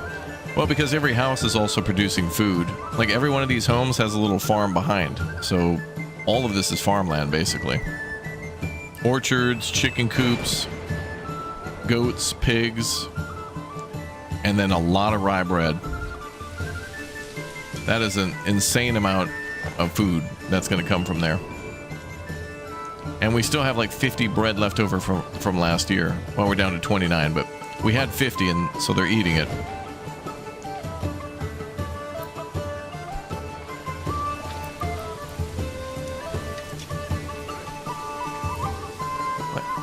I have no idea where our stone is. Okay, wait, now there's 40, now there's rough stone at the trader.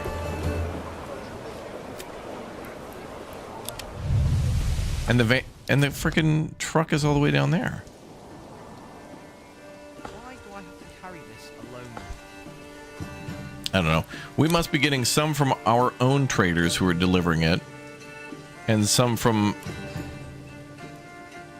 the extra, like, third party. But the third party guy went to the edge of the map and then came back, and then it said we had stone, and then it wasn't there, so I have no idea. Whatever. Look, things seem to be working. Okay, yep, we're getting stone where it needs to go. Good.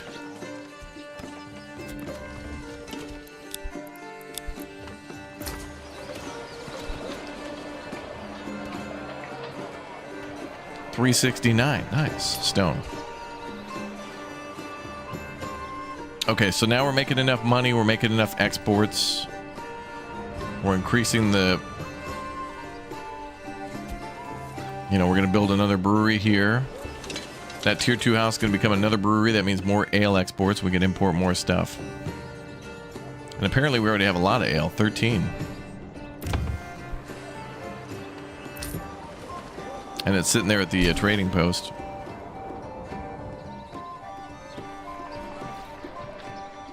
This means we're going to lose a worker, though, but...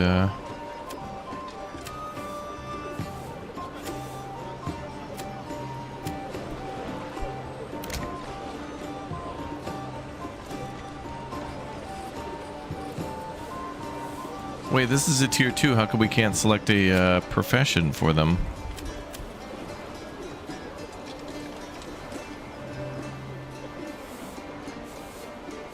Does it already have a farm? It shouldn't. It's too small of a territory.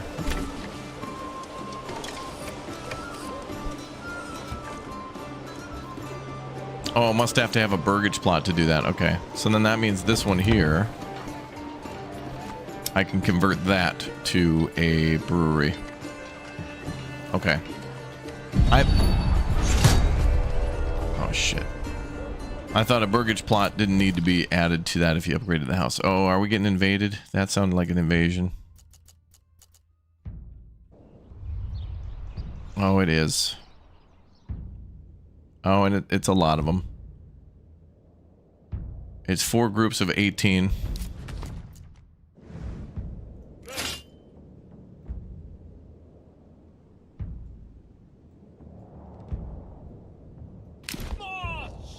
This is bad.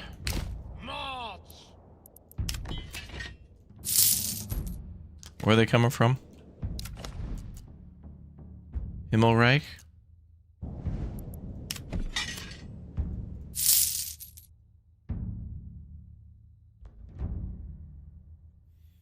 Okay, well actually these guys would be good.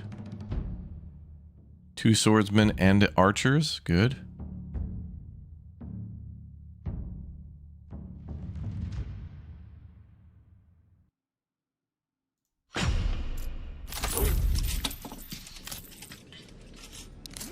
Alright, we're gonna have to send everybody down there. This is gonna be a heck of a fight. The devs are going over the new DLC for Gold Rush. Oh, okay. That game is so... like a decade. It feels like a PS3 game at this point where things are just inefficient, slow, and clunky. Yes, sire. Oh, they're right there. Oh, they're coming in here. Oh. Oh, we can just attack them right here.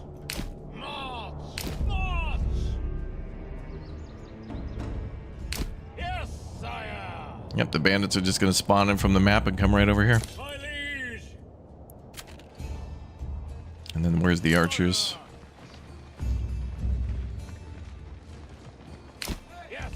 Let's put the archers here. And we'll put those guys there in groups of 2. Set up quickly.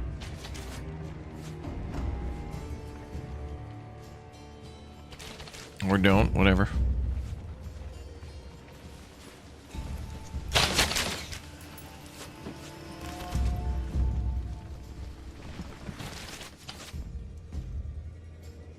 Oh, it's because we're at the edge of the map.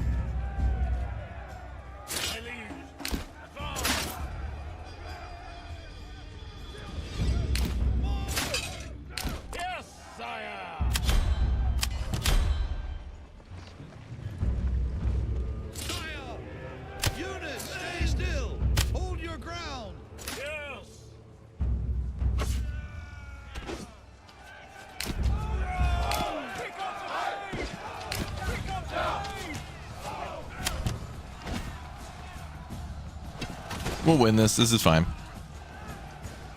Oh, gem mining DLC? I think they're trying to earn money to fund their new game, which is fine. Okay, so what is that? 4 groups that are attacking? That seems about right. Are archers still kind of meh? Really, at this point, blank range?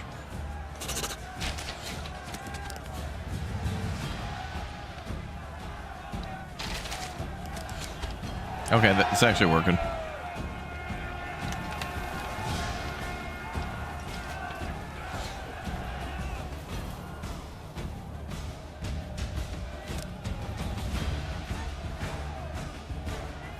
Did we even lose any men? I think each of these groups were supposed to be at 36. Okay, so two dudes on our side died. Not bad. All right, I think we're done with them. Good job, boys. Look at that beautiful cliff there. We got to take this region just to build something there. I love that. All right, the fight is over. Hero to the necks or the knees, yeah. I don't know how this last one is able to make 10 dressed stone and these other 2 are inoperable.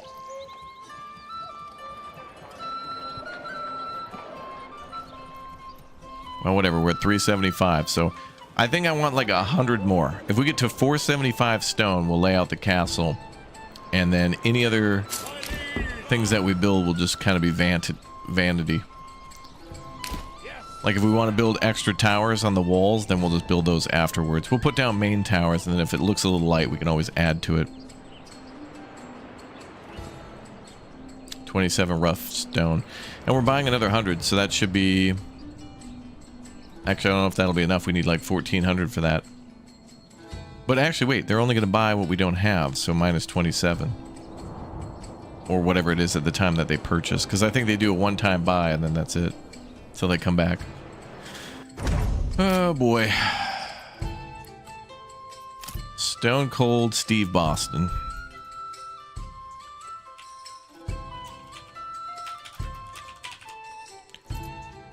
There it is. All right, guys, that's going to be all for Manor Lords. Tomorrow, I think we will finally begin the construction of the castle. We should have the materials so long as the game cooperates and gives us the stone we need, but it seems like we have the stone that we need, but maybe not all the stone we need, but most of the stone we need. All right. Don't forget to subscribe, follow, turn on that notification bell. I'm going to send you all live to a new video on the channel, which is a very interesting remake, classic. You got to see this game. It is freaking weird. If you like RTS games, like how Manor Lords is, and base building and more, then this one will certainly appeal to you. So, yeah, tomorrow, I guess, is the big day. And then we'll probably have the castle grand opening on Saturday or something like that. Who knows, right? We'll build it tomorrow, maybe complete it Saturday. We'll start. We'll have to see. I mean, we'll lay it out, and then, you know... who knows what's going to happen. All right, click or tap the link that just popped up in the chat. You'll be live redirected. Thank you very much, everybody. I will see you all soon. Sopranos. Thank you very much for watching. Goodbye.